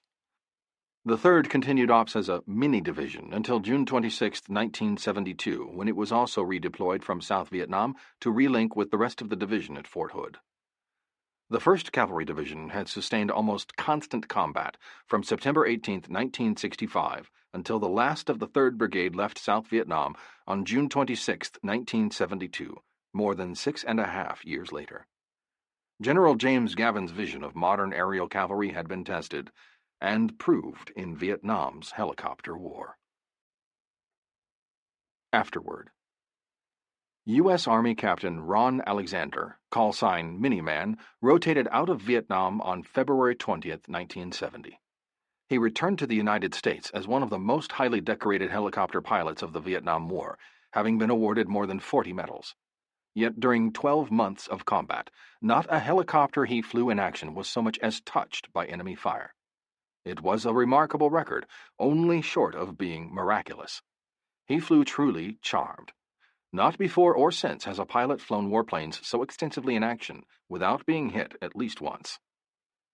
Captain Alexander remained in the U.S. Army Reserves to become a member of the elite U.S. Army Special Forces, the Green Berets, where he served, among other assignments, as a company commander and as a group staff officer. He retired from the military in 1998 with the rank of lieutenant colonel. He currently lives with his wife Sandy in Tulsa, Oklahoma, where he teaches high school math in the public school system.